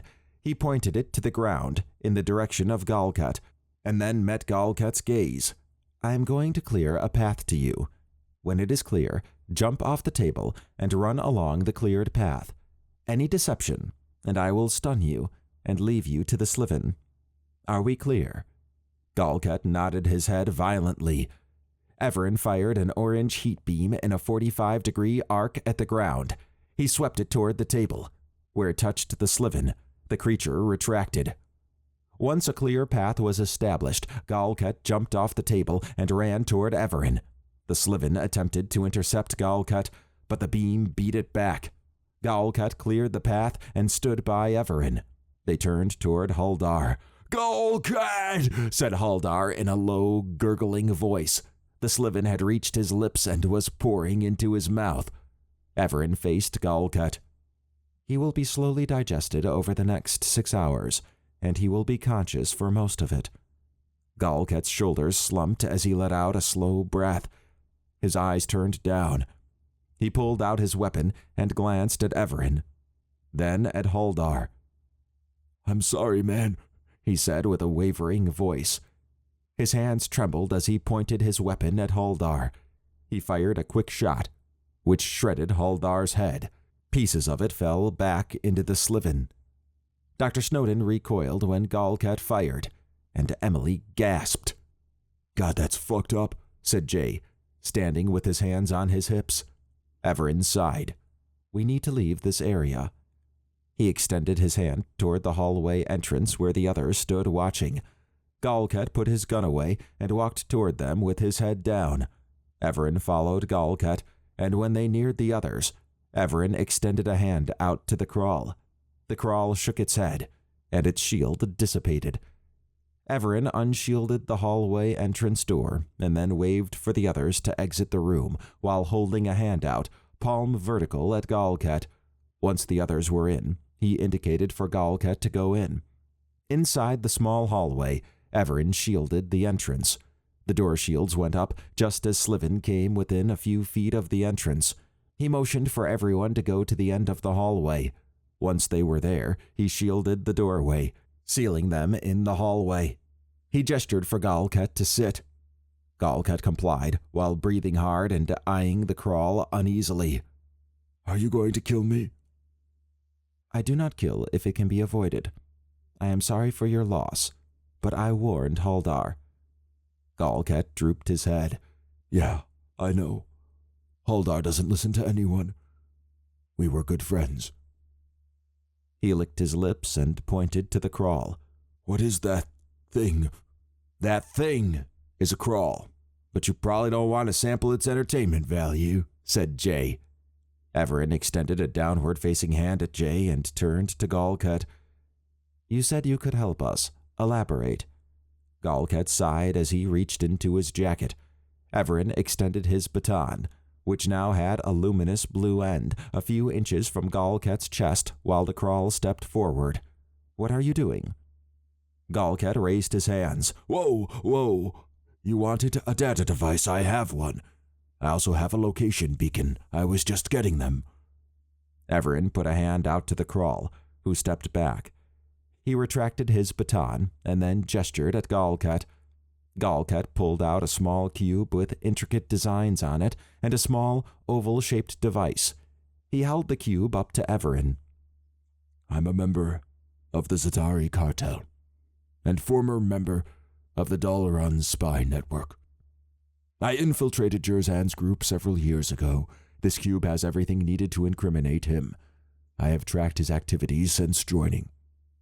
Evaran gestured at the oval device. And that is the location beacon. Yeah, and every Bloodbore has one. They allow us to see the direction and distance we are from one another. Haldars will most likely stop broadcasting soon if it hasn't already, and Jerzan will come investigate. Dr. Snowden shook his head. Why are we listening to him? Galkat looked at Dr. Snowden. I told them not to interfere with you. When Seamus and Rondel transmitted the video of your group on one of the above walkways, I identified Evaran. He is well known to the Zatari cartel. Told them to avoid your group at all costs. He shook his head. Jerzan didn't listen and ordered them to capture you. Apparently, Seamus and Rondel had other ideas. Well, Seamus probably did. Why should we believe you? Asked Dr. Snowden. Galkat jerked his head back. Betraying Evaran is foolish. Don't you know who you're traveling with? A chill fluttered across Dr. Snowden's body. He chewed on his bottom lip as he thought about what he really knew of Evaran, and it wasn't much. Apparently, Galkat had a better idea of who Evaran was, and Galkat seemed fearful. Galkat shifted uneasily and looked up at Evaran. Whoever is on the opposite side of you doesn't end up well. I want no piece of that. Given your presence here, I suspect you will want Jerzan after what Seamus and Rondel did, right? Evaran nodded at Galkat. For that, and a few other reasons. Like the Bilaxian most wanted list? I'm sure it was you who got Tolkis Gare, Jolt, and Dolgus Cree now. It was, and yes, the Bloodbores occupied the next slots after them. Galkat took a measured breath and pointed at the shielded door. Let me leave. And me, and Hosk, a friend I can trust, I think, can take Jerzan's ship, which is actually a stolen Zatari ship. Hosk is there guarding it now. It would leave Jerzan stranded here for you to deal with. You could use the location beacon to determine how far away they are and in what direction. Since it won't be on me, Jerzan wouldn't know I was going to the ship. Or you could let Jerzan know where we are, said Dr. Snowden. Galkat shook his head. You're not listening. It's apparent you have no idea who Evaran is. He handed the location beacon to Evaran. Evaran flipped the beacon around his hand and scanned it with his ring. This will be useful. I can redirect pings from other location beacons to Haldar's location beacon while still using it to get a rough idea of where they are. Jerzan will think you two are together in the room we were just in. So that's it, said Dr. Snowden. We're just gonna take his word? We could at least use any weapon he has or something. Well, maybe not me, but Jay could use it. Evaran glanced at Dr. Snowden as Galkat handed him the data cube. Like the Crotivore weapons, these weapons are keyed to the owner. Mercenary weapons in this time and period are a little more dangerous. They blow up if someone else tries to use them. Besides, Galkat has enough information on me to know it is in his best interests not to lie to me. If he does, he knows I can track him down anywhere in space and time. Dr. Snowden looked at Galkat, who was trembling. Evaran truly frightened Galkat. More than the loss of Haldar, even. Dr. Snowden wondered what the heck was in those stories. Evaran scanned the cube with his ring and perused his ARI. The data is good. Galkat used the wall to slide up. So we agreed? Yes. Make sure that ship is gone by the time we get there. Any deception, and you will be made priority. Galkat nodded vigorously and raised his trembling hands. No issues there, man. Evaran unshielded the door opposite the one the Sliven was behind. He gestured for Galkat to exit first. Galkat stepped out into the main hallway. He squinted his eyes shut and took a deep breath while turning to face Evaran. After opening them, he said, Thank you for sparing me. I have to ask, though, what are you doing here with a bunch of Dalruns? They are not Dalruns. They are humans from another galaxy and are not supposed to be here at this point in space and time. I am taking them home. Galkat swallowed hard with widened eyes. And Jerzan messed that up. He shook his head. He's fucked. His time is coming.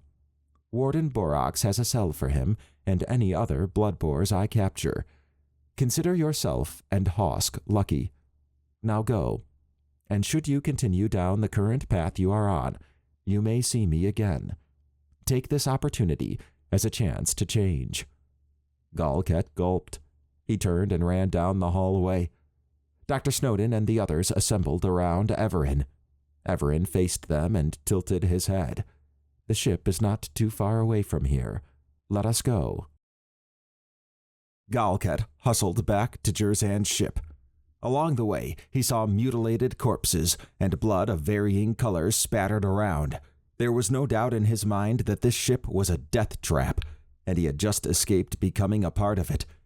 His lips drew down thinking of Haldar.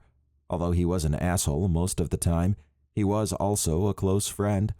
Galkat knew, though, that Haldar would kill on sight if Galkat's undercover status was blown.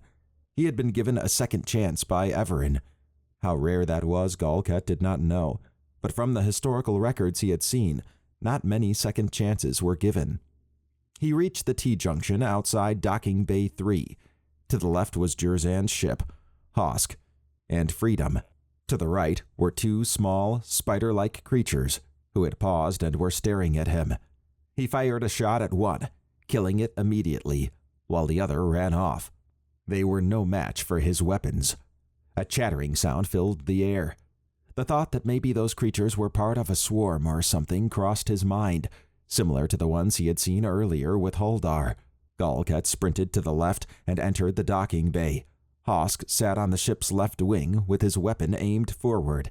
G-85 stood motionless in front of the ship with both weaponized arms pointing forward. Hosk, it's Galkat, shouted Galkat, raising his hands. Hosk hopped down off the wing, and with a nod at G-85, he said, Clear. G-85 lowered its arms. Where's your beacon? I'm not getting a reading that it's on you. It says you're with Haldar, said Hosk.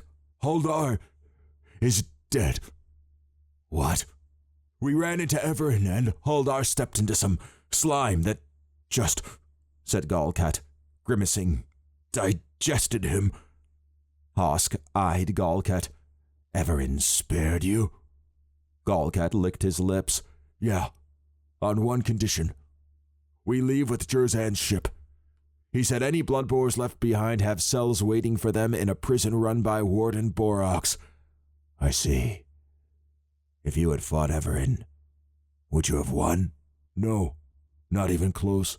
I would have been digested too, but he gave me a second chance.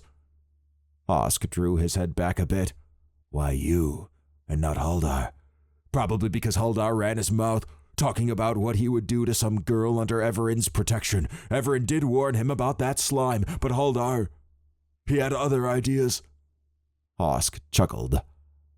Ah, that's so Haldar. He went out true to form.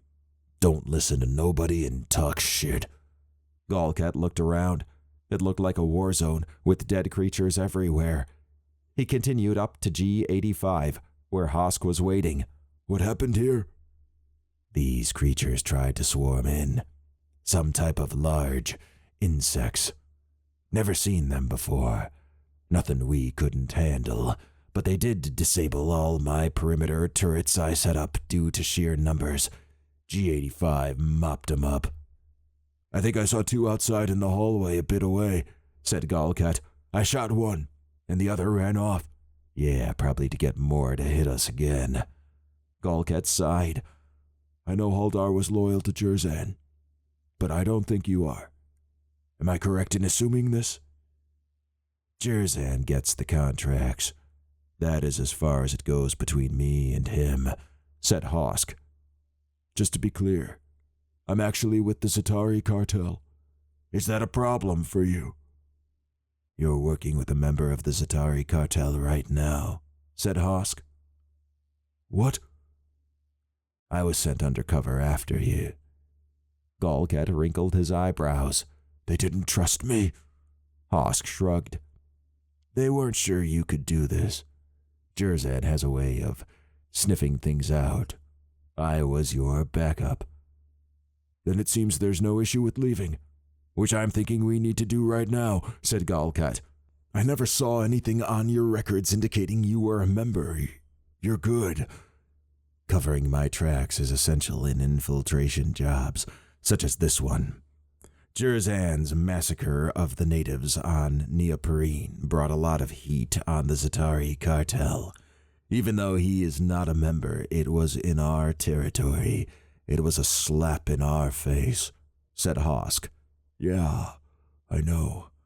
I stayed on the ship for that one, but... Well, that's Jerzan for you. Hosk nodded. He's a bit too spontaneous. It's bad for business. I would have left earlier, but I wanted to make sure you were embedded with no issues, and also wanted to see if maybe Haldar wanted to come with me. It was a slow process working on him. The Za'tari cartel agreed that whoever came with me would be cleared for membership. No questions asked. Let Jerzan rot with this ship, said Golket. He eyed Hosk. When is the last time Jerzan contacted you? Just a bit before you came. We'll be long gone before he checks in, said Hosk. He walked over to a container and placed his location beacon along with a small communication device. This will let us stay in communication and respond if need be, but mainly to listen in. I'm curious to see how this plays out. Golket smirked. Funny how things work out. Hosk and Golket forearms shook, and then Hosk called G-85 over. They started for the ship. As Golket walked up the ramp, he paused to take one last look around before boarding. It seemed even Hosk saw Haldar's potential, probably as an enforcer, which would have been right up his alley. At least Golket was alive, and with a crew of 2 they would have ample food, a ship, and gear, and not have to worry about the other Bloodbores hunting them down. He smiled, thinking of when Jerzan found out just how screwed he was. It could not have happened to a nicer person. Golg had slapped the side of the ship and continued on as the ramp began to rise. Chapter 14. Jerzan looked around the room that he, Gaius, Jal, and the Rybox brothers were in. The room reminded him of cramped living quarters, except instead of beds, they were unusual-looking pods that were half open, with dead aliens inside them. Replacing Seamus and Rondel would be time-consuming, and now having lost Henrital, they were down 3. Tostig was not too far away, and Jerzan figured they could get to him in time. He raised a finger. Checking on the others. He activated group comms. Golket, Haldar, how are you 2 doing? Silence spread across the room as everyone listened in. Hey, shitheads, answer! After another moment of silence, Jerzan said, Shit. He closed his eyes for a moment and then sighed. Hosk, have they contacted you? Nope, said Hosk over comms. Jerzan pulled up the rough map of the ship. Looks like their beacons have them slightly away from where we need to go. Let's check it out. What about me? Said Tostig over comms. Is that alien around you? No, it's sorta quiet. I think maybe I shook it. Good. Stay hidden. This detour shouldn't be long, said Jerzan. Tostig sighed. All right, hurry. Jerzan shut off group comms and switched to local comms. Damn it. What the hell is going on here? He waved forward. Let's go. The group hustled out of the room. 20 minutes later, they arrived at a massive hallway. Jerzan pointed at one of the open doorways down a bit. They're in there. Be prepared to fight. Everyone pulled out their weapons and readied themselves. When they got to the doorway, Jerzan peeked in.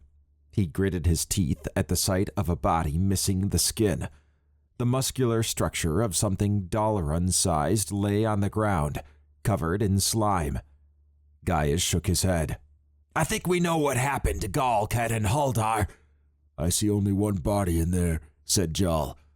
Both location beacons are showing that they're on that body, said Jerzan.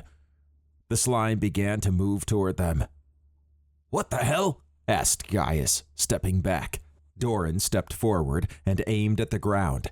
He flipped a switch on his side-mounted gun and shot out a flame. The slime retreated. Goran joined Doran, and together they cleared a path to the body. The others followed in behind them. When they got to the body, Jerzan searched for the beacons. This is Haldar's beacon, but I don't see Galkat's. Gaius and Jal rooted around the body while the Rybox brothers forced the slime to keep retreating. Jerzan shook his head. All right. Out to the hallway. There's only one beacon here. He slapped his forearm device. I'm not sure why this damn device thinks Galkat's beacon is here too. The group hustled out of the room. Hosk, said Jerzan over group comms. Where do you see everyone's beacons? Except for Tostic and Henrital's beacon where he died. Everyone is where you're at, said Hosk. Jerzan kicked the wall. Damn it! Haldar is melted or something, and Galkat is nowhere in sight. Maybe that damn slime ate him already, but his beacon should have still been there, unless the slime ate that too. Then again, it would have ate Haldar's beacon too. Something's not right here. Jal tossed a hand out. At least Tostic is still alive. I don't think we should split up. And after getting Tostic, we need to get off this tomb. The Rybox brothers nodded. We agree on something, said Gaius. Fine, said Jerzan. Over group comms, he said, Hold tight, Tostic. We're coming. So, Haldar and Galkat are dead too? Asked Tostic. Yeah, said Jerzan. Tostic sighed. I think I hear something. We're on our way, said Jerzan. The group charged down the hallway toward Tostic's location. As they ran, Jerzan said, Any creature in our way, waste 'em. I'm done playing games with these stupid things. It's time they learned who's on top of the damn food chain. I hear that, said Gaius. Jerzan's blood boiled. Losing 5 crew members that would be hard to replace was not only bad business, but he had personally recruited them. He knew that not everyone would get along, but they were all good at what they did. Haldar and Galkat were part of what he always considered the core group. To think they were killed by a slime made Jerzan think there was something else at play. Maybe it was Evaran, but Jerzan did not hear Haldar or Galkat call out that they had seen Evaran. At least they could get Tostic, then get off the ship. The price for sticking around was just too high. Dr. Snowden rubbed his legs.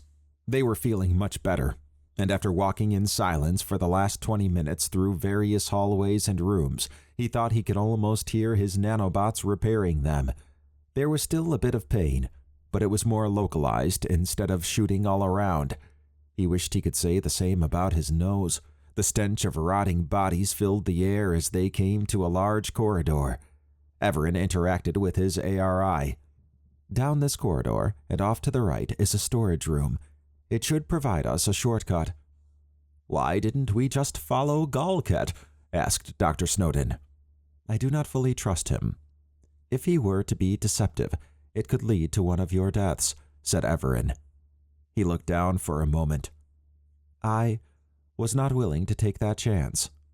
Also, having him around may be distracting, considering he is a Bloodbore. Dr. Snowden nodded. I can see that. I'm not sure I'd have anything kind to say to him." "Yeah, probably best since it'd be hard for me to hold back from beating his ass," said Jay. Evaran glanced at Jay. "I am aware of that, and factored it in." Jay nodded and then waved a hand in front of his face. "Damn! What is that smell?" "We are near the Crotivore living quarters. The strength of the scent leads me to believe there are a lot of dead Crotivore there." Despite Dr. Snowden's lingering hatred of the Crotivore, he felt bad for the ones caught in their living quarters. "Yeah, let's not check that out." He went over the interaction with Huldar and Galkat as they continued down the corridor. Something about it troubled him. He wrinkled his eyebrows and looked at Evaran. "Could you have saved Huldar back there? Like, maybe by stopping him physically from going into the Sliven?" Evaran paused and turned to face him. "Yes, I could have grappled him to me, repulsed him back, or shot a heat beam at his feet." Dr. Snowden swallowed hard as his fingers went cold. He remembered Galkat saying they did not really know Evaran. Maybe Galkat was right. Evaran had let someone die when he could have prevented it. I had come to believe you respect all life." "Most life. At the massacre of Neoporine, Huldar and Gaius killed over 50 women and children. They did not do it quickly. They tortured them for several months before killing every one of them. That is unacceptable," said Evaran. "Oh, the people of Neoporine were friends of yours, I assume?" "They were," said Evaran as he turned around and continued walking. "No wonder Galkat was scared shitless of you, man," said Jay. Evaran half turned his head toward Jay. He knew my view on those like Huldar and Gaius, so that would be an expected reaction. Galkat's concern was if I would find him guilty by association. "Maybe. But he was terrified. And he didn't look like the type that scares easy. Like he was more scared of you than death. He had one thing right, though. We don't know much about you." Evaran glanced at the ground for a moment, and then looked forward. "You know more about me than most, and that is a dangerous place to be. This situation has caused me to share more than I normally would." "No worries there, man," said Jay, tossing a hand out. "I still have a hard time believing half this shit anyways, or even understanding it. I mean, hell, living slimes, headhunters, mercenaries, giant insects, and a big-ass high-tech dog." He extended out a hand toward the crawl. "No offense." The crawl tilted its head at Jay.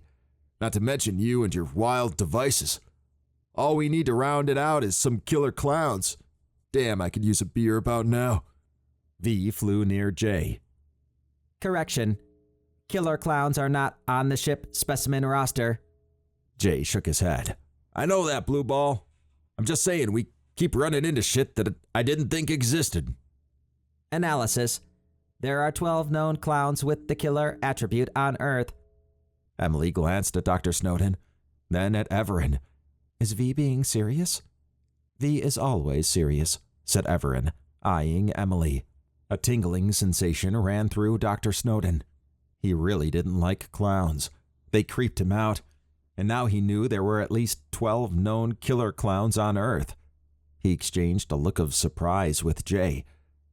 They walked in silence for 10 more minutes before approaching a large storage room. The crawl growled, and its skin turned a light shade of red. Jay scrunched his nose. "Damn! Smells even worse here. Like someone shit their pants. Man, not sure I'm liking this enhanced smell thing." Evaran put his finger up to his lips. "Listen." He motioned for V to enter the room. The sound of a man gurgling in pain emanated from within. V flew back out. Analysis. 1 life form detected. Life signs are diminishing. Death is imminent. They entered the room and followed V. The room had a wide path to the other side, leading to another entrance. On each side of the path were large, high-tech shipping containers stacked in groups of 3. The groups were laid out in a grid fashion. They followed V down a road to the immediate right of the entrance and arrived at the last container stack in the row. The crawl paused and sniffed the air. It growled and walked menacingly toward the end of the row. V flew forward and scanned around the corner. Evaran rushed to where V was scanning and put his hand out to the crawl. Dr. Snowden and Jay gathered around Evaran and found a man covered in blood. The man was holding his neck and squinting hard as blood gushed out. His eyes dulled, and his motion slowed.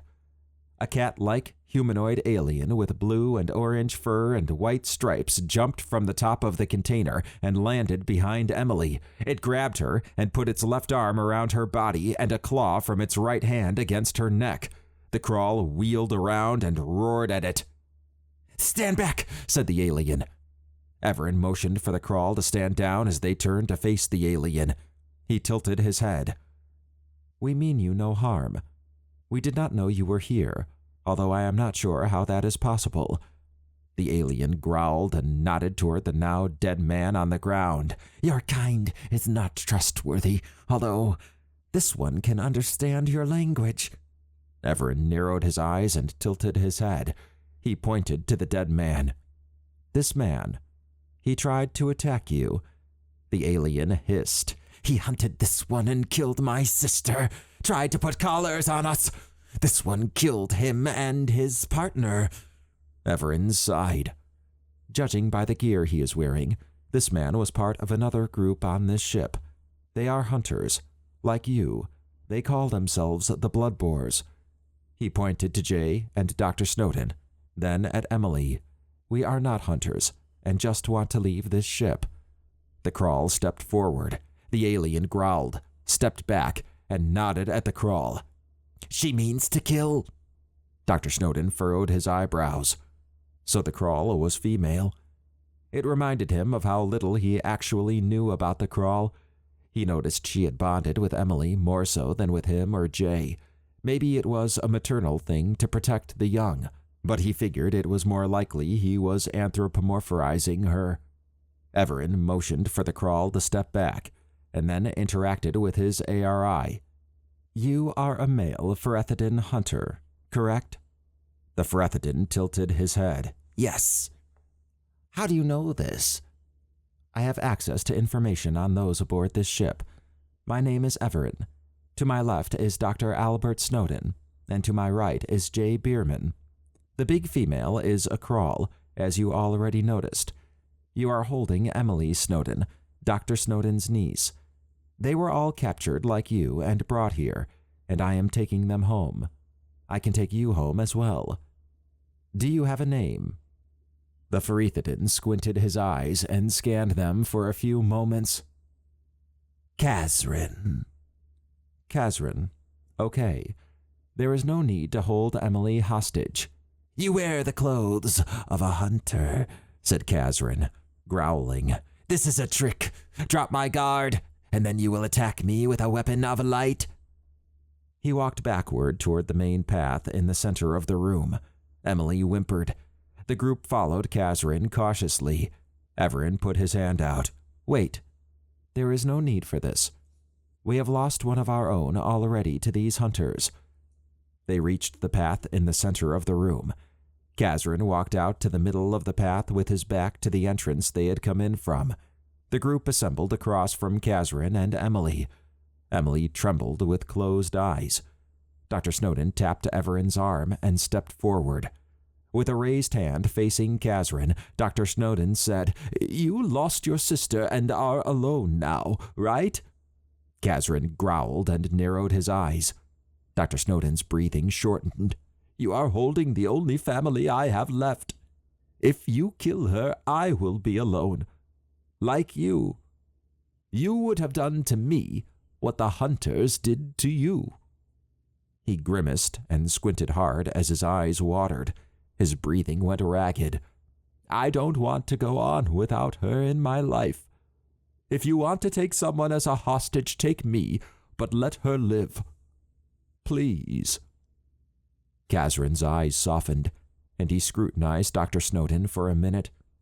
After sniffing the air and uttering a low growl, Kazrin released Emily. She ran to Dr. Snowden and wrapped her arms around him. Kazrin adopted a defensive stance. as if expecting an attack. "This one gives you family." Evaran stepped forward as Dr. Snowden, Emily, and Jay moved behind the crawl. "Do you remember where you came from?" "This one does not. This jungle is unusual, made of metal. This one and this one's sister woke up and explored it. Met two of your kind. They tossed slave restraints at us and tried to enslave us. This one's sister did not make it." Jerzan gave a deep, guttural growl. "This one killed one of them. Came here, killed the other one. This one is now alone." "The mercenaries you killed have location beacons. The others will come looking for them. You do not need to be alone. You should join us. We are on the way to my ship and can figure out where you came from and take you home." Jerzan turned his head out to the hallway, then looked back. "You smell like a matter mage. This one does not trust matter mages." "Matter mage," said Evaran, rubbing his chin. "I have not heard that term in a long time.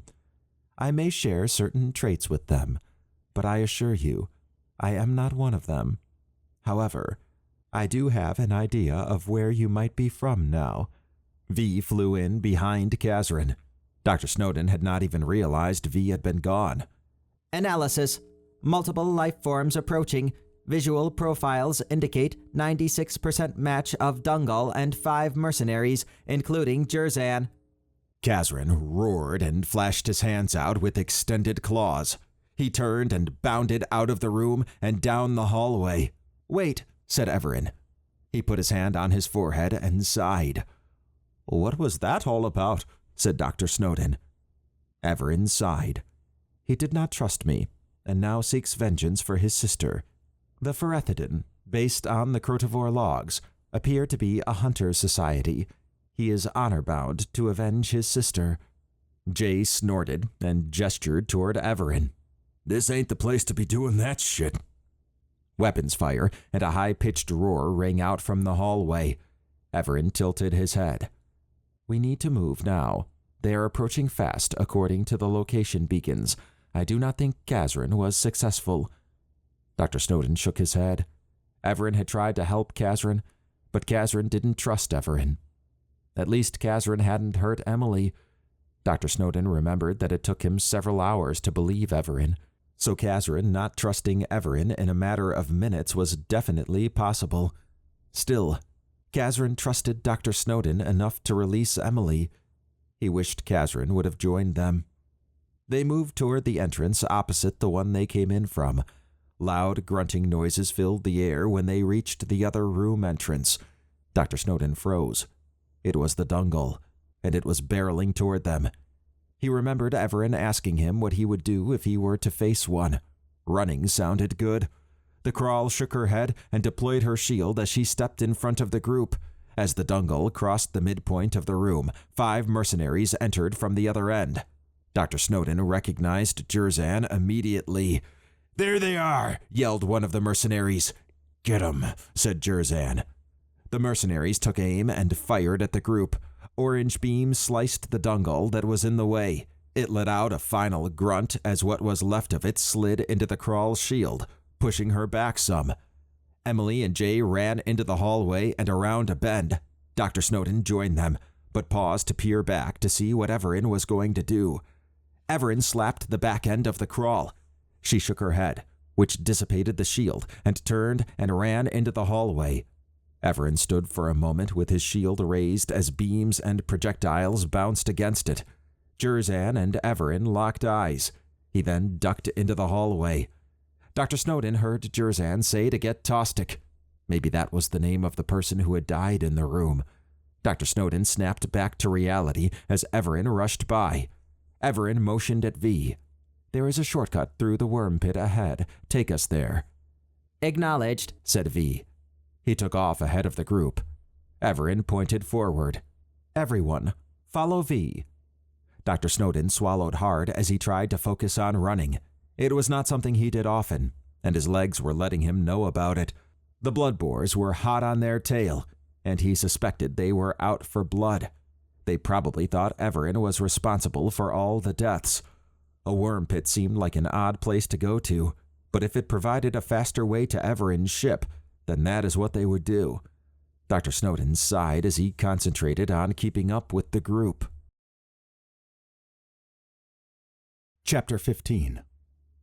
Galkat eased back in the co-pilot chair of Jerzan's ship as he viewed the data-filled screen in front of him. It had readouts and advanced metrics showing that they were a bit away from the alien ship. Hosk's device was still active, but they were getting close to the range where they would not be able to relay any communications. Galkat was glad that Hosk had come along, and every minute away from the ship made Galkat feel better. He gestured at the screen. "We're almost out of range." "Yep," said Hosk. He eyed Galkat. "You're enjoying this more than I thought you would." "Getting out from under Jerzan is one thing, but getting a second chance from Evaran? I know he's offered that to others in the past. I'm just glad he offered it to me." "What if we had refused him? You think he would have hunted us down if everyone escaped?" Galkat nodded. "Without a doubt.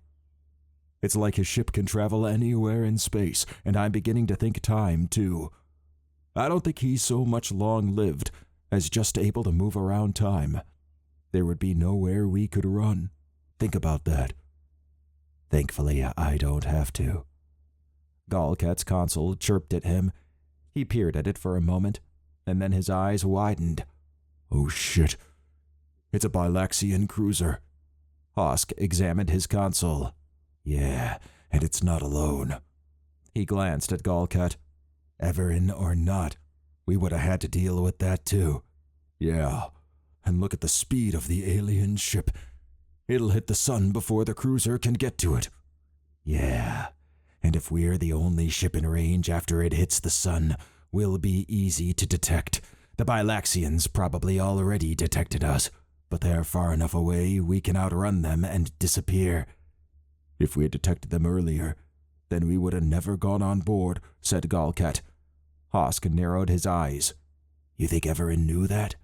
And that's why he altered the ship's trajectory and speed?" Galkat bobbed his head for a moment. "It's possible. If his ship is as advanced as I think it is, it probably could have detected much farther out than we could." He narrowed his eyes for a moment. "Come to think of it, once that alien ship goes into the sun, there'll be nothing left for anyone to scavenge." He shook a finger at Hosk. "That sounds like Evaran from what I've read." "I'm glad you're an expert." "Less expert and more just aware. It's how I've survived this long. Evaran seemed intent on punishing Jerzan." As if on cue, the communicator turned on. "Hosk, you there? Haldar and Galkat are down, and Tostic is too. We found their beacons. Haldar and Galkat were digested by a slime, and Tostic looks like he was mauled to death. We also found Evaran and his group and are currently pursuing them. After we capture them, we're going to the ship. Prep it for takeoff. We're getting the fuck out of here," said Jerzan over the ship comms. Hosk grinned at Galkat for a moment, and then pressed a button to his side. "Damn. The ship got Seamus, Randall, Tostic, Henrital, Haldar, and Galkat. That's some crazy shit. Don't worry about that for now, and keep it together. The last thing we need is to lose you and G85, or more importantly, the ship. We've lost too damn much already." "All right, I'll prep the ship," said Hosk. He pressed the button on his side, closing communications. Galkat laughed. "I guess that's our final communication with Jerzan. He's going to be so surprised when he finds out we're gone." "Let's hope Evaran deals with him, because if he doesn't, then you know Jerzan will come after us." Galkat shrugged. "Maybe, but how is he going to get off the ship? And even if he does, there'll be a Bilaxian cruiser group on them." He shook his head. "No, I think Evaran will deal with Jerzan and whoever is left." Hosk narrowed his eyes for a moment. "I'm surprised Evaran didn't just follow you back if he wanted off the ship. He would have reached it about the same time you reached this ship." "I thought about that too, but he had some injured person with them who probably wouldn't have kept up. He may have also considered me a threat to the others. After Seamus and Rondel, I don't think he was taking that chance. Besides, I don't think he's leaving that ship without dealing with Jerzan. Hosk pointed at the large central screen between them.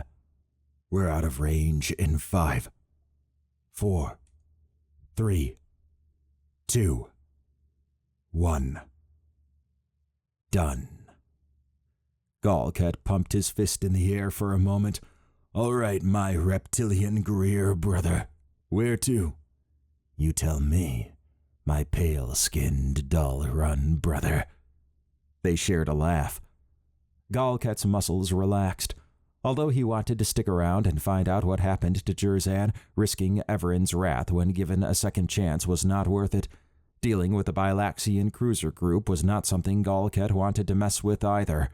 One of the first things they would need to do is replace Jerzan's ship with a new one. No need to leave any trace.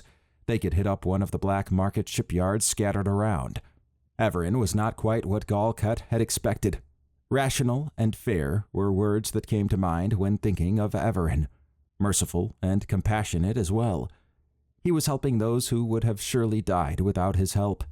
If the stories Galkat had read were true, then they left out some of those details. He suspected meeting Evaran was rare, but at least the second chance part was now verified. Meeting him outside this event would have been interesting. A sense of giddiness rushed through Galkat. He had escaped what should have been a death sentence after everything he had seen. Being given a second chance was something that Galkat would make good of. A thought did run through his head that Evaran might do a checkup. It would not matter. This was a time for change, not just in ship, but in lifestyle. Galkat would not do anything that might draw Evaran's attention.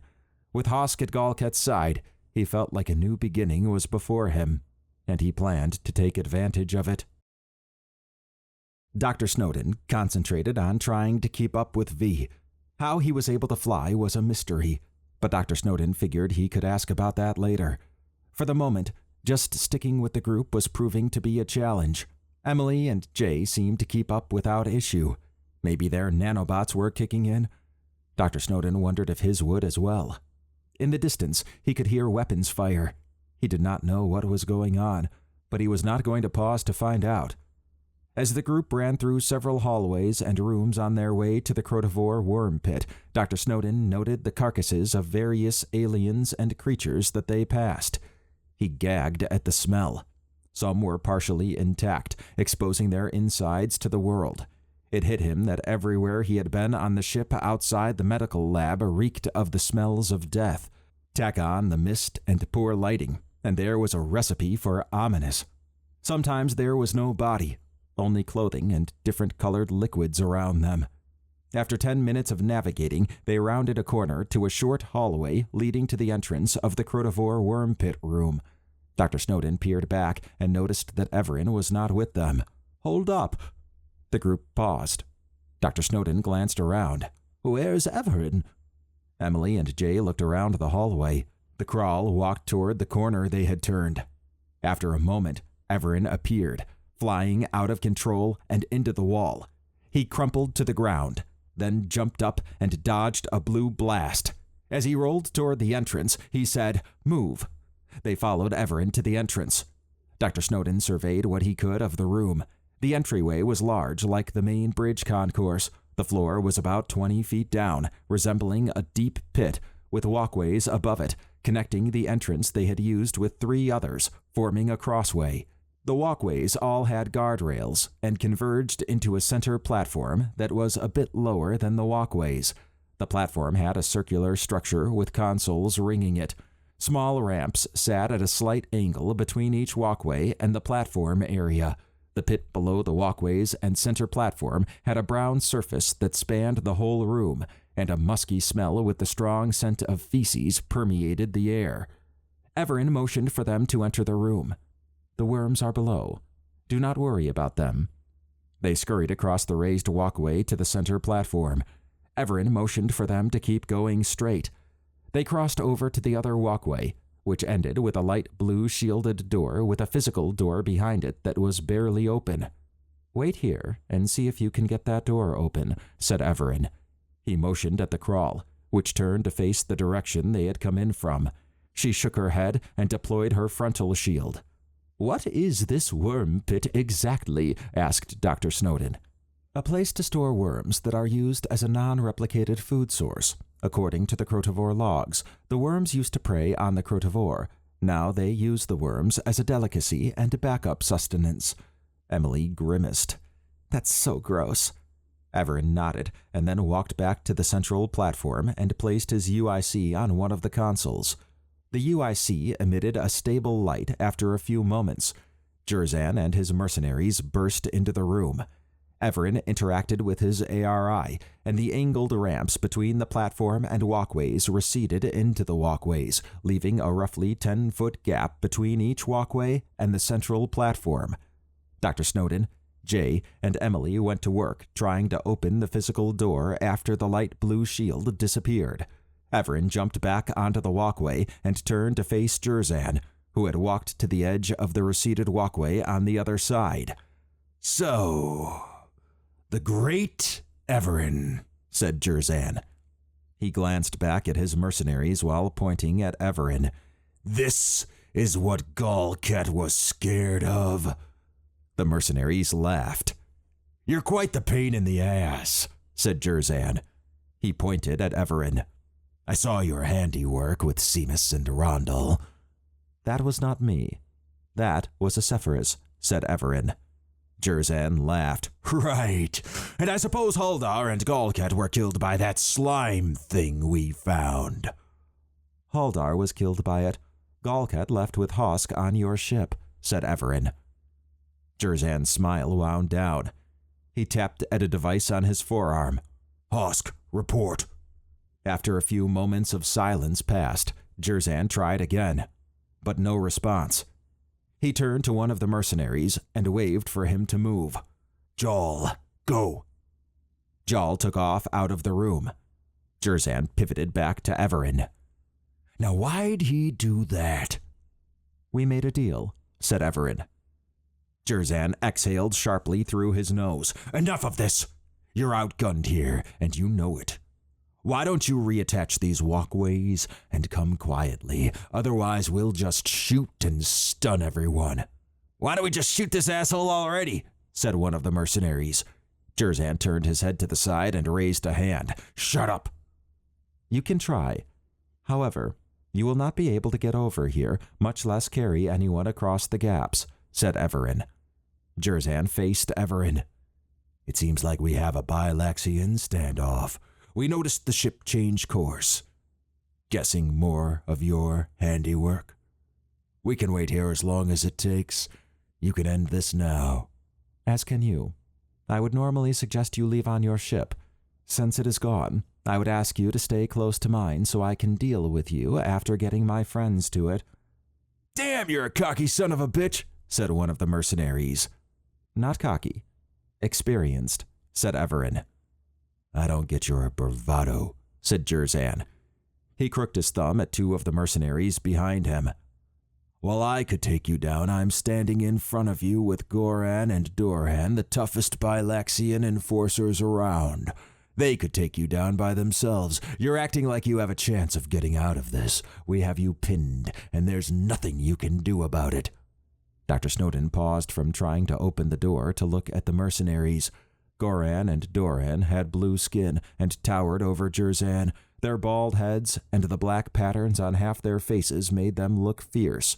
Dorhan had a big weapon on his back that looked like it was attached to a metal belt on his hip. These guys looked like they were serious damage dealers. Dr. Snowden shuddered, thinking about what they would do if they captured him. "I am familiar with the Rybox brothers," said Evaran. Jerzan crooked his thumb at the other mercenary who had been talking earlier. "If that's not enough, I have—" "Gaius," said Evaran, "master marksman and butcher of Neoperine." Gaius laughed. "Ha!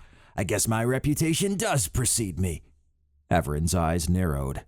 "You and Haldar killed over 50 women and children there. You are beyond my mercy." "So you know of Neoperine?" said Jerzan. "Yes. They were my friends. More importantly, you caused a timeline change. I will try to correct it when this is done. Shit. This is some of that crap Galkat was talking about, said Gaius. You should have listened to Galkat, said Evaran. He wagged a finger at Jerzan. You have issues in your own house to deal with anyway. What the hell are you talking about? Said Jerzan. Evaran half grinned. Capture, not kill, correct? Seems Seamus and Rondel did not listen to you, perhaps because they did not respect you enough as a leader. They paid the price, now didn't they? Said Jerzan. Evaran narrowed his eyes. They killed someone under my protection. That is a dangerous place to be. He raised a finger. Nonetheless, you failed to see that you had an undercover Zatari cartel member in your crew. Galkat informed you of my presence, but you failed again by not assessing the threat correctly. You should have sent out 4-man teams instead of 2-man teams. You're hardly a 4-man threat. Maybe, but this ship would say otherwise. You have lost some of your crew to it already, while others took your ship. A 4-man team would have had a higher chance of survival, and maybe you would still have your ship. Jerzan threw his hands into the air and snorted. Anything else you wish to critique? No, we are done here, said Evaran as he turned to walk back to the crawl and the others. Jerzan pointed at Evaran. I'm not done talking to you, asshole. Get back here. Why are we still talking to this shitbag? Said Gaius. He stepped to the side and fired an orange beam at Evaran. Zit! Evaran turned and raised his left forearm shield, which deflected the beam. He stumbled back. Gaius fired again. Zit! Evaran deflected the shot again. Jay was trying to push the door open when the deflected shot went just over the crawl's shield and hit his arm, cleanly separating it from him. He screamed as he fell to the ground and then passed out. The crawl moved in front of Jay lying on the ground. Dr. Snowden and Emily rushed over to him to try to stop the bleeding. Evaran, said Emily as her head whipped around. Evaran tossed a device to Dr. Snowden. Use this on the wound, now. Dr. Snowden caught the device. It looked like something you slid your fingers into, like a 4-finger ring. He slipped his fingers into it and used his thumb to press the button on the side. A beam shot out of it. He realized he had it on backward, then pulled it off and put it back on the right way. Emily grimaced as she cradled Jay's head in her lap, holding up what was left of his shoulder. Dr. Snowden bent down and applied the beam to the wound. A skin-like film began to appear over the bloody stump. He realized it was similar to what Evaran had done to his wounds, but this was a lot more severe. Maybe that is why a different device was being used and not Evaran's ring. Dr. Snowden looked at Evaran and the mercenaries. Evaran turned back toward the mercenaries and ran to the center platform. After jumping up on it while extending his utility handle into a baton with a white glowing end, he pressed a button and aimed it at the mercenaries. Boom! The baton bellowed as white concentric circles emanated from it. Jerzan, Goran, and Doran sprawled backward. Gaius held onto the guardrail and only caught the periphery of the blast. Evaran jumped onto the walkway with the mercenaries. He rushed over and knocked the weapon out of Gaius's hands and over the railing. Gaius grunted as he tried to stabilize himself. Evaran then turned his baton toward Jerzan, Doran, and Goran, who were struggling to get back up. Boom! Jerzan and the Rybox brothers went tumbling out of the room. Evaran interacted with his ARI. The door Jerzan, Doran, and Goran were pushed out of was now shielded, and the walkways reconnected to the center platform. Evaran clenched his jaw as Gaius jumped up and rushed forward with a knife that had an orange glow to it. Gaius thrust forward with his knife. Evaran sidestepped the thrust and kicked Gaius in the chest. Gaius ragdolled to the other side of the walkway while his knife went spilling to the side. Evaran walked over and stared at Gaius on the ground. With a shake of his head, Evaran said, "To the people of Neoporine I give justice." He raised his hand at a 90-degree angle. His palm faced Jerzan, Doran, and Goran, who had gotten back up and were now staring in through the shielded door. Evaran balled his hand into a fist and shook it, then turned and walked back toward where Jay was being attended to. Gaius caught his breath and then hustled over to his knife on the ground. His eyes widened as the crawl rounded the center platform. and bore down on him. She knocked him to the ground, sending his knife flying away again, and then roared. Dr. Snowden jumped up at the roar. Evaran was rushing over to them, and the Crawl stood over Gaius, with her monstrous teeth on display just a few inches away from his face. Dr. Snowden flinched as she popped Gaius's head in one quick motion, like bursting a balloon. The Crawl roared and then snapped at Jerzan and the other mercenaries behind the shielded door, causing them to jump away.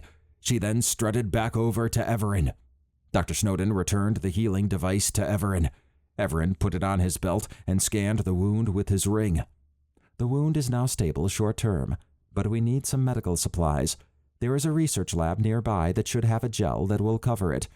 He ripped off several strips of Jay's shirt and wrapped the wound.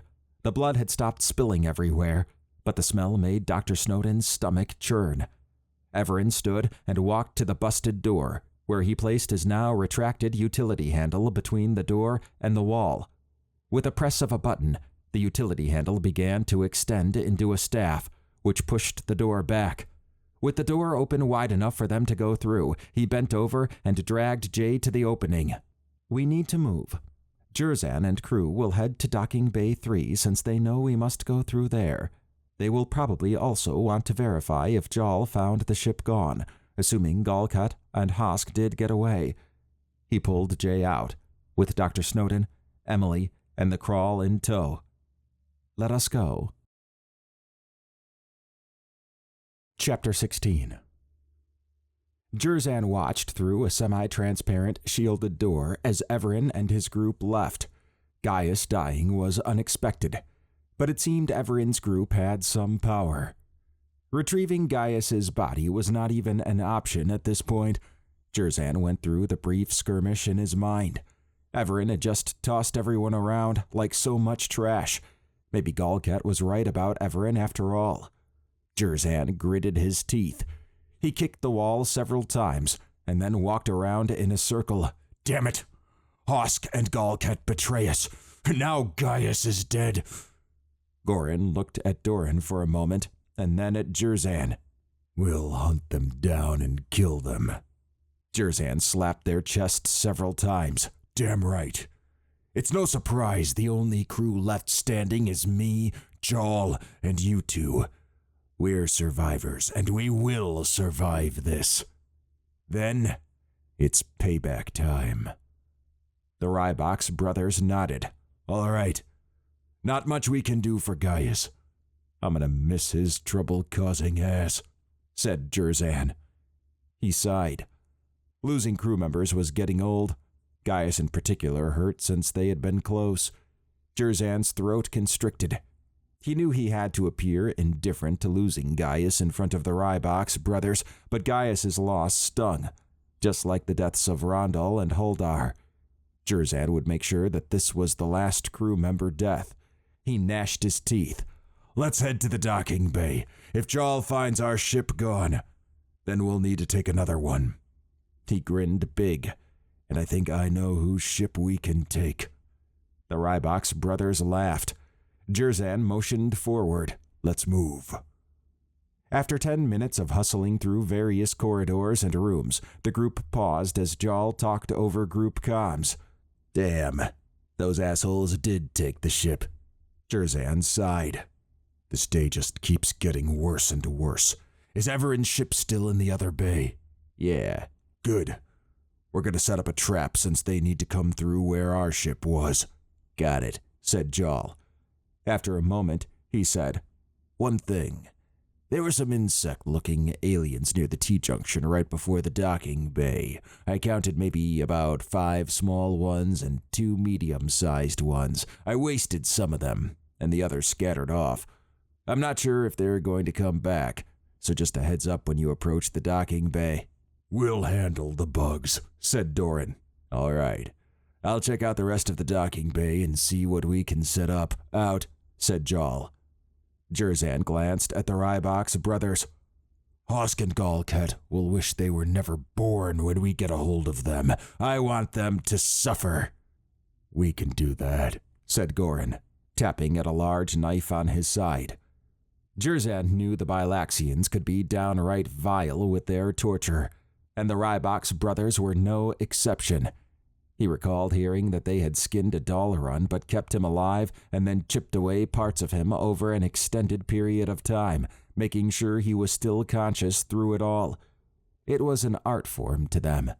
Hosk and Galket would learn all about that in time. Jerzan nodded forward. Let's go. After another 20 minutes, they reached the T-junction before the docking bay.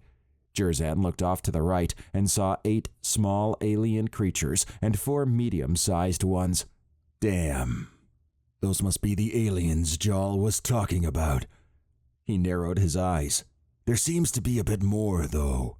Doran smiled as he faced the aliens and pointed his side-mounted gun at them.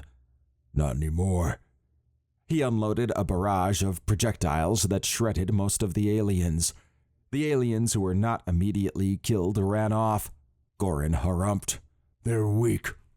Jerzan rubbed his chin. Yet, they came back, even after Jaal shot them. Let's hope there aren't too many more of those damn things coming back. The Rybok's brothers nodded. The group went left and then into the docking bay, where they met Jaal. The place is defensible. We can use the containers as cover and set up a kill zone, said Jaal. Jerzan looked around. We need Evaran alive. Oh, and the girl too. At least we won't have to share her as much with just us 4, right? That's at least one positive. We can waste the others. Works for me, said Jaal, grinning. I guess since I'm second in command, I get seconds. You know it, said Jerzan. Jerzan pointed at the southwest area of the room. Jaal, you take that spot. He pointed to the northwest area. Doran, that's you. I'll take the other side, and Goran, you take the other side from Jaal. Jaal, set up some proximity mines on the hallway that goes to the other docking bay since you're over there. If they get that far, then maybe we deserve to die. So make absolutely sure that when you're firing, you don't aim in that direction. We clear? Everyone acknowledged Jerzan. All right, get set up. And then we wait, said Jerzan. He watched as the others spread out. His mind was still on fire about being betrayed, and losing some of his most loyal crew ate at him. Evaran would pay, and so would Hosk and Galket. Revenge would be served. Dr. Snowden limped along behind Evaran, who was carrying Jay. Emily and the crawl seemed to have no issues keeping up, and several times Emily had to drop back a bit to help Dr. Snowden. How Evaran was able to effortlessly carry Jay was a mystery. Dr. Snowden realized Evaran was strong, but there was no sign of exertion. Jay's wound seemed to be stable, and Dr. Snowden was not fully sure he understood how that was possible. Half the things he saw Evaran do seemed impossible. In the back of Dr. Snowden's mind, he knew it was probably advanced technology that he was unaware of. After 20 minutes, the group came upon the main research hub entrance. Dr. Snowden took a moment to catch his breath. He was surprised he was able to do as much physical activity as he had. If he were back on Earth, he would be laid out. But between a perpetual state of fear and adrenaline and nanobots coursing through him, he was able to keep up. A long nap was due after all this, assuming he lived. Evaran dipped his head toward the hall inside the entrance. This is one of their main research hubs. There is a lab I wanted to check out, so we can do that and get medical supplies. V, scout mode. Acknowledged. Scout mode engaged, said V. He shimmered out of view as he flew away. Is Jay going to be okay? Asked Dr. Snowden. He will be fine. The nanobots are repairing the severed area now, but it is a stopgap measure. According to the Crotovore data, they have a gel and some device that allows for regeneration of lost body parts. This research lab should have quite a bit of it.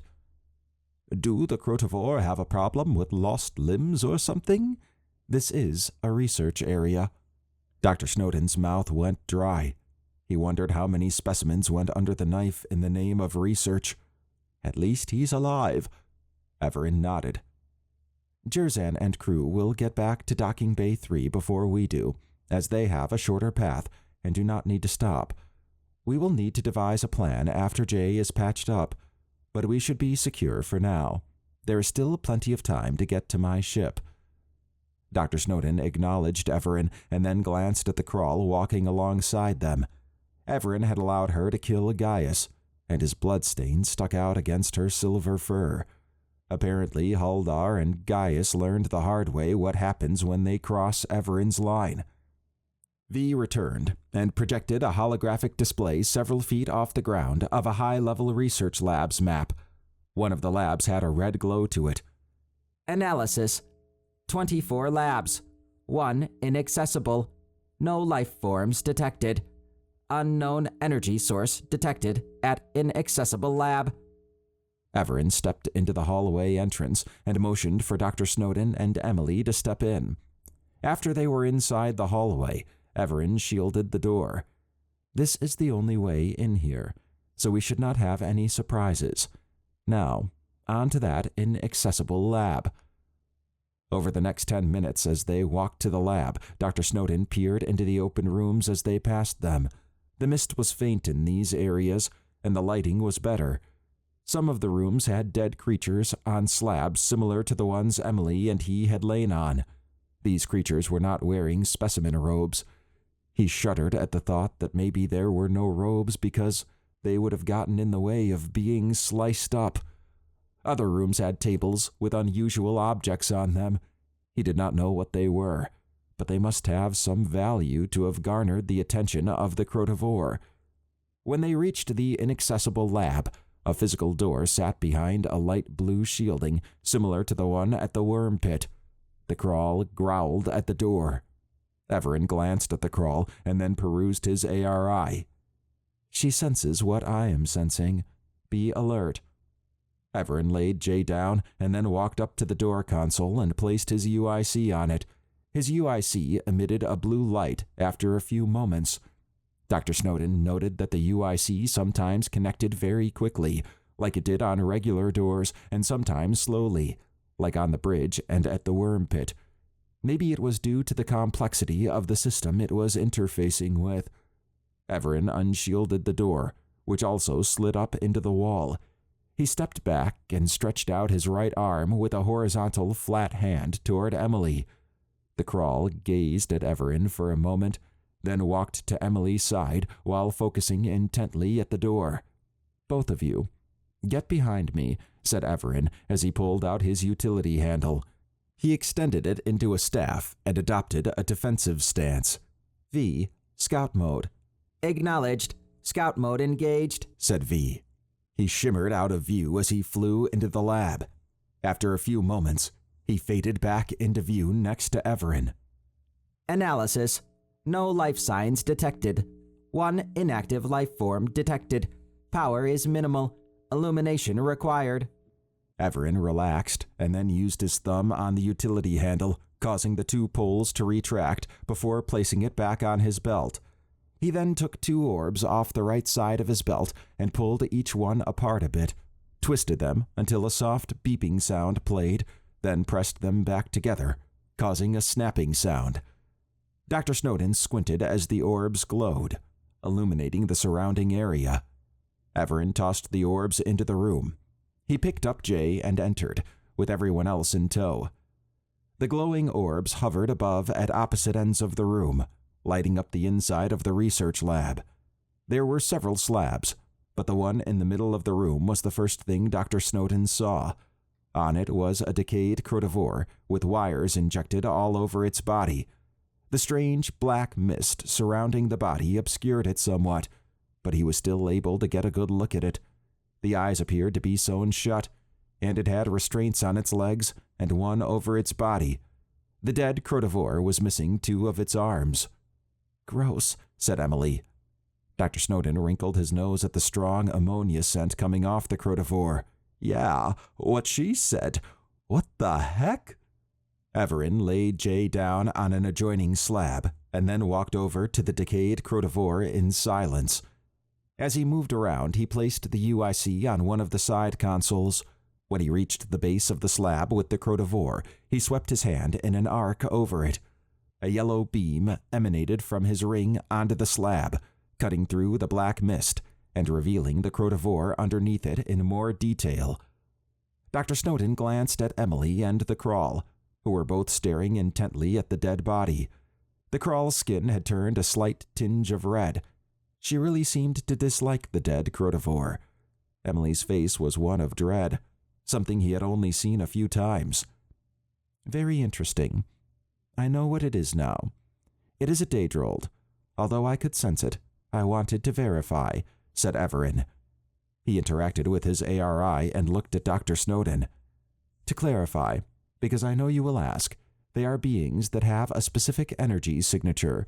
They also commonly have unique abilities. This one could see and find other unique energy signatures, including rifts. I refer to beings of this subtype as seekers, and I have never seen one so powerful, though, that can do it over the distances this one could. The Crotivore outfitted this Daedrold with a biomechanical interface to translate the rifts it found into coordinates. What do you mean by a specific energy signature, like an aura? Asked Emily. Evaran raised a finger. Yes. Everything in the universe gives off an aura of sorts. I can read them via a scan, which separates out the energy, similar to when a spectroscope separates light into a spectrum. Oh, said Dr. Snowden. He gestured at the Crotivore. It looks like a Crotivore, though I don't see any aura or anything. You would not, as you do not have the ability or technology. However, it is a Crotivore with a Daedrold energy signature. Imagine if the Crotivore had a pure green aura, but it also had blue streaks in it. If the blue streaks represented the presence of Daedrold energy, you would know it as a Daedrold. I have come to learn that specific signatures correlate to specific abilities. There are humans with Daedrold signatures, said Evaran as he walked over to the console. Once there, he interacted with his ARI. The room's power came back on, and the consoles lit up. How would, say, Emily and I ever know if a human was a Daedrold if we can't see their energy signature? Asked Dr. Snowden. Since you have nanobots inside you now, you will be able to tell non-humans from humans by the way they move and smell. Without knowing their energy signature, you would not be able to distinguish what type of non-human they are, said Evaran. Dr. Snowden shook his head. He wanted to believe and thought Evaran was probably being honest, but this sounded too fantastic. Evaran walked over to a panel on the wall opposite Jay's slab and opened it. After scanning inside with his ring, he said, "Here it is. The gel in this container should work on Jay." He grabbed a round, medium-sized container the width of a dinner plate. A cord ran out the top and ended in a large, square, cloth-like material at the end. The edges of the cloth appeared to have some type of metallic lining. Evaran set the container beside Jay. Dr. Snowden and Emily joined Evaran at the slab. Evaran pointed at Jay's wound. "I need to put the cloth-like material around the wound and then secure it. Once secured, the container will pump the gel to the wounded area. As the body uses up the gel for regeneration, it will pull more. The piece connected to the limb will then slide down as the limb grows." "That's some powerful gel," said Emily. "It is. Can you hold up Jay's stump?" Emily gripped her hands in front of her and looked at Dr. Snowden with wide eyes. Dr. Snowden smiled. "I'll do it." He walked up to Jay's shoulder area and lifted the arm stump. Evaran wrapped the cloth ending around the stump and then twisted a circular device that connected it to the cord. The cloth ending molded itself over the stump like wax sealing a bottle. "That should do it," said Evaran. "It will take a long time to regenerate fully, but at least it will regenerate. I'm going to take some of this gel for my own research." He walked over to a large screen on the side of the room opposite the entrance. "Since we are here, there is some information about your abduction I would like to learn more about. Relax for the moment." Dr. Snowden sighed. Relaxing was the furthest thing from his mind. Looking at Jay on the slab was disheartening, but at least he was getting healed up. Losing an arm is not something Dr. Snowden could even fathom happening to himself. He was sure Jay would feel the same way when he became conscious. Emily had sat next to the crawl, who looked like it was enjoying stretching out. Evaran was busy interacting with his ARI, and Dr. Snowden wondered what was being shown. At least, for now, he could take a break. A nap would be better, but his body was still on full alert. His muscles loosened up some as he sat against the slab Jay was on. Chapter 17. Emily slumped down next to Dr. Snowden. Seeing Jay lose his arm not only made her skin crawl, but it intensified her general uneasiness. This ship was death, and without Evaran, she and Dr. Snowden would either be dead from creatures or from the ship crashing into the planet. Although she felt alive when fighting the Gringe, that was pure adrenaline. It was wearing off, and her body was telling her that not everything was all right. "You okay?" asked Dr. Snowden. She grimaced and laid her head on his shoulder. He was the only family she had left, and with the way things were going, nothing was certain. She wrapped her arm around his and sighed. "I'm trying. This ship doesn't want us here. I don't think it banked on Evaran stopping in." "Yeah," she said. "And we have the crawl with us now, too." Emily looked over at the crawl, who gazed Emily's way. The crawl sauntered over and lay down in front of them, facing the door. "I think she's much smarter than I initially thought, hand signals or otherwise," said Dr. Snowden. "I'm getting that feeling too," she said. She licked her lips. "She took out that Gaius guy without much effort." "To be fair, he didn't have a weapon," he said. "But yeah, she's pretty tough. I'm just glad she's on our side." Emily cleared her throat. "It's going to be weird going back to Earth, assuming we can, and having these virtual memories." "Hopefully they won't mess with us too much," said Dr. Snowden. He lightly squeezed her shoulder. "Whatever happens, we'll be there for each other." She clenched her jaw. "Yeah, I guess we can have one of your famous dinners of cheeseburgers and fries. That'll let us know if everything is real." He eyed her. She forced a grin. It felt weird to have any emotion other than dread, but Dr. Snowden seemed to lighten things. It could also be that they had a lull. Running around from one crazy incident to another was mentally taxing. Her mind switched to Jerzan. The expression on his face as they left the worm pit was one of pure anger. "I'm not looking forward to running into Jerzan and crew again. Why can't they just leave us alone?" Dr. Snowden nodded. "I think after losing most of his crew, either to the ship or betrayal, then Evaran getting the best of them in the worm pit, Jerzan is pretty pissed about now. I suspect we're the focus of his anger. He deserves a swift kick in the butt." He eyed her again. "Sorry, I don't feel like my usual self." "It's okay. I don't either. I haven't had anything to eat, and oddly enough, I don't have the urge to relieve myself," he said. He tossed a hand out. "There's been plenty of situations where that could have happened involuntarily." She squeezed his arm. "Yeah." Dr. Snowden rubbed his legs. "It feels good to take a break from all this walking. I think I got my 10,000 steps in for the day." Emily studied his leg. "Are you still feeling pain?" "A little. It's not really on the wounds, it's just all over. I don't think we would have survived that without these nanobots." "I'm sure they helped. I'm surprised you didn't lose your temper, as short as it can be sometimes." "I was too busy trying to stay alive for that," he said with a grin. It did her good to see that he was trying to keep it light. That was one thing she loved about being around him growing up, at least before he moved away.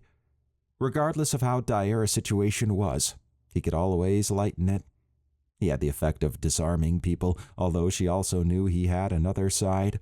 When angered, his temper would surge, and it did not take much to trigger it sometimes.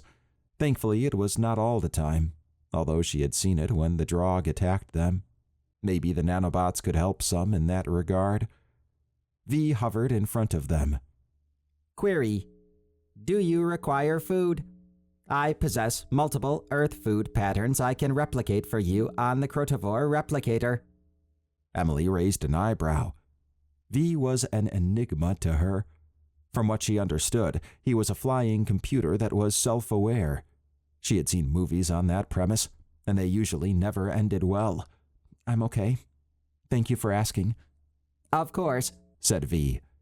If you need either food or drink, please do not hesitate to ask me to get you some. Dr. Snowden nodded. It's appreciated. He tilted his head. What do you make of this situation? You are with Evaran, so you will be okay. You're pretty confident. Is this something normal for him? Yes, although this one is less dangerous. Emily and Dr. Snowden shared a look. V, there is no need to scare them, said Evaran, looking over. Analysis. I ran a query on all situations and weighted them using a difficulty factor. Evaran shook his head. Perhaps so. I have learned that with humans, sometimes ignorance is desirable to maintain confidence. He raised a finger. Nonetheless, I have completed my analysis of their abduction. He glanced at Dr. Snowden and Emily. Do you wish to know about it? Dr. Snowden stood. Yeah, I'd rather not be ignorant about that. I'd like to know too, said Emily, joining Dr. Snowden. Evaran motioned for them to come over. Excellent. Then let me inform you. Dr. Snowden and Emily walked around the slab to the large screen next to Evaran. The interface was different from the others Dr. Snowden had seen previously. While the others had a busy interface, this one was relatively calm. It had a simple circular menu wheel on the bottom left, with the rest of the screen displaying submenus on the bottom and the main content above it. The crawl walked slowly around the slab as well, never taking her eyes off the Daedrald. She looked at Emily while proceeding to the corner of the room near the screen. The crawl lay down and closed her eyes after getting there. Dr. Snowden scrutinized the large screen. This screen shows a list of their rift jumps, said Evaran, gesturing at the screen. They cataloged all of them. Unfortunately, this room has a damaged holographic interface like the rest of the ship. I was hoping since this room was disconnected, it might have been spared. At least we have the backup interface in the screen. That would have been cool to see, said Emily. Dr. Snowden agreed with Emily. He really wanted to see the holographic interface and wondered what it would look like and how it would act. He turned his attention back to the screen. Evaran pointed to the rift jumps on the screen. You can see there were 18 rifts based on this list. The last one should be Earth, right? Asked Emily. Not quite. The last one was the one they took to get out here. Emily, press on the 17th rift in that list. Emily complied, causing a muted click sound. The main content area switched to a detailed three-dimensional galactic map. A semi-transparent gold line connected some of the planets. Each planet the gold line intersected had a number next to it. Emily glanced at Evaran. Which one do I pick now? Hard to tell which one is Earth. Down here, said Evaran, pointing to a planet near the end of the gold line. They called your planet 1731, the 17th rift jump and 31st planet they encountered. They did not bother with names. Even though this lab was disconnected, there is still some missing data. I am guessing some security system was trying to wipe it before it got shut down. Emily pressed on Earth. A green outline appeared around Earth, and then the screen zoomed in, showing Earth at the top of the screen. The bottom of the screen had several large, round, orange menu options. After several moments of scanning the options, Emily pressed the Specimens one. The Specimens option lit up, and the other options disappeared. A horizontal list of square images of several humans appeared. Emily squinted as she studied the images, then looked at Evaran. Hey, that's me and Uncle Albert. She tilted her head. There's Sanjay and Jay, but I don't know who those other two are. Yes, apparently you are specimen number 3, and Dr. Snowden is specimen number 4, said Evaran. Sanjay was specimen number 5, and Jay was the 6th. Touch the first specimen. Emily glanced at Dr. Snowden and then touched the first specimen image. A pale, slender human appeared on the left side of the screen. To the right were details and statistics. A comprehensive notes section spanned the screen under the image and details. Dr. Snowden peered at the notes. They seemed to touch on various aspects of humanity that seemed familiar to him. It was the note on blood consumption that caught his eye. He reread the note, then touched the screen, causing the area under his touch to highlight. He faced Evaran. "It says here that this guy drank blood. Like a vampire or something?" A good observation. Most vampire types are daedrolled. However, that is but one type of daedrolled. The Crotivore missed many other types living on your planet, said Evaran. Dr. Snowden harumphed. "You're serious? Vampires are real?" "A few hours ago, you learned aliens are real." Dr. Snowden paused as if in thought. "Point taken. But this is on Earth. I'm sure if they existed, we would have known about it." "There are a lot of aliens on your planet as well, but you do not know about them either." Dr. Snowden paused to ponder Evaran's words. It seemed that Earth was a lot more than it appeared to be. Aliens and daedrolled.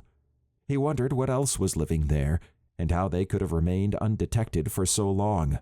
Although Evaran was probably telling the truth again, it was still difficult for Dr. Snowden to accept it. It was a matter of putting aside what he thought he knew, and opening up to the new reality unfolding before him. Emily pointed at a paragraph halfway down in the detailed notes. "Look here. It says they tried to pull this one, but the crew was killed. The retrieval ship crashed, but not before the data transmitted. I'm guessing the vampire had something to do with that?" "Most likely.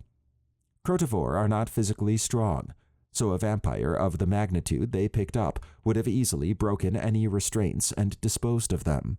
However, being in an unfamiliar alien ship with nothing flying, it would lead to a crashed ship," said Evaran. "Wonder if it survived," said Dr. Snowden. "Let's see what's behind door number 2. It better not be a killer clown or something." He pressed the second specimen image. A burly man with muscles bulging through his flannel shirt replaced the vampire. The man had a thick beard, bushy eyebrows, and a look that indicated anger. Dr. Snowden peered at the notes and noticed that, like with the vampire, the crew died and the ship was destroyed, but not before the data transmitted. It appeared this man turned into an animal when beamed up. "I guess this is a werewolf or something?" "Close," said Evaran, raising a finger. They did not have a word to describe what animal it was, other than it was big, furry, and strong. It is a bear shifter, and comes from another realm. They are not daedrolled, and are instead known as outsiders. They too have specific energy signatures. The Crotivore most likely abducted him in his human form due to his unusual readings. "Another realm?" asked Dr. Snowden. "That is a bit complicated to explain. Suffice it to say, there are areas that exist outside the timelines, but are still part of your universe. This bear shifter is from one of them. You may be more familiar with traditional outsiders, like the Greek and Egyptian gods," said Evaran. Dr. Snowden exhaled sharply. "You're saying all the gods in history were outsiders?" "The ones I have met are. The last one I met was the Greek god Hermes. He has some issues to work out." "So vampires, werebears, and now gods? How have they remained undetected for so long?" Evaran looked off to the side for a moment, then back at Dr. Snowden and Emily. "Humans have a bad tendency to attack what is different. Daedrolls and outsiders have been on your planet as long as humans, some even longer. They have integrated into human society, with the outsiders doing so much more successfully than the daedrolled and others. They have their own governing bodies, politics, religions, and the like. The one thing they have in common is being able to remain undetected. However, as humanity advances technologically, this is becoming harder for them. Humanity purges them if detected. Well, except for one class of outsiders. This also applies to aliens and others. I can't believe these things are walking around, said Emily, gesturing toward the screen. Evaran walked over to another console on the side of the room. You will notice them when we get back. They have emotions and goals in life just like you do. I am going to get some more data. Feel free to look around. When I am done, we will need to figure out something for docking Bay 3. Dr. Snowden spent the next several minutes going over the interface a bit more, checking out some of the other stops and specimens that were picked up. There were a lot.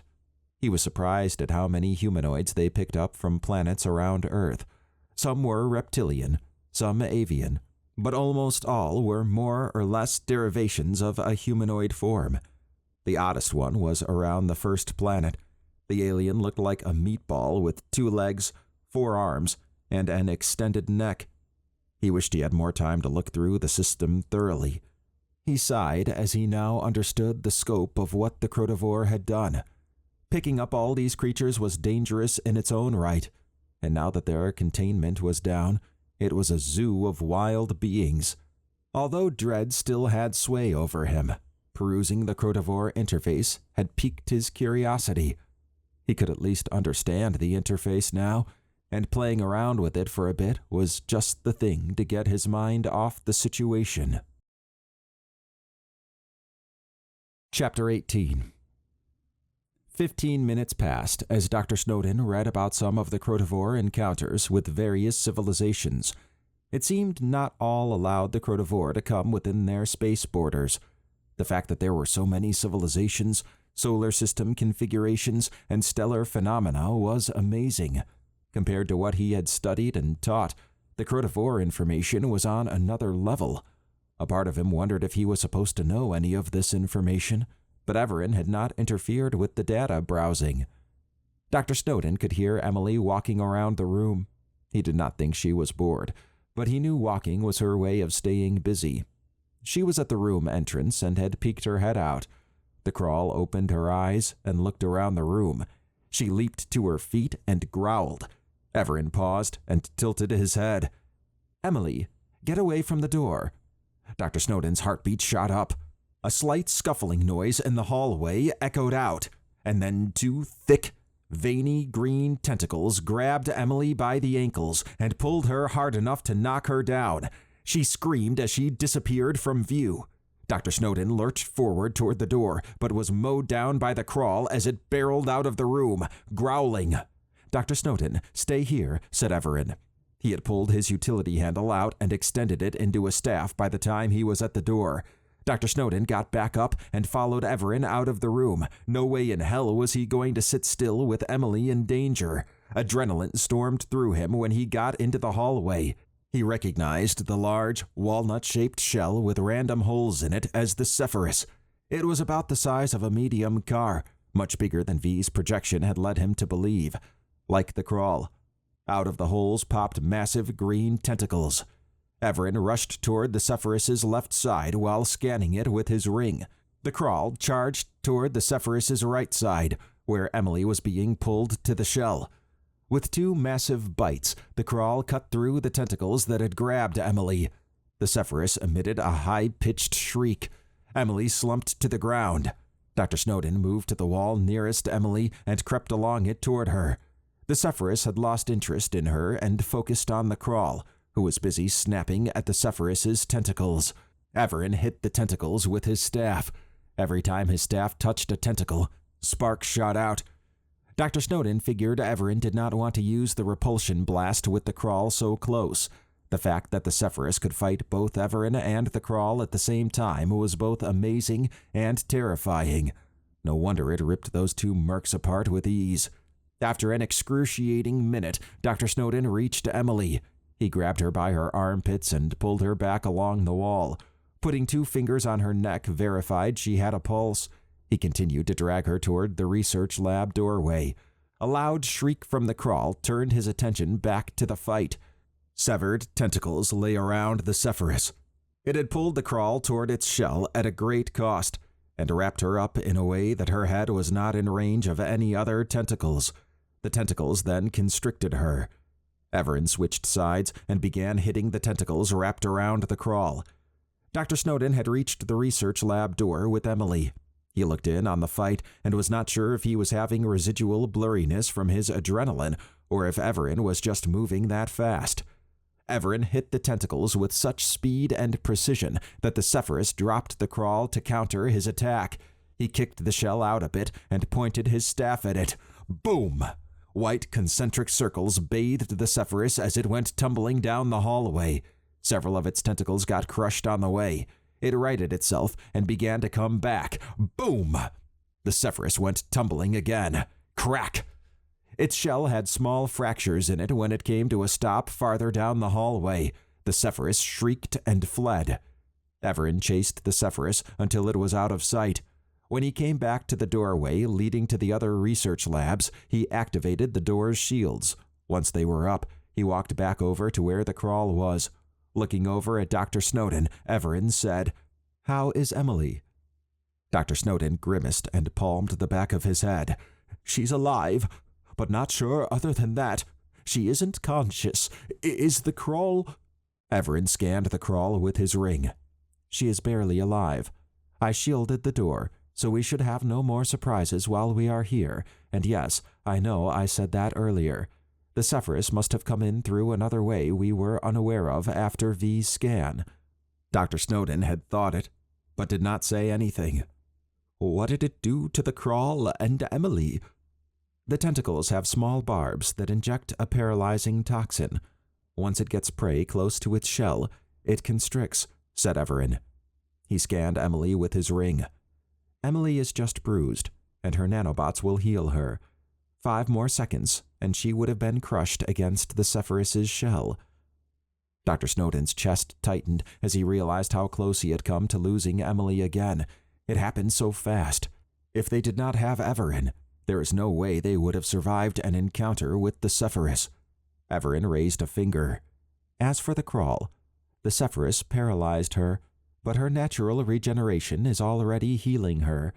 She also has a broken front leg that will take several days to heal. That is a problem, as we do not have a way to move her effectively. I can only carry Jay or her, and I cannot leave Jay here." Dr. Snowden's muscles tightened up, and his face turned red at Evaran's implication to leave the crawl. No way was Dr. Snowden going to leave without her, not after she had saved both Emily's and his life. He could see why the gremlin used them. Their hearts were as big as their physical size. He gritted his teeth and bore a gaze through Evaran. "We aren't leaving her here to die. That's not an option." Evaran put his hand on his chin and studied Dr. Snowden. After a minute, Evaran extended a hand, palm down. "Relax. We will wait until Emily is back up and able to move. I will check the lab to see if there is anything that might help the situation." Dr. Snowden let out a deep breath as his muscles loosened up. He wondered if Evaran was testing him. Dr. Snowden picked up Emily and carried her over to the crawl. He sat down next to her and cradled Emily. It seemed no place was safe on the ship, not even in areas deemed secured.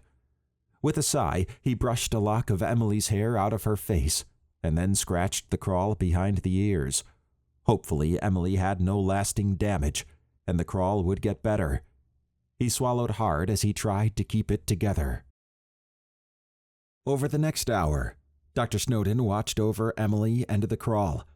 Emily had regained consciousness and was stirring. The crawl had also begun to revive, but only the laborious thumping of her tail gave any indication she was alive. At least they were not dead. The Zephyrus would live in his mind as a nightmare. It must have been brutal on the world it came from. The power of an anaconda with the armor of a walnut shell. It took the force of Evaran and the crawl to take it down. He wondered if it had encountered any drog. Evaran had been in and out of various research labs during the time, and had also studied the crawl's collar. Dr. Snowden wondered what health monitoring information was on the caller. What happened? Asked Emily as she sat up and rubbed her temples. You were attacked by a Cephorus. It paralyzed you, which knocked you out. The crawl bit the tentacles wrapped around your ankles before... Dr. Snowden removed his glasses with his right hand and rubbed his eyes with his left forearm, then cleared his throat. Evaran and the crawl fought it off, but she is barely alive with a broken leg. No, said Emily as she crawled over to the crawl. Tears streamed down her cheeks as she stroked the crawl's face. The crawl rolled her eyes to look at Emily. Emily looked up at Evaran and wiped the tears from her cheeks. Is there anything we can do? Evaran glanced at Dr. Snowden. She is coming with us. Fortunately for her, she had not used her emergency regeneration stimulant. Every crawl in service to the Gremlin Empire has one. I activated it, but she will not be able to walk for a while. My ship can fully heal her when we get there. Are you able to walk? Yeah, I just need to orientate myself, and I feel like crap, said Emily. She hugged the crawl and then motioned for Dr. Snowden to come over. With his assistance, she was able to stand up. A side effect, said Evaran. It will pass. As for the crawl, I found a hover slab in one of the rooms. The Crotivore used it to move specimens around. We may be able to use it for Jay and her. He knelt in front of the crawl and clasped both hands in front of him while shaking them. The crawl moved her head to look at Evaran, but laid it back down. Emily sat again and stroked the crawl's neck. She knows that the stimulant has been activated, and she is appreciative of our efforts to aid her.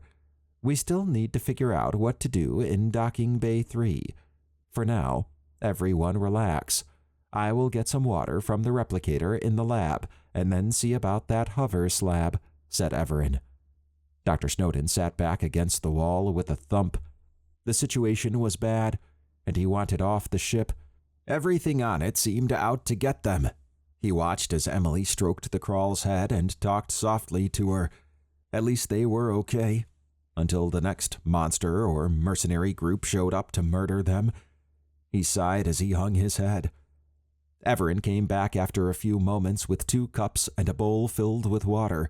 He handed the cups to Dr. Snowden and Emily and placed the bowl by the crawl's head. Emily took a sip out of her cup while the crawl lapped from the bowl. Dr. Snowden sniffed the water. It had a strong chlorine smell to it. He scrunched his face and took a sip. It had no taste. The hover slab is bigger than I expected, said Evaran. It appears it was made to move 2 specimens at a time. I will be back with it shortly. He pivoted and left. After a few moments, Dr. Snowden stood up and walked over to the lab to see if Evaran needed any help. When Dr. Snowden got to the door, he noticed Evaran had the hover slab out. It reminded Dr. Snowden of a metallic rectangular box that hovered off the ground and was about chest high.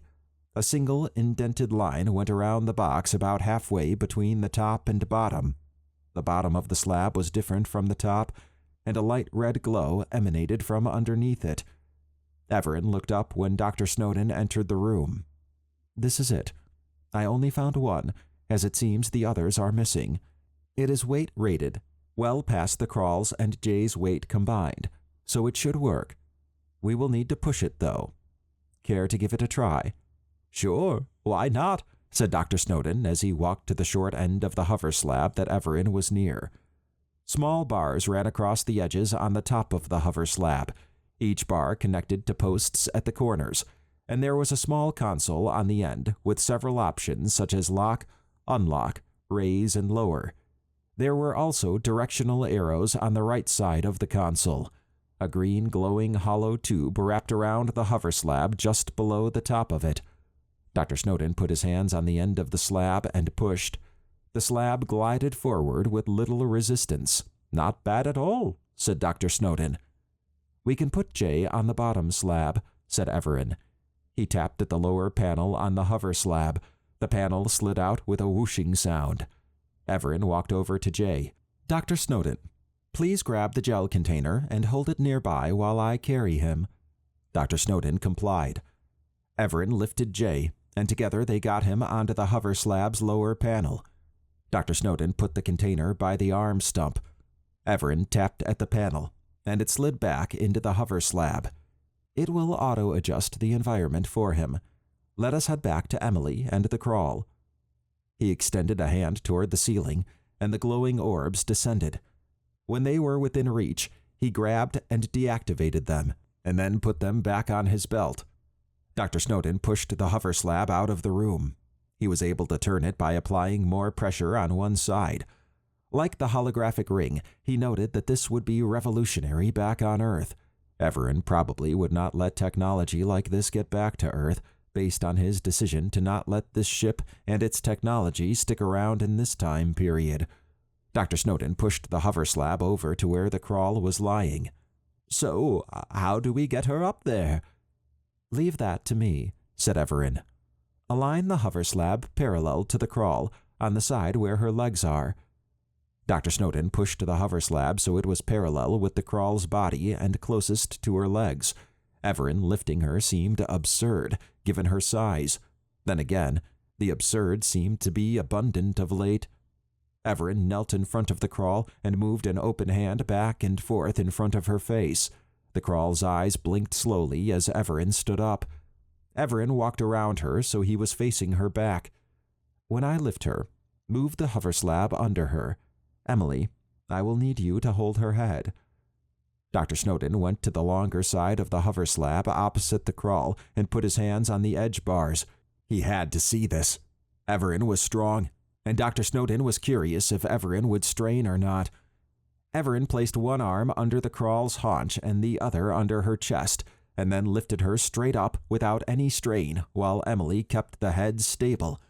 Dr. Snowden pushed the hover slab toward Evaran until it was just touching his belt. Evaran lowered the crawl onto the hover slab. Emily stroked the crawl's neck as the slab dipped a bit, then reset itself back to its original height. "You're a lot stronger than I thought," said Dr. Snowden. "Carrying Jay, and now this?" "Relative to a human, perhaps. Now, who wants to push the crawl?" asked Evaran, closing the top slab. "I will," said Emily with a defiant face while glancing at Dr. Snowden. She positioned herself on the end with console as Dr. Snowden stepped back from the long side of the hover slab with raised hands. With a tap at the bar, the hover slab moved forward a foot or so. "I got this." Evaran nodded at Emily. "Follow me." They followed Evaran to the main research hub entrance they had initially come in through. Evaran unshielded the door, and then motioned at V. V shimmered out of view as he flew through the entrance. Evaran reshielded the door. "V is going to docking bay 3 so we can see what we are dealing with." He pulled his UIC off the door console and walked over to the hover slab, where he placed it on the slab's console. After perusing his ARI, he said, "Intriguing. This hover slab has a shielding mechanism. The interface to turn it on is not on the slab. It has to be done remotely. However, I can access it. The edges will be outside the shield, though, so it can still be pushed." Dr. Snowden glanced at Emily, then at Evaran. "So this hover slab can act like a moving shield, then?" "A good tactical observation. If there was another, you and Emily could have gotten in it, and I could have used both of them as moving shields. Nonetheless, the design intent of the shielding mechanism was not to keep things from getting in, but to keep things from getting out." Emily swallowed hard. "They must have been scared while in there." "As I mentioned earlier, this is a research area." Dr. Snowden rubbed his left inner palm with his right hand thumb. He wondered how many specimens were tortured in these research labs. No wonder that when the specimens were given the chance to roam free, the Crotivore died quickly. The Crotivore would probably have brought him and Emily here at some point. He could not imagine waking up out of the virtual simulation to be stuck on a hover slab like this and then taken to a room to be researched. Jay would have been the poster boy for needing shields like that. Evaran pulled out an orb and tossed it in front of him. A projection shot up, showing a top view of docking bay 3. Evaran interacted with his ARI, and 4 red dots appeared in the view, 1 in each corner, nestled among the shipping containers. He pointed to the clearing in the center of the room. The red dots are Jerzan's crew, lit up courtesy of their location beacons. It seems they have set up a kill zone. He pointed to the bottom entrance. This is where we would come in from. He pointed to another entrance centered on the left side of the room.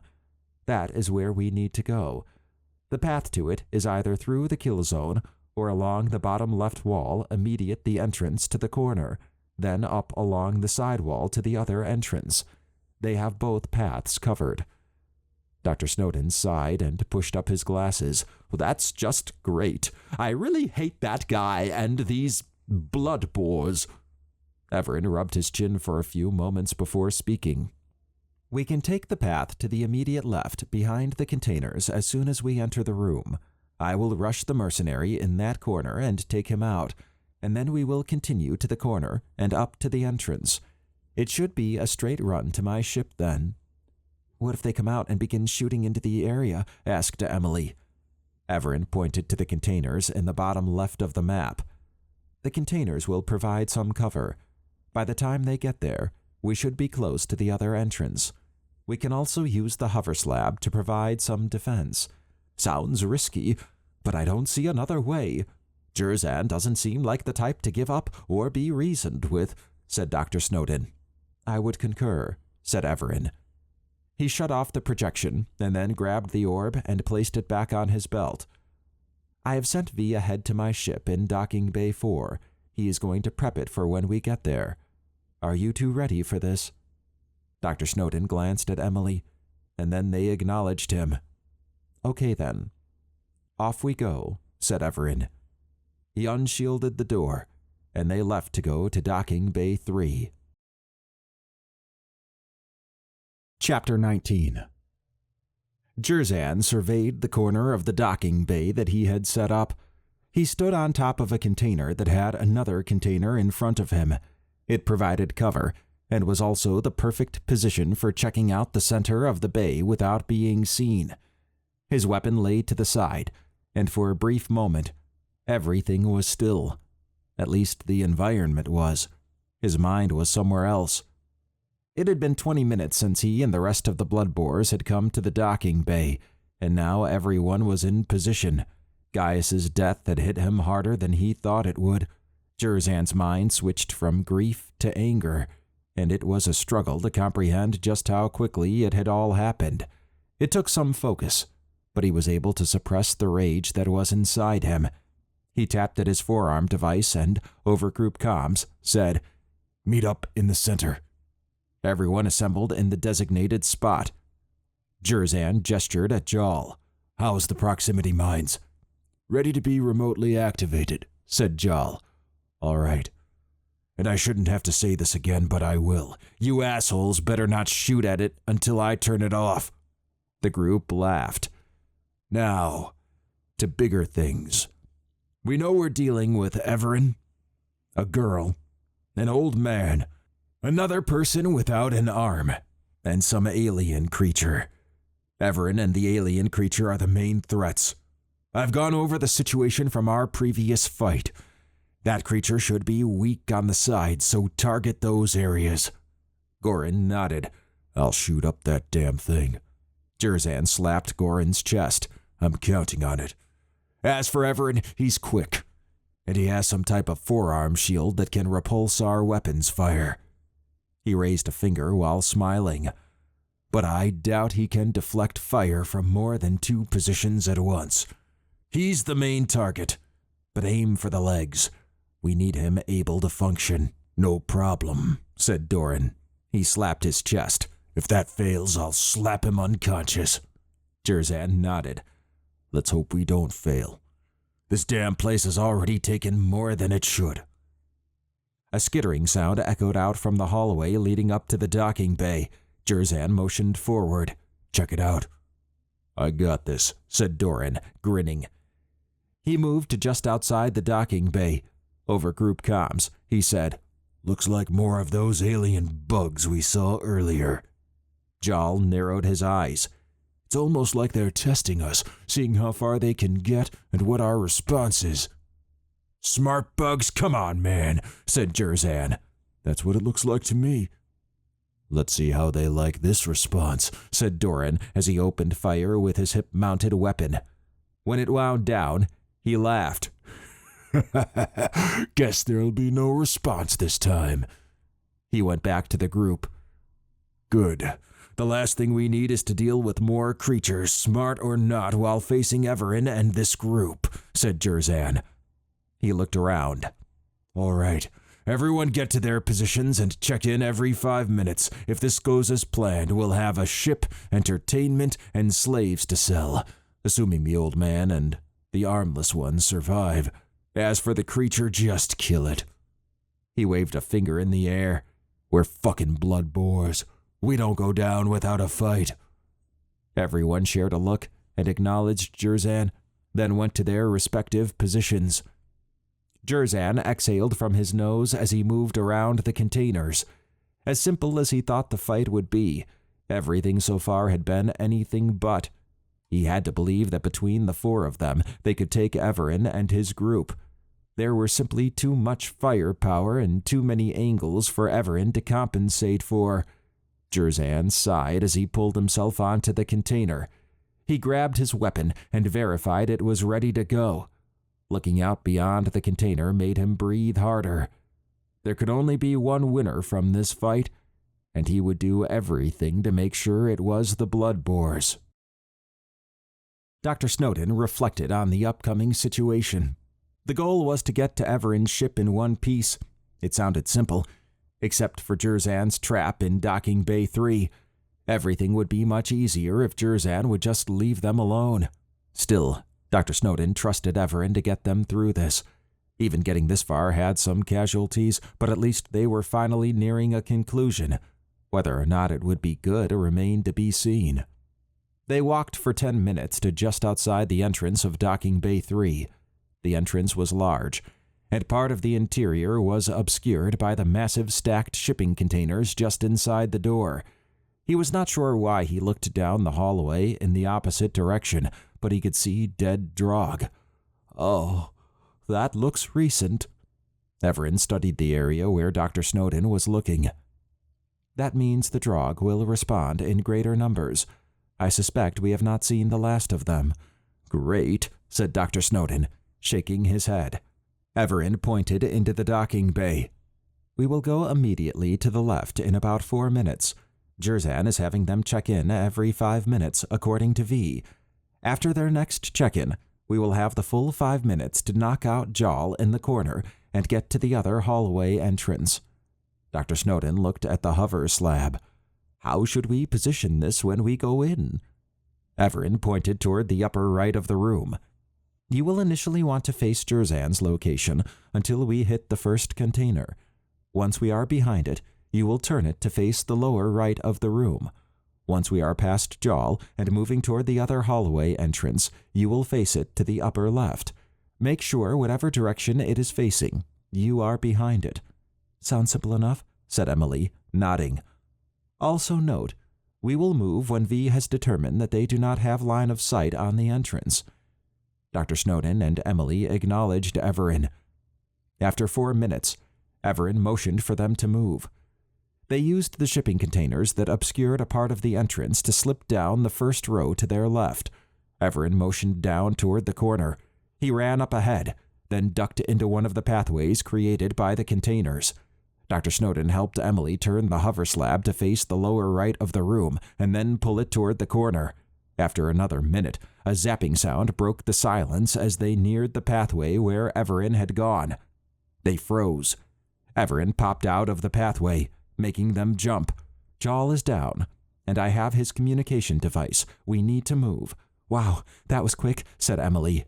To be fair to him, he was urinating in a corner and had just finished checking in with Jerzan, said Evaran. Dr. Snowden exhaled sharply. We just gonna leave him? For now.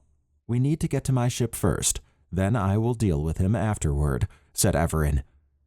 They hit the corner and turned the hover slab to face the upper left of the room. After pushing it for a minute while staying in the pathway between the wall and the containers, they approached the left entrance that led to Docking Bay 4. Evaran raised his hand for them to stop. Hold on.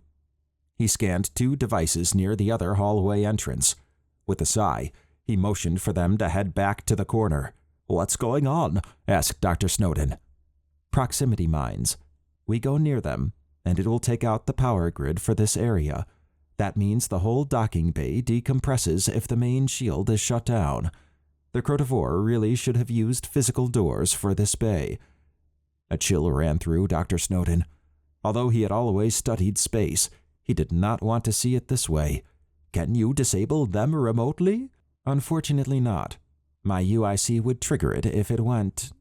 Evaran tilted his head and raised a finger. Emily's face turned white. "Drog." Dr. Snowden's skin went cold. He could hear the faint shrieking and chattering noises of the Drog brood now. It was not something so easily forgotten. It seemed the Drog were not happy with their last encounter. "You gotta be kidding me. They're getting closer and gonna come in here, aren't they?" Evaran narrowed his eyes.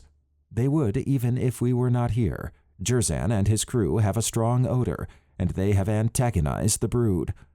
They reached the corner and turned the hover slab to face the entrance they had come in from. Dr. Snowden sighed.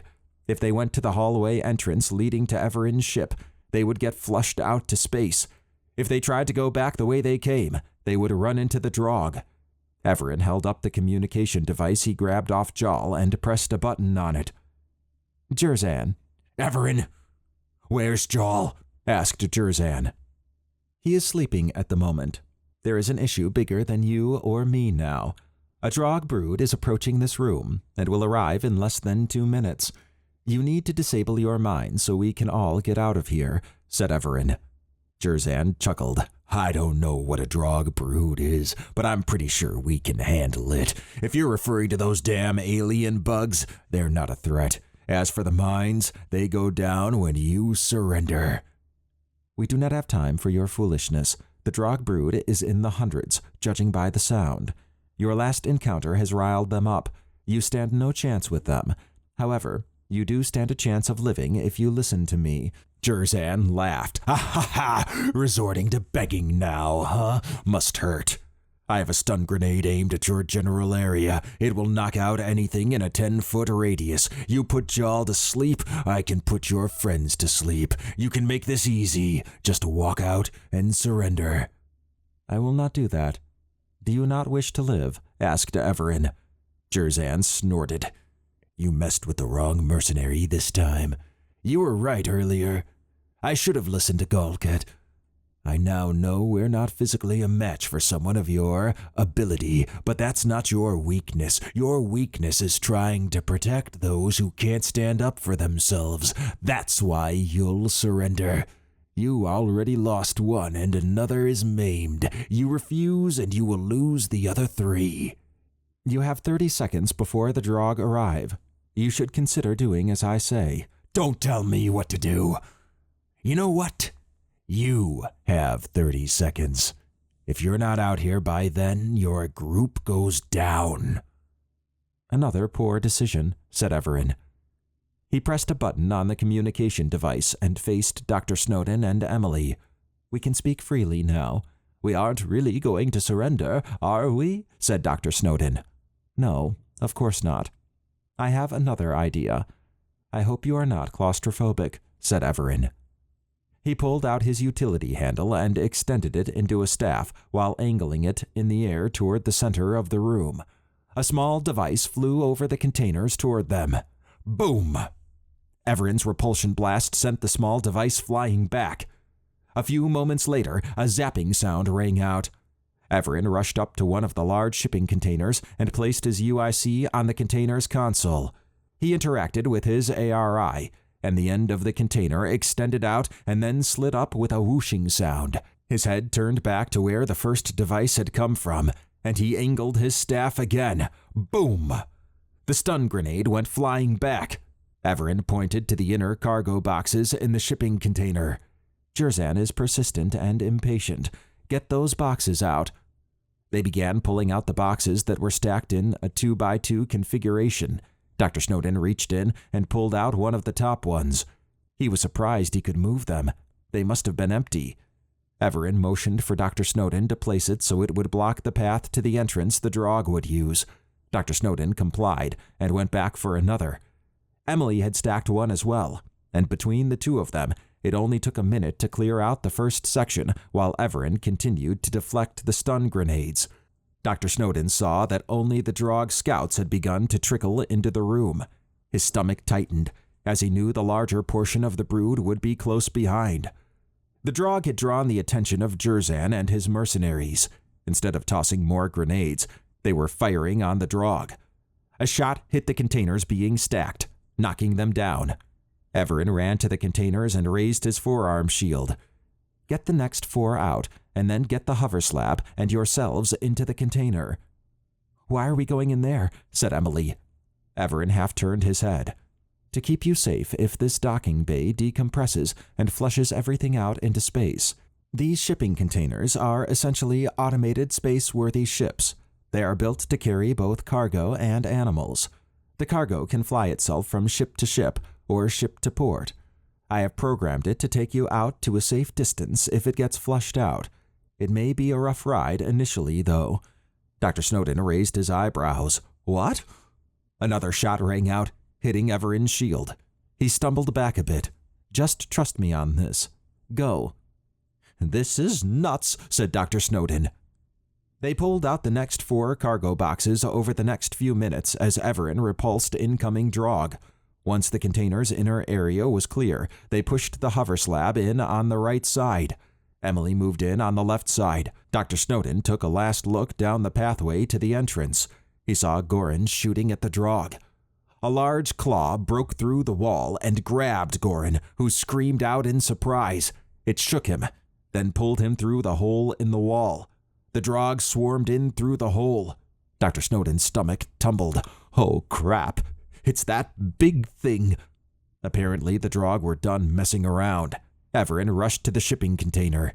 Get in. Dr. Snowden jumped in and knelt next to Emily. Evaran grabbed an illumination orb and activated it, then tossed it into the shipping container between Dr. Snowden and Emily. After tossing in another orb, Evaran said, The illumination orb will give you some light, more than the container will provide, and the other is a remote viewing orb, which you are familiar with.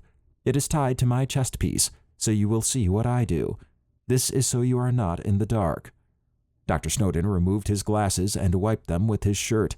He swallowed hard. You sure about this? Absolutely. It is about to get chaotic. You will be safe here, and that is my main concern. Emily jostled past Dr. Snowden, stepped out, and bear-hugged Evaran. Good luck. She then hopped back into the shipping container. Dr. Snowden could see that despite the wild situation, Emily saw Evaran as their savior. As scared as Dr. Snowden knew Emily would be, Evaran was a calming presence, even with alien bugs swarming a room with mercenaries. Evaran nodded at them and interacted with his ARI. The shipping container door closed. Dr. Snowden scrutinized the projection from the remote viewing orb. The illumination orb lit up the enclosed space just enough so that the projection was clear. It showed the shipping container door closed, and then Evaran grabbing his UIC off the console. Evaran ran over to Jaal and tossed him over his shoulder. Dr. Snowden's left eye wrinkled.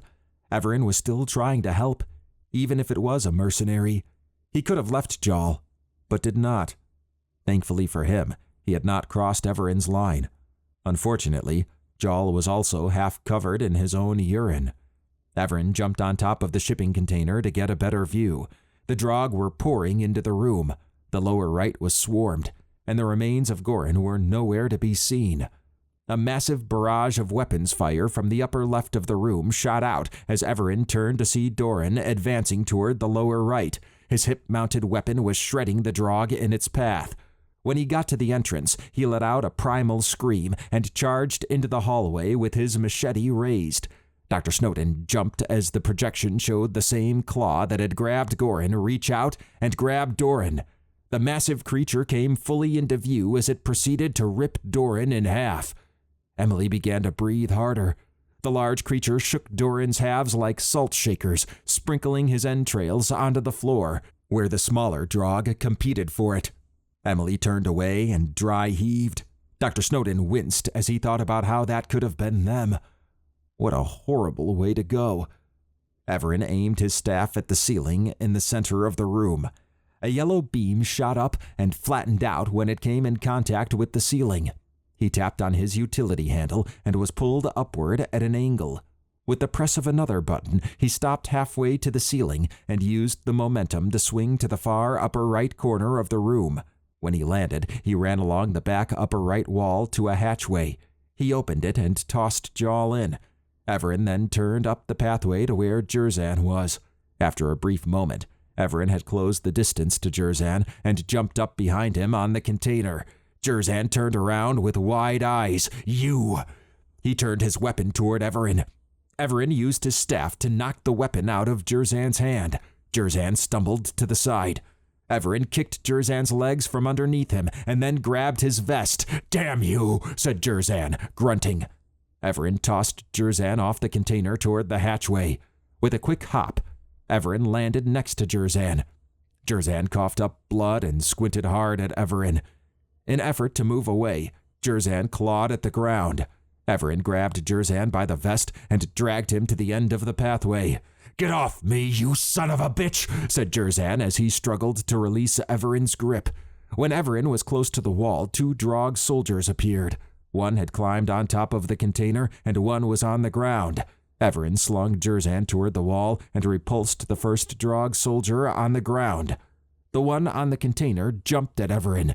Evaran stepped to the side, dodging the downward swipe of its claw. When it landed, he sidekicked it in the chest, sending it flying down the pathway he had just come down. He then turned back to Jerzan. Jerzan lay sprawled out and was breathing hard. He laughed and held up a device. After licking the blood from his lips, he said, "Looks like you're a bit late. If I go, you're going to. I'll see you in the nether realms, asshole." He pressed on the device. Boom! The lights dimmed and the docking bay's outer shield began flickering as the proximity mines detonated. Evaran shook his head as he rushed to the wall where Jerzan lay. Once there, Evaran planted his right foot against it, then grabbed Jerzan by his vest. Using his left hand, Evaran swung Jerzan in a 180-degree arc, launching him into the hatchway. Evaran looked in at a startled Jerzan. "I am not allowed in the nether realms anymore. Enjoy your stay in a Bilaxian prison."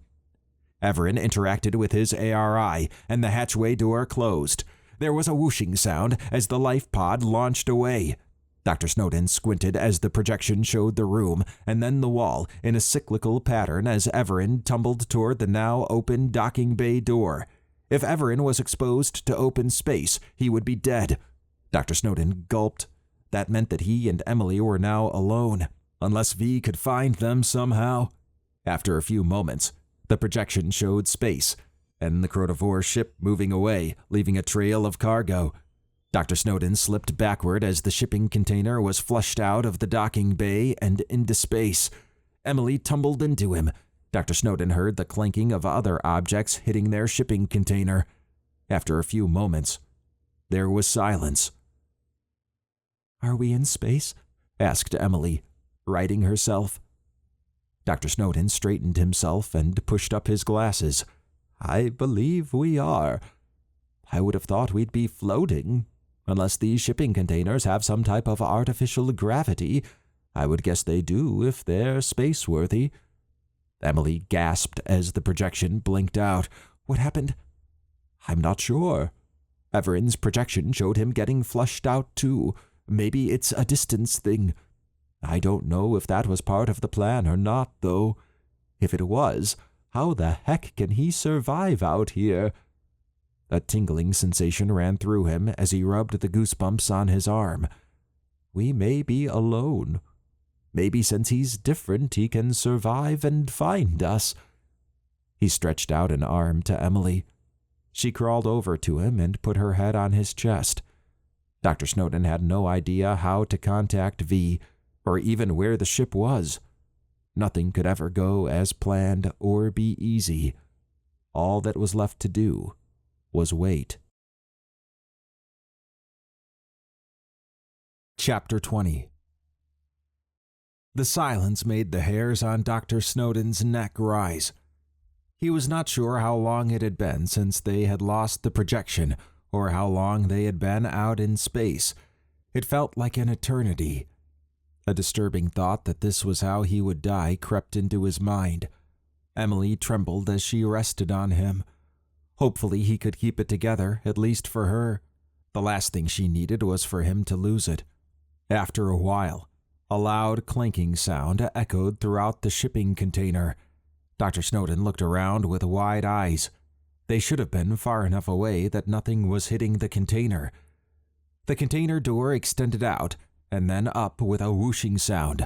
A robot with fibrous mesh arms and legs covered partially by semi-transparent silver armor stood in front of them. Dr. Snowden leaned forward with his left arm shielding him and Emily. "Who are you?" The robot tilted its head at Dr. Snowden. I am V. This is my full body mode. "V?" said Dr. Snowden as he exhaled and relaxed his muscles. He glanced at Emily, who was staring intently at V. Evaran is waiting for you on the bridge, said V. V grabbed the hover slab and began to pull it outside. It is good to see you both are safe. "Yeah, I'm just glad for that," said Dr. Snowden, motioning for Emily to exit the shipping container.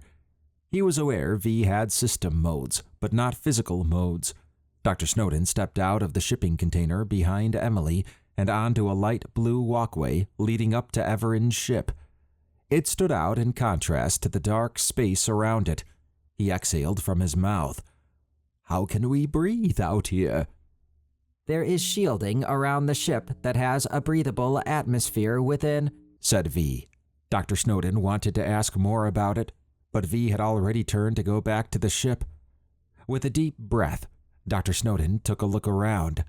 He steadied himself as he turned, gazing out into deep space. Maybe this was how astronauts felt. It was beautiful, yet he knew how menacing it truly was. Emily was gone. She must have already walked ahead with V through the light blue doorway at the end of the ramp. The ship reminded him of a hockey puck sitting on an upside-down cymbal. He figured it was probably about 15 feet tall and 30 feet wide. The white, slightly angled bottom was reflective, causing him to shield his eyes. As he walked up the light blue ramp that seemed to be made of light, he noticed the fine, black, fiberglass-like mesh that wrapped around the middle section of the ship. He faced the door and paused. It was semi-transparent, with a hex pattern covering it. He pushed his finger through it and then yanked it back out. With a final look around, he shook his head and stepped through the shield. It was an amazing-looking ship, if a bit small. He wondered how it was going to get them home. He surveyed the interior. The flooring was dark blue, and the walls were a mix of dark gray, silver, and white. Looking to his left, he saw 3 doors along the curved wall. A ramp past the doors led up to a walkway that ran along the wall to another walkway. To his right were 3 more doors along the curved wall, as well as a ramp farther up that led to the same walkway as the left ramp. He moved toward a table with replicator pads. Resting his hands on the cool, metallic table, he studied what looked like an elevator entrance behind the table. He ran his hands along its sleek surface. Where it went, he had no idea. Looking up, he saw a white ceiling that went as far as the central walkway. Past that, on the ceiling, it looked like glass with several support beams on the outside. V had pushed the hover slab into the room behind the first door on the right and was interacting with the console. Given the dimensions of the ship, the room should be impossible. It was large, with side rooms branching off every side. The center of the room had several slabs of various sizes.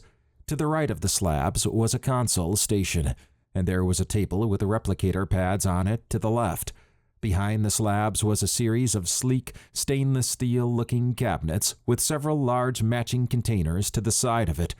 This was definitely a medical bay of some sort. He continued up the right side, ascending the ramp to a walkway separating the entrance area from the rest of the ship. 3 people or so could walk comfortably next to each other on it. What appeared to be a command area extended beyond it. Evaran sat on a large chair just inside the space, with 2 ramps on either side, allowing access, while Emily was to his right, looking around. Dr. Snowden grinned, thinking that her Snowden curiosity streak was at play. To the sides of the ramps were guardrails that extended out. The area stood out from the rest of the ship, as the ceiling over it and the curved walls surrounding it had a glass-like surface. It had various support beams running across it on the top that stretched down to the front of the ship. Dr. Snowden realized this gave a good view of what was outside. The large chair had arms packed with various consoles and gadgets. Along the front of the ship was a large console that stood out several feet from the front glass-like wall. It was a large U-shaped fiberglass-like desk with 2 legs. A large screen outline was on the front wall. Dr. Snowden did not see anything on the screen, which allowed him to see through it to the outside of the ship. He was impressed that he could see so much out there. To the left and right of the ramps were U-shaped seating areas, with a table similar to the one in the front of the ship. This was unlike anything he had ever seen. Emily ran up to him when he walked over to where Evaran sat. Evaran turned toward them. "Ah, there you are. Welcome to my ship, the Torvata. Please come and sit."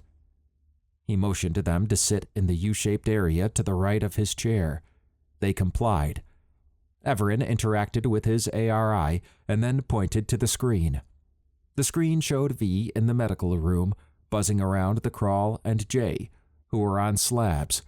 Several robot arms attached to the slabs were moving around them, attaching tubes and scanning. Digital readouts hung off to the side of them in the air. "V. Crawl status," said Evaran. V stopped and turned toward the screen. Analysis.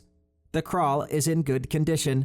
The front leg is being mended, and all traces of the paralyzing toxin are being purged. Several bruises on the ribs have been healed, and the collar has been removed.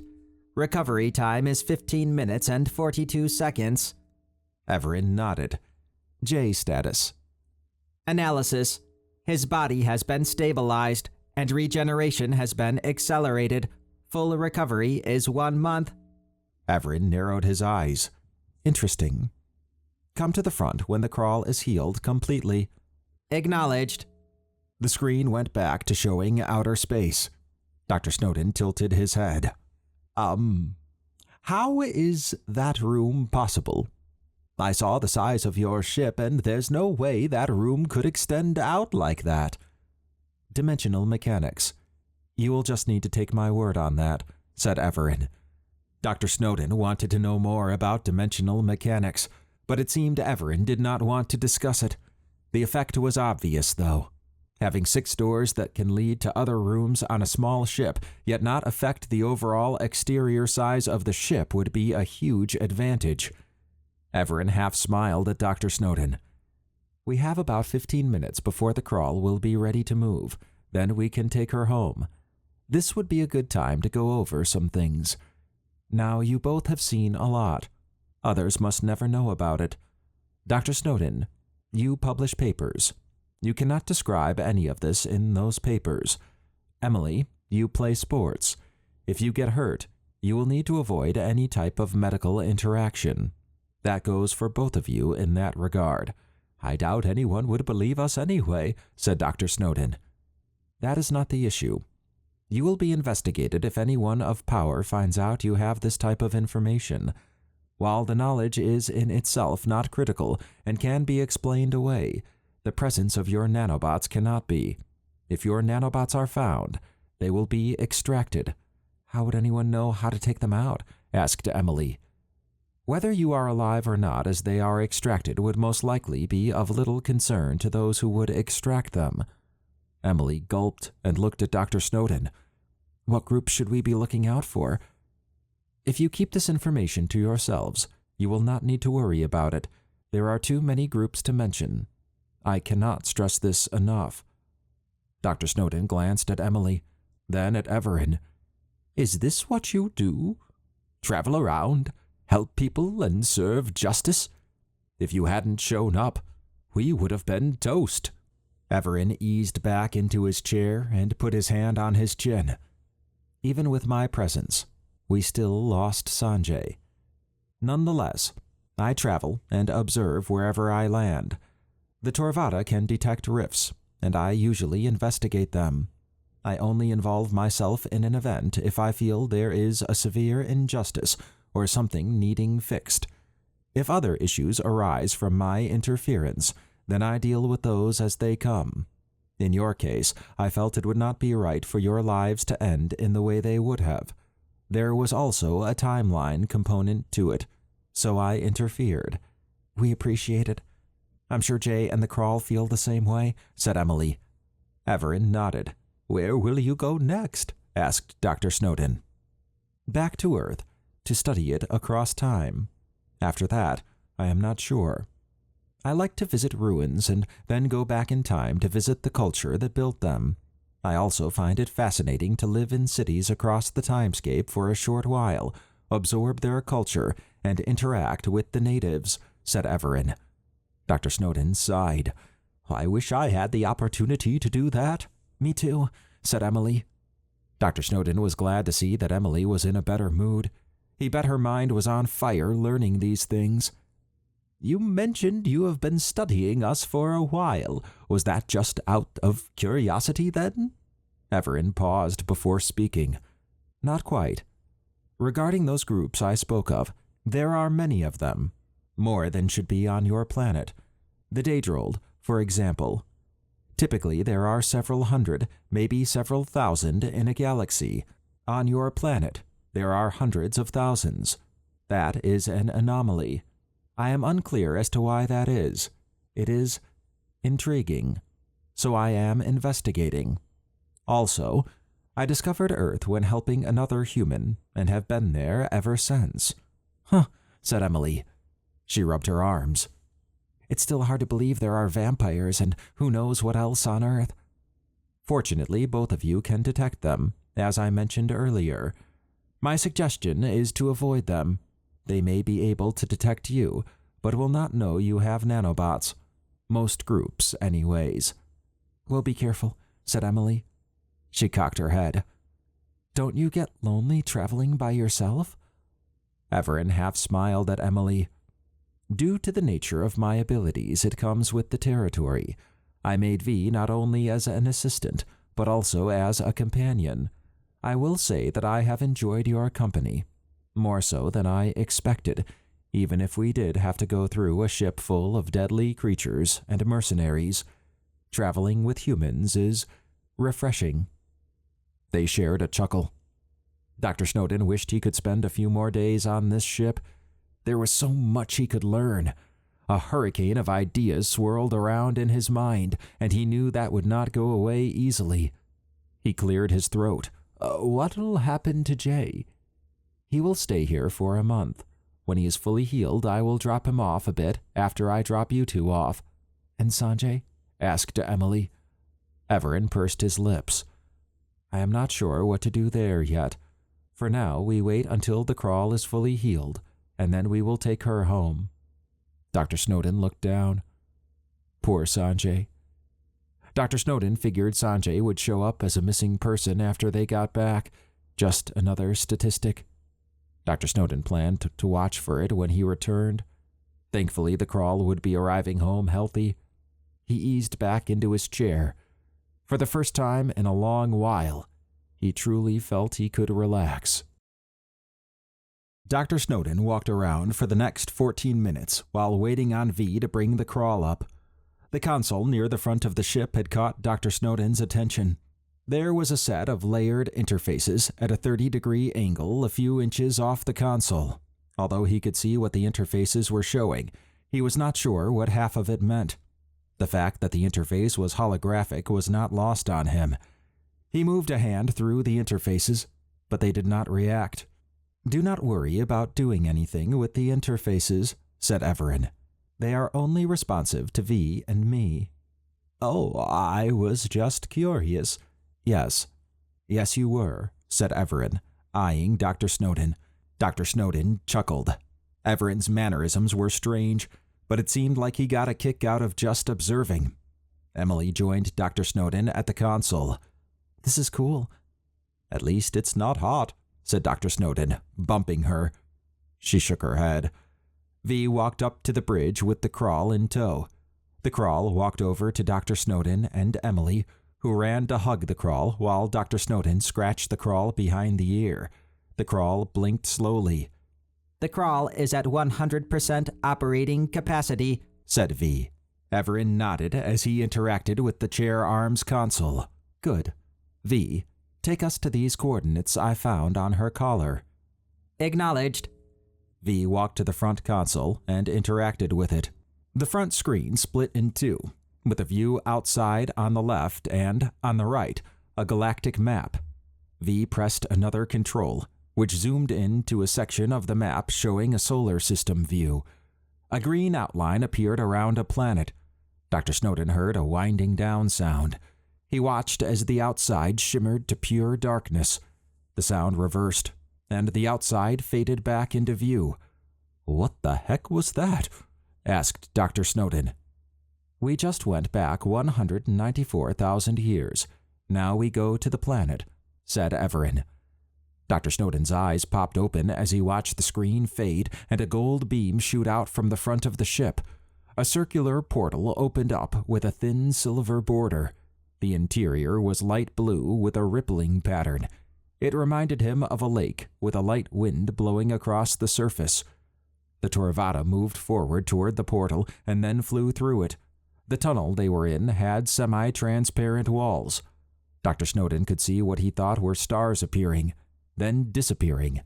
The Torvada exited the tunnel above a planet with a reddish tint. Dr. Snowden rubbed his eyes. We just traveled 320 light years, said Evaran.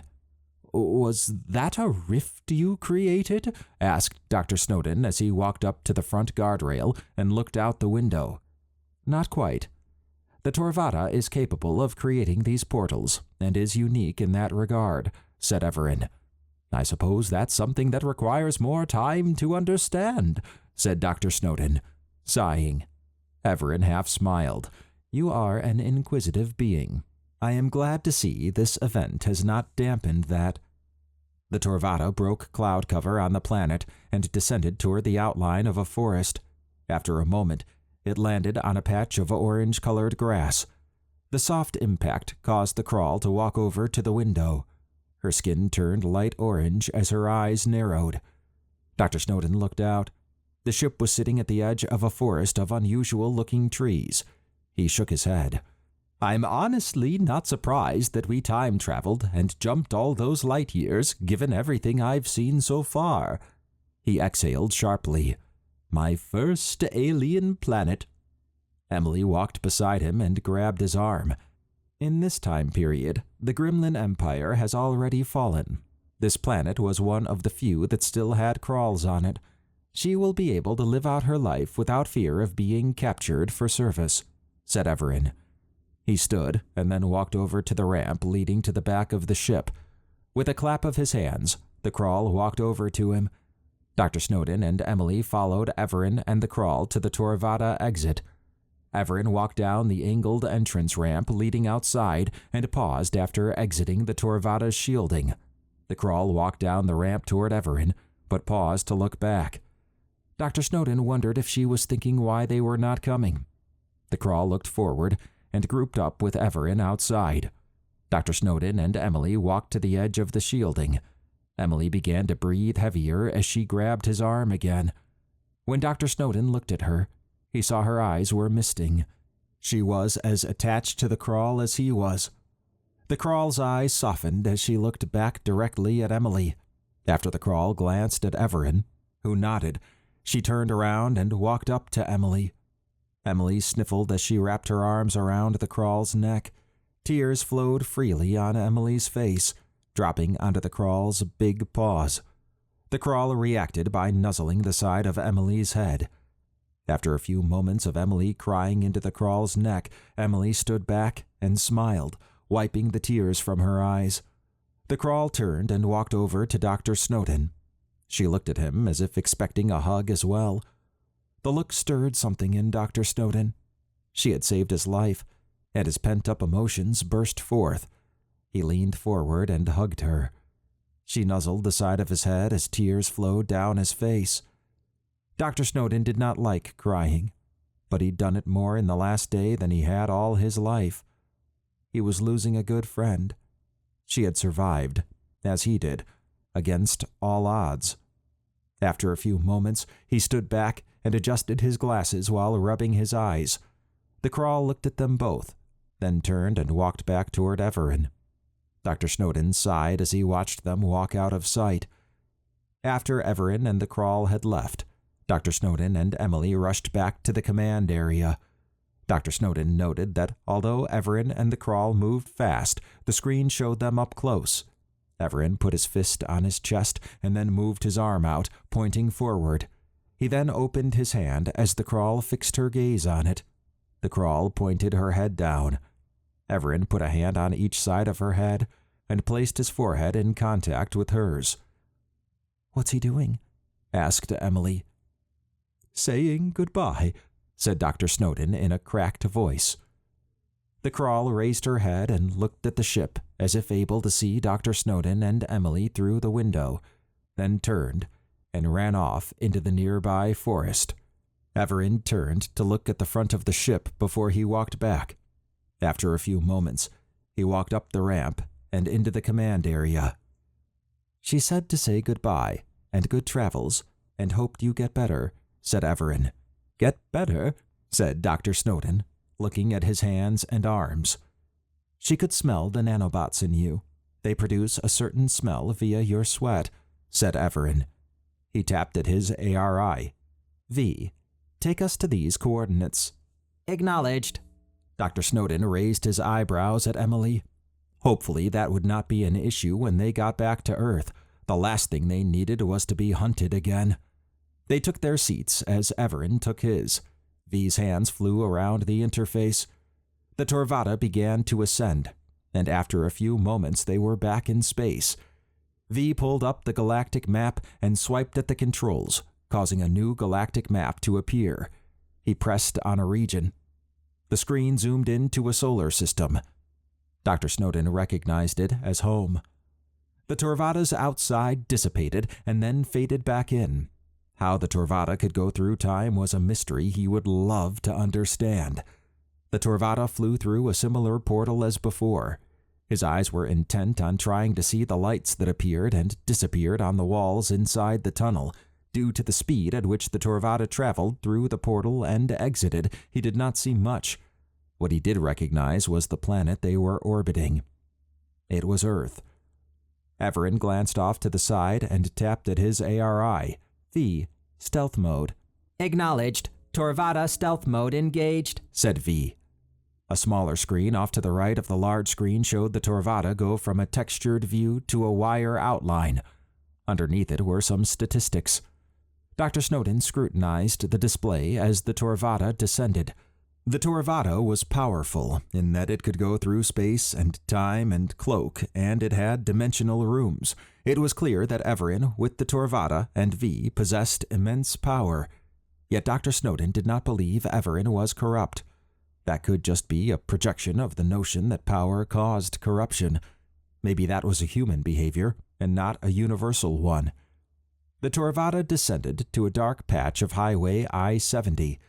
Dr. Snowden could make out the outline of a car on the side of the road. There were no other cars around, and it was quiet. He remembered hearing about abductions occurring on dark and lonely roads at night, and had dismissed them out of hand. That would not be the case anymore. One thing he planned to do was scour the internet and see if he could find out more about alleged abductions. Maybe there was some truth to them. The Torvada landed off to the side of the car. "We are now on Earth, by your car, 1 hour after your abduction. It is time to go," said Evaran. "As a point of inquiry, Is there an earlier version of us flying to the Crotovor ship in our solar system? Asked Dr. Snowden. There is, said Evaran, as he half smiled. However, we know how that turns out. Dr. Snowden was not sure how there could be two versions at the same point in time. He was just glad to be back. They followed Evaran outside. Dr. Snowden recognized his car sitting silently on the side of the road. He checked to make sure his car keys were still in his front pocket, and then unlocked the passenger's front door. That's my car, all right. Evaran walked around the car. When he was on the other side, he bent over. Dr. Snowden heard a clinking sound, but when Evaran stood up, Dr. Snowden saw nothing out of the ordinary. Evaran walked back around the car. Your life is now free to continue as it was. I will stop by, let us say, in 3 months, on May 5th, 2012, at 6 o'clock p.m.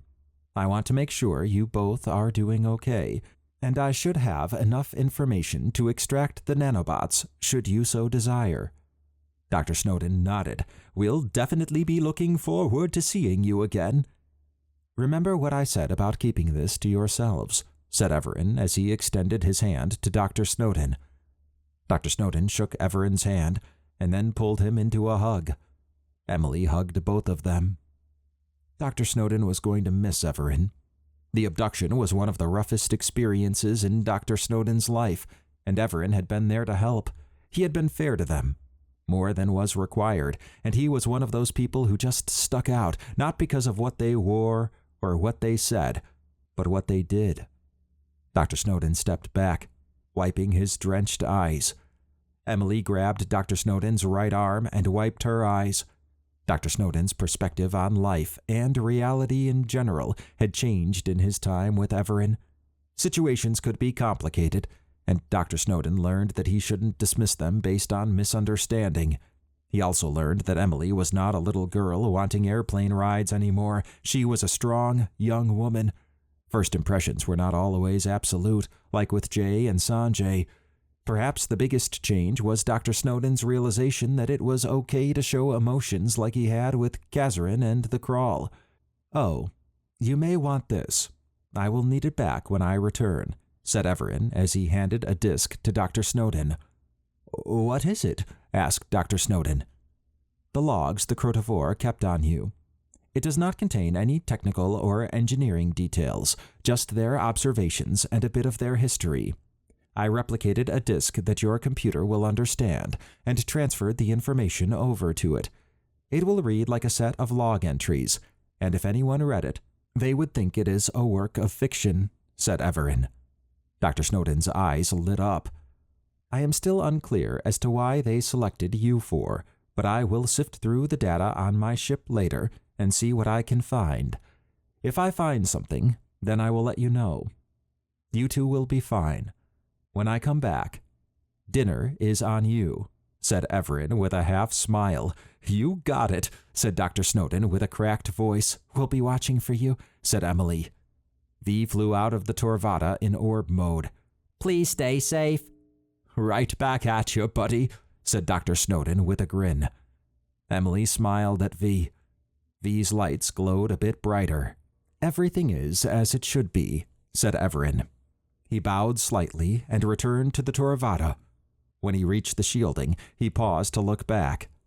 Dr. Snowden saw Evaran wave, turn around, and walk up the ramp while looking at something in his hand. Now the time to get back to normal life was upon them, and as Evaran had said, everything was as it should be. At least Dr. Snowden hoped so. The end. Epilogue. Jay's eyes burst open as he sat up on a slab.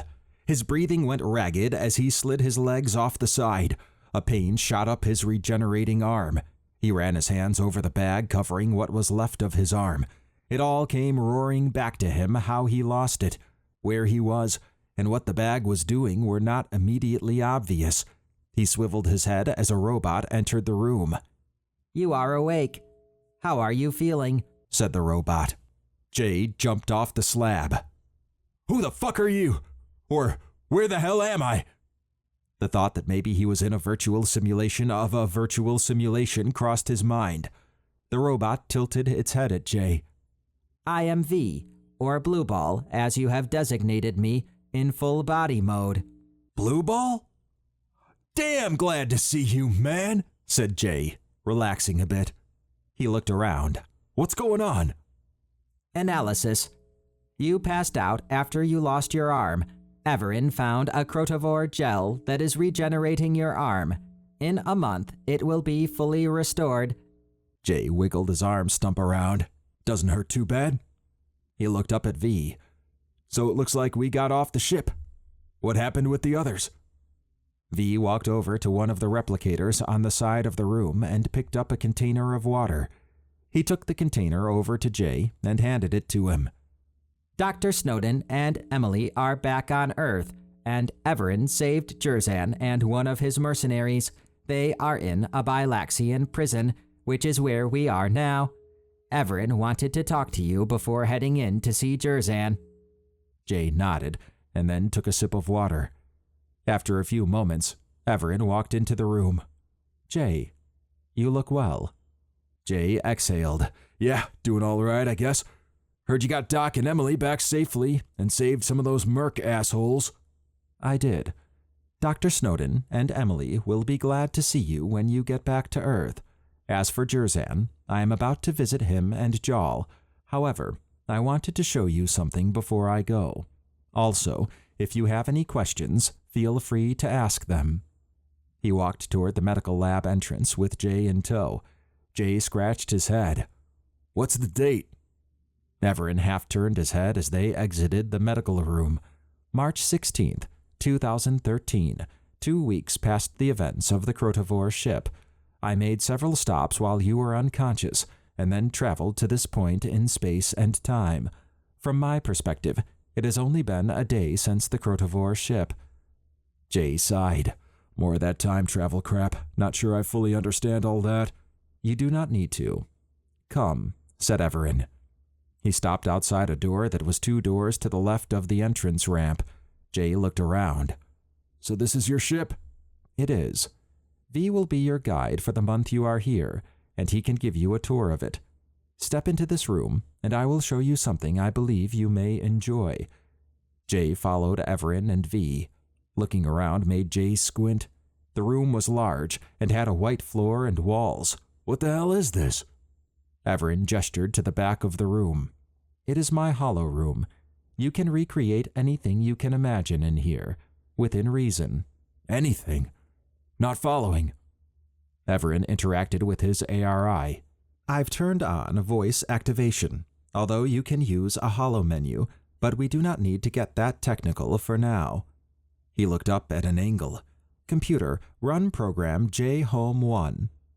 The white walls shimmered as the room changed into a replica of the street Jay's house was on. Jay stumbled back. What the fuck? We are still in the room. These are just solid holograms. Jay reached down to touch the street. His eyes widened.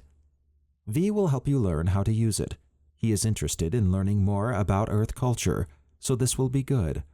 Any other questions before I head out? Jay smirked. Can it create living things? It creates an approximation. Jay's smile widened as he pointed at Evaran. Ah, man, you know what I'm talking about. Evaran half smiled. I do. V, make sure the room's busy signal is set appropriately. I will be back soon, and we can have dinner, or if you wish to discuss more things, we can.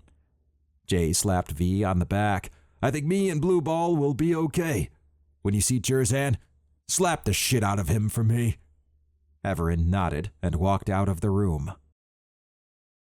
Evaran exited the Torvata, where 2 Bilaxian guards awaited him alongside Warden Borox. It's been a while, said Borox. It has, said Evaran, forearm shaking with Borox. I didn't think you were going to come back, but I see you sent Jerzan and I guess what's left of the Bloodbores here. Evaran nodded. Funny thing, the life pod they were found in didn't match anything we've ever seen before. There was a broadcast, though, that said to send them here. I suspect that was all you. It was. I am sure you heard of the alien ship that flew into the sun. Borox nodded. Jerzan and the Bloodbores were trying to salvage parts of it, but then decided to come after me and the group I was helping. Borox laughed. Didn't work out for them, apparently. It did not, said Evaran. I let Hosk and Galket go, and believe they may change their ways now that they know I was involved. Also, the life pod had no technological advancements that would further disrupt things. Makes sense. Jerzan and Jaul are in their cell. They've made friends with that Grecho character you brought before. Still, they're Dalaruns in a Bilaxian prison. They've had a few rough days since they've been in here. I appreciate you letting me visit. Borox eyed Evaran. After all you've done, you're always welcome here. All right, before you leave the prison, I'd like to chat with you if you have time. I will stop in. Good. I almost forgot. Is V around? Evaran half smiled. Yes, and I am sure he would like to talk with you since you knew his previous incarnation as U4. We could do that, said Borox. He nodded at the guards. The guards acknowledged Borox and Evaran, and then escorted Evaran into a large building built inside an asteroid. After 20 minutes of various checkpoints, they arrived at a dimly lit hallway with metallic doors on each side. They walked to the second door on the left, where one of the guards pressed a button on the wall console outside the door. Hey, assholes!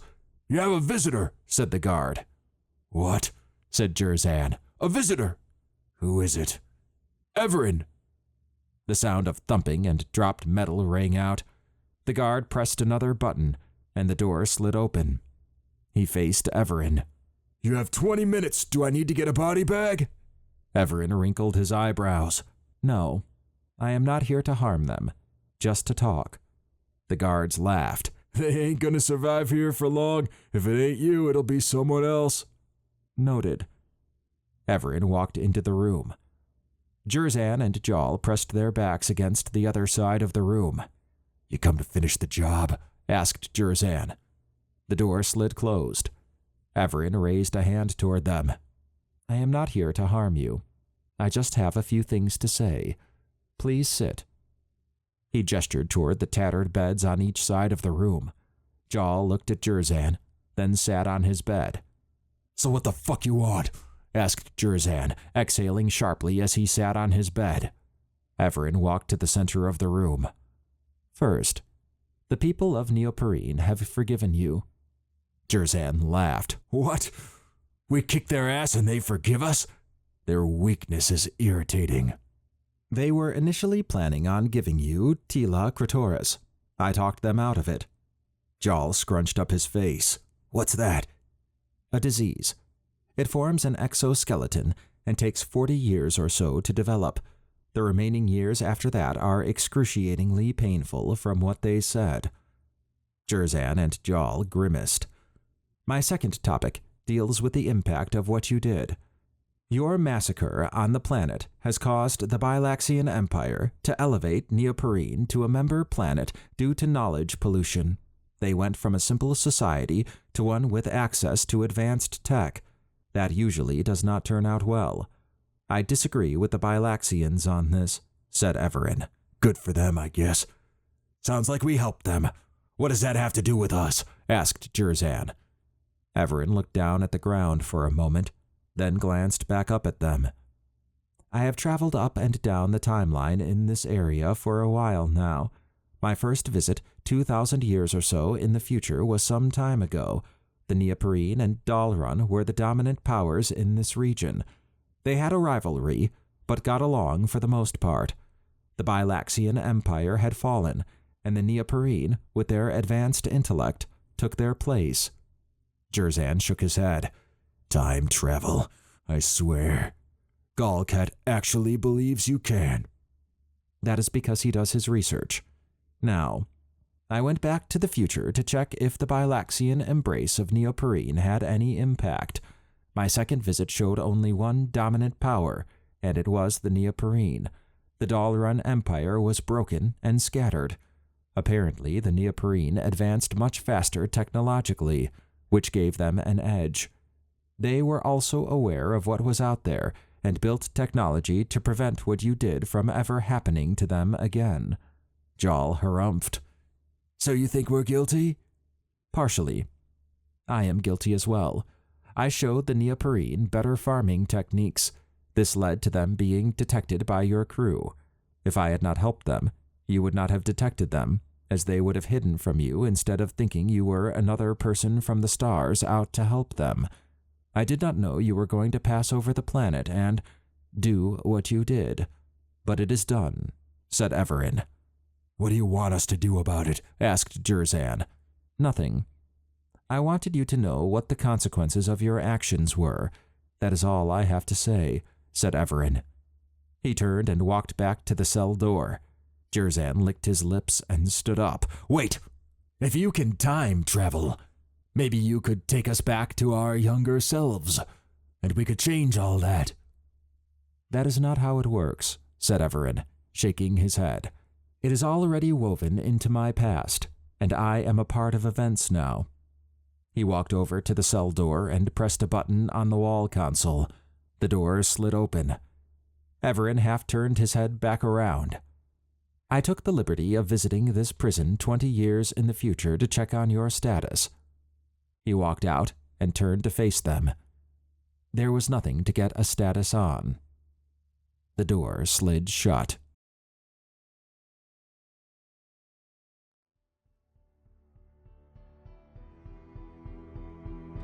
This has been The Awakening, Book 1 of the Evaran Chronicles, written by Adair Hart, narrated by Michael Pauly. Copyright 2015 by Adair Hart. Production copyright 2015 by Adair Hart.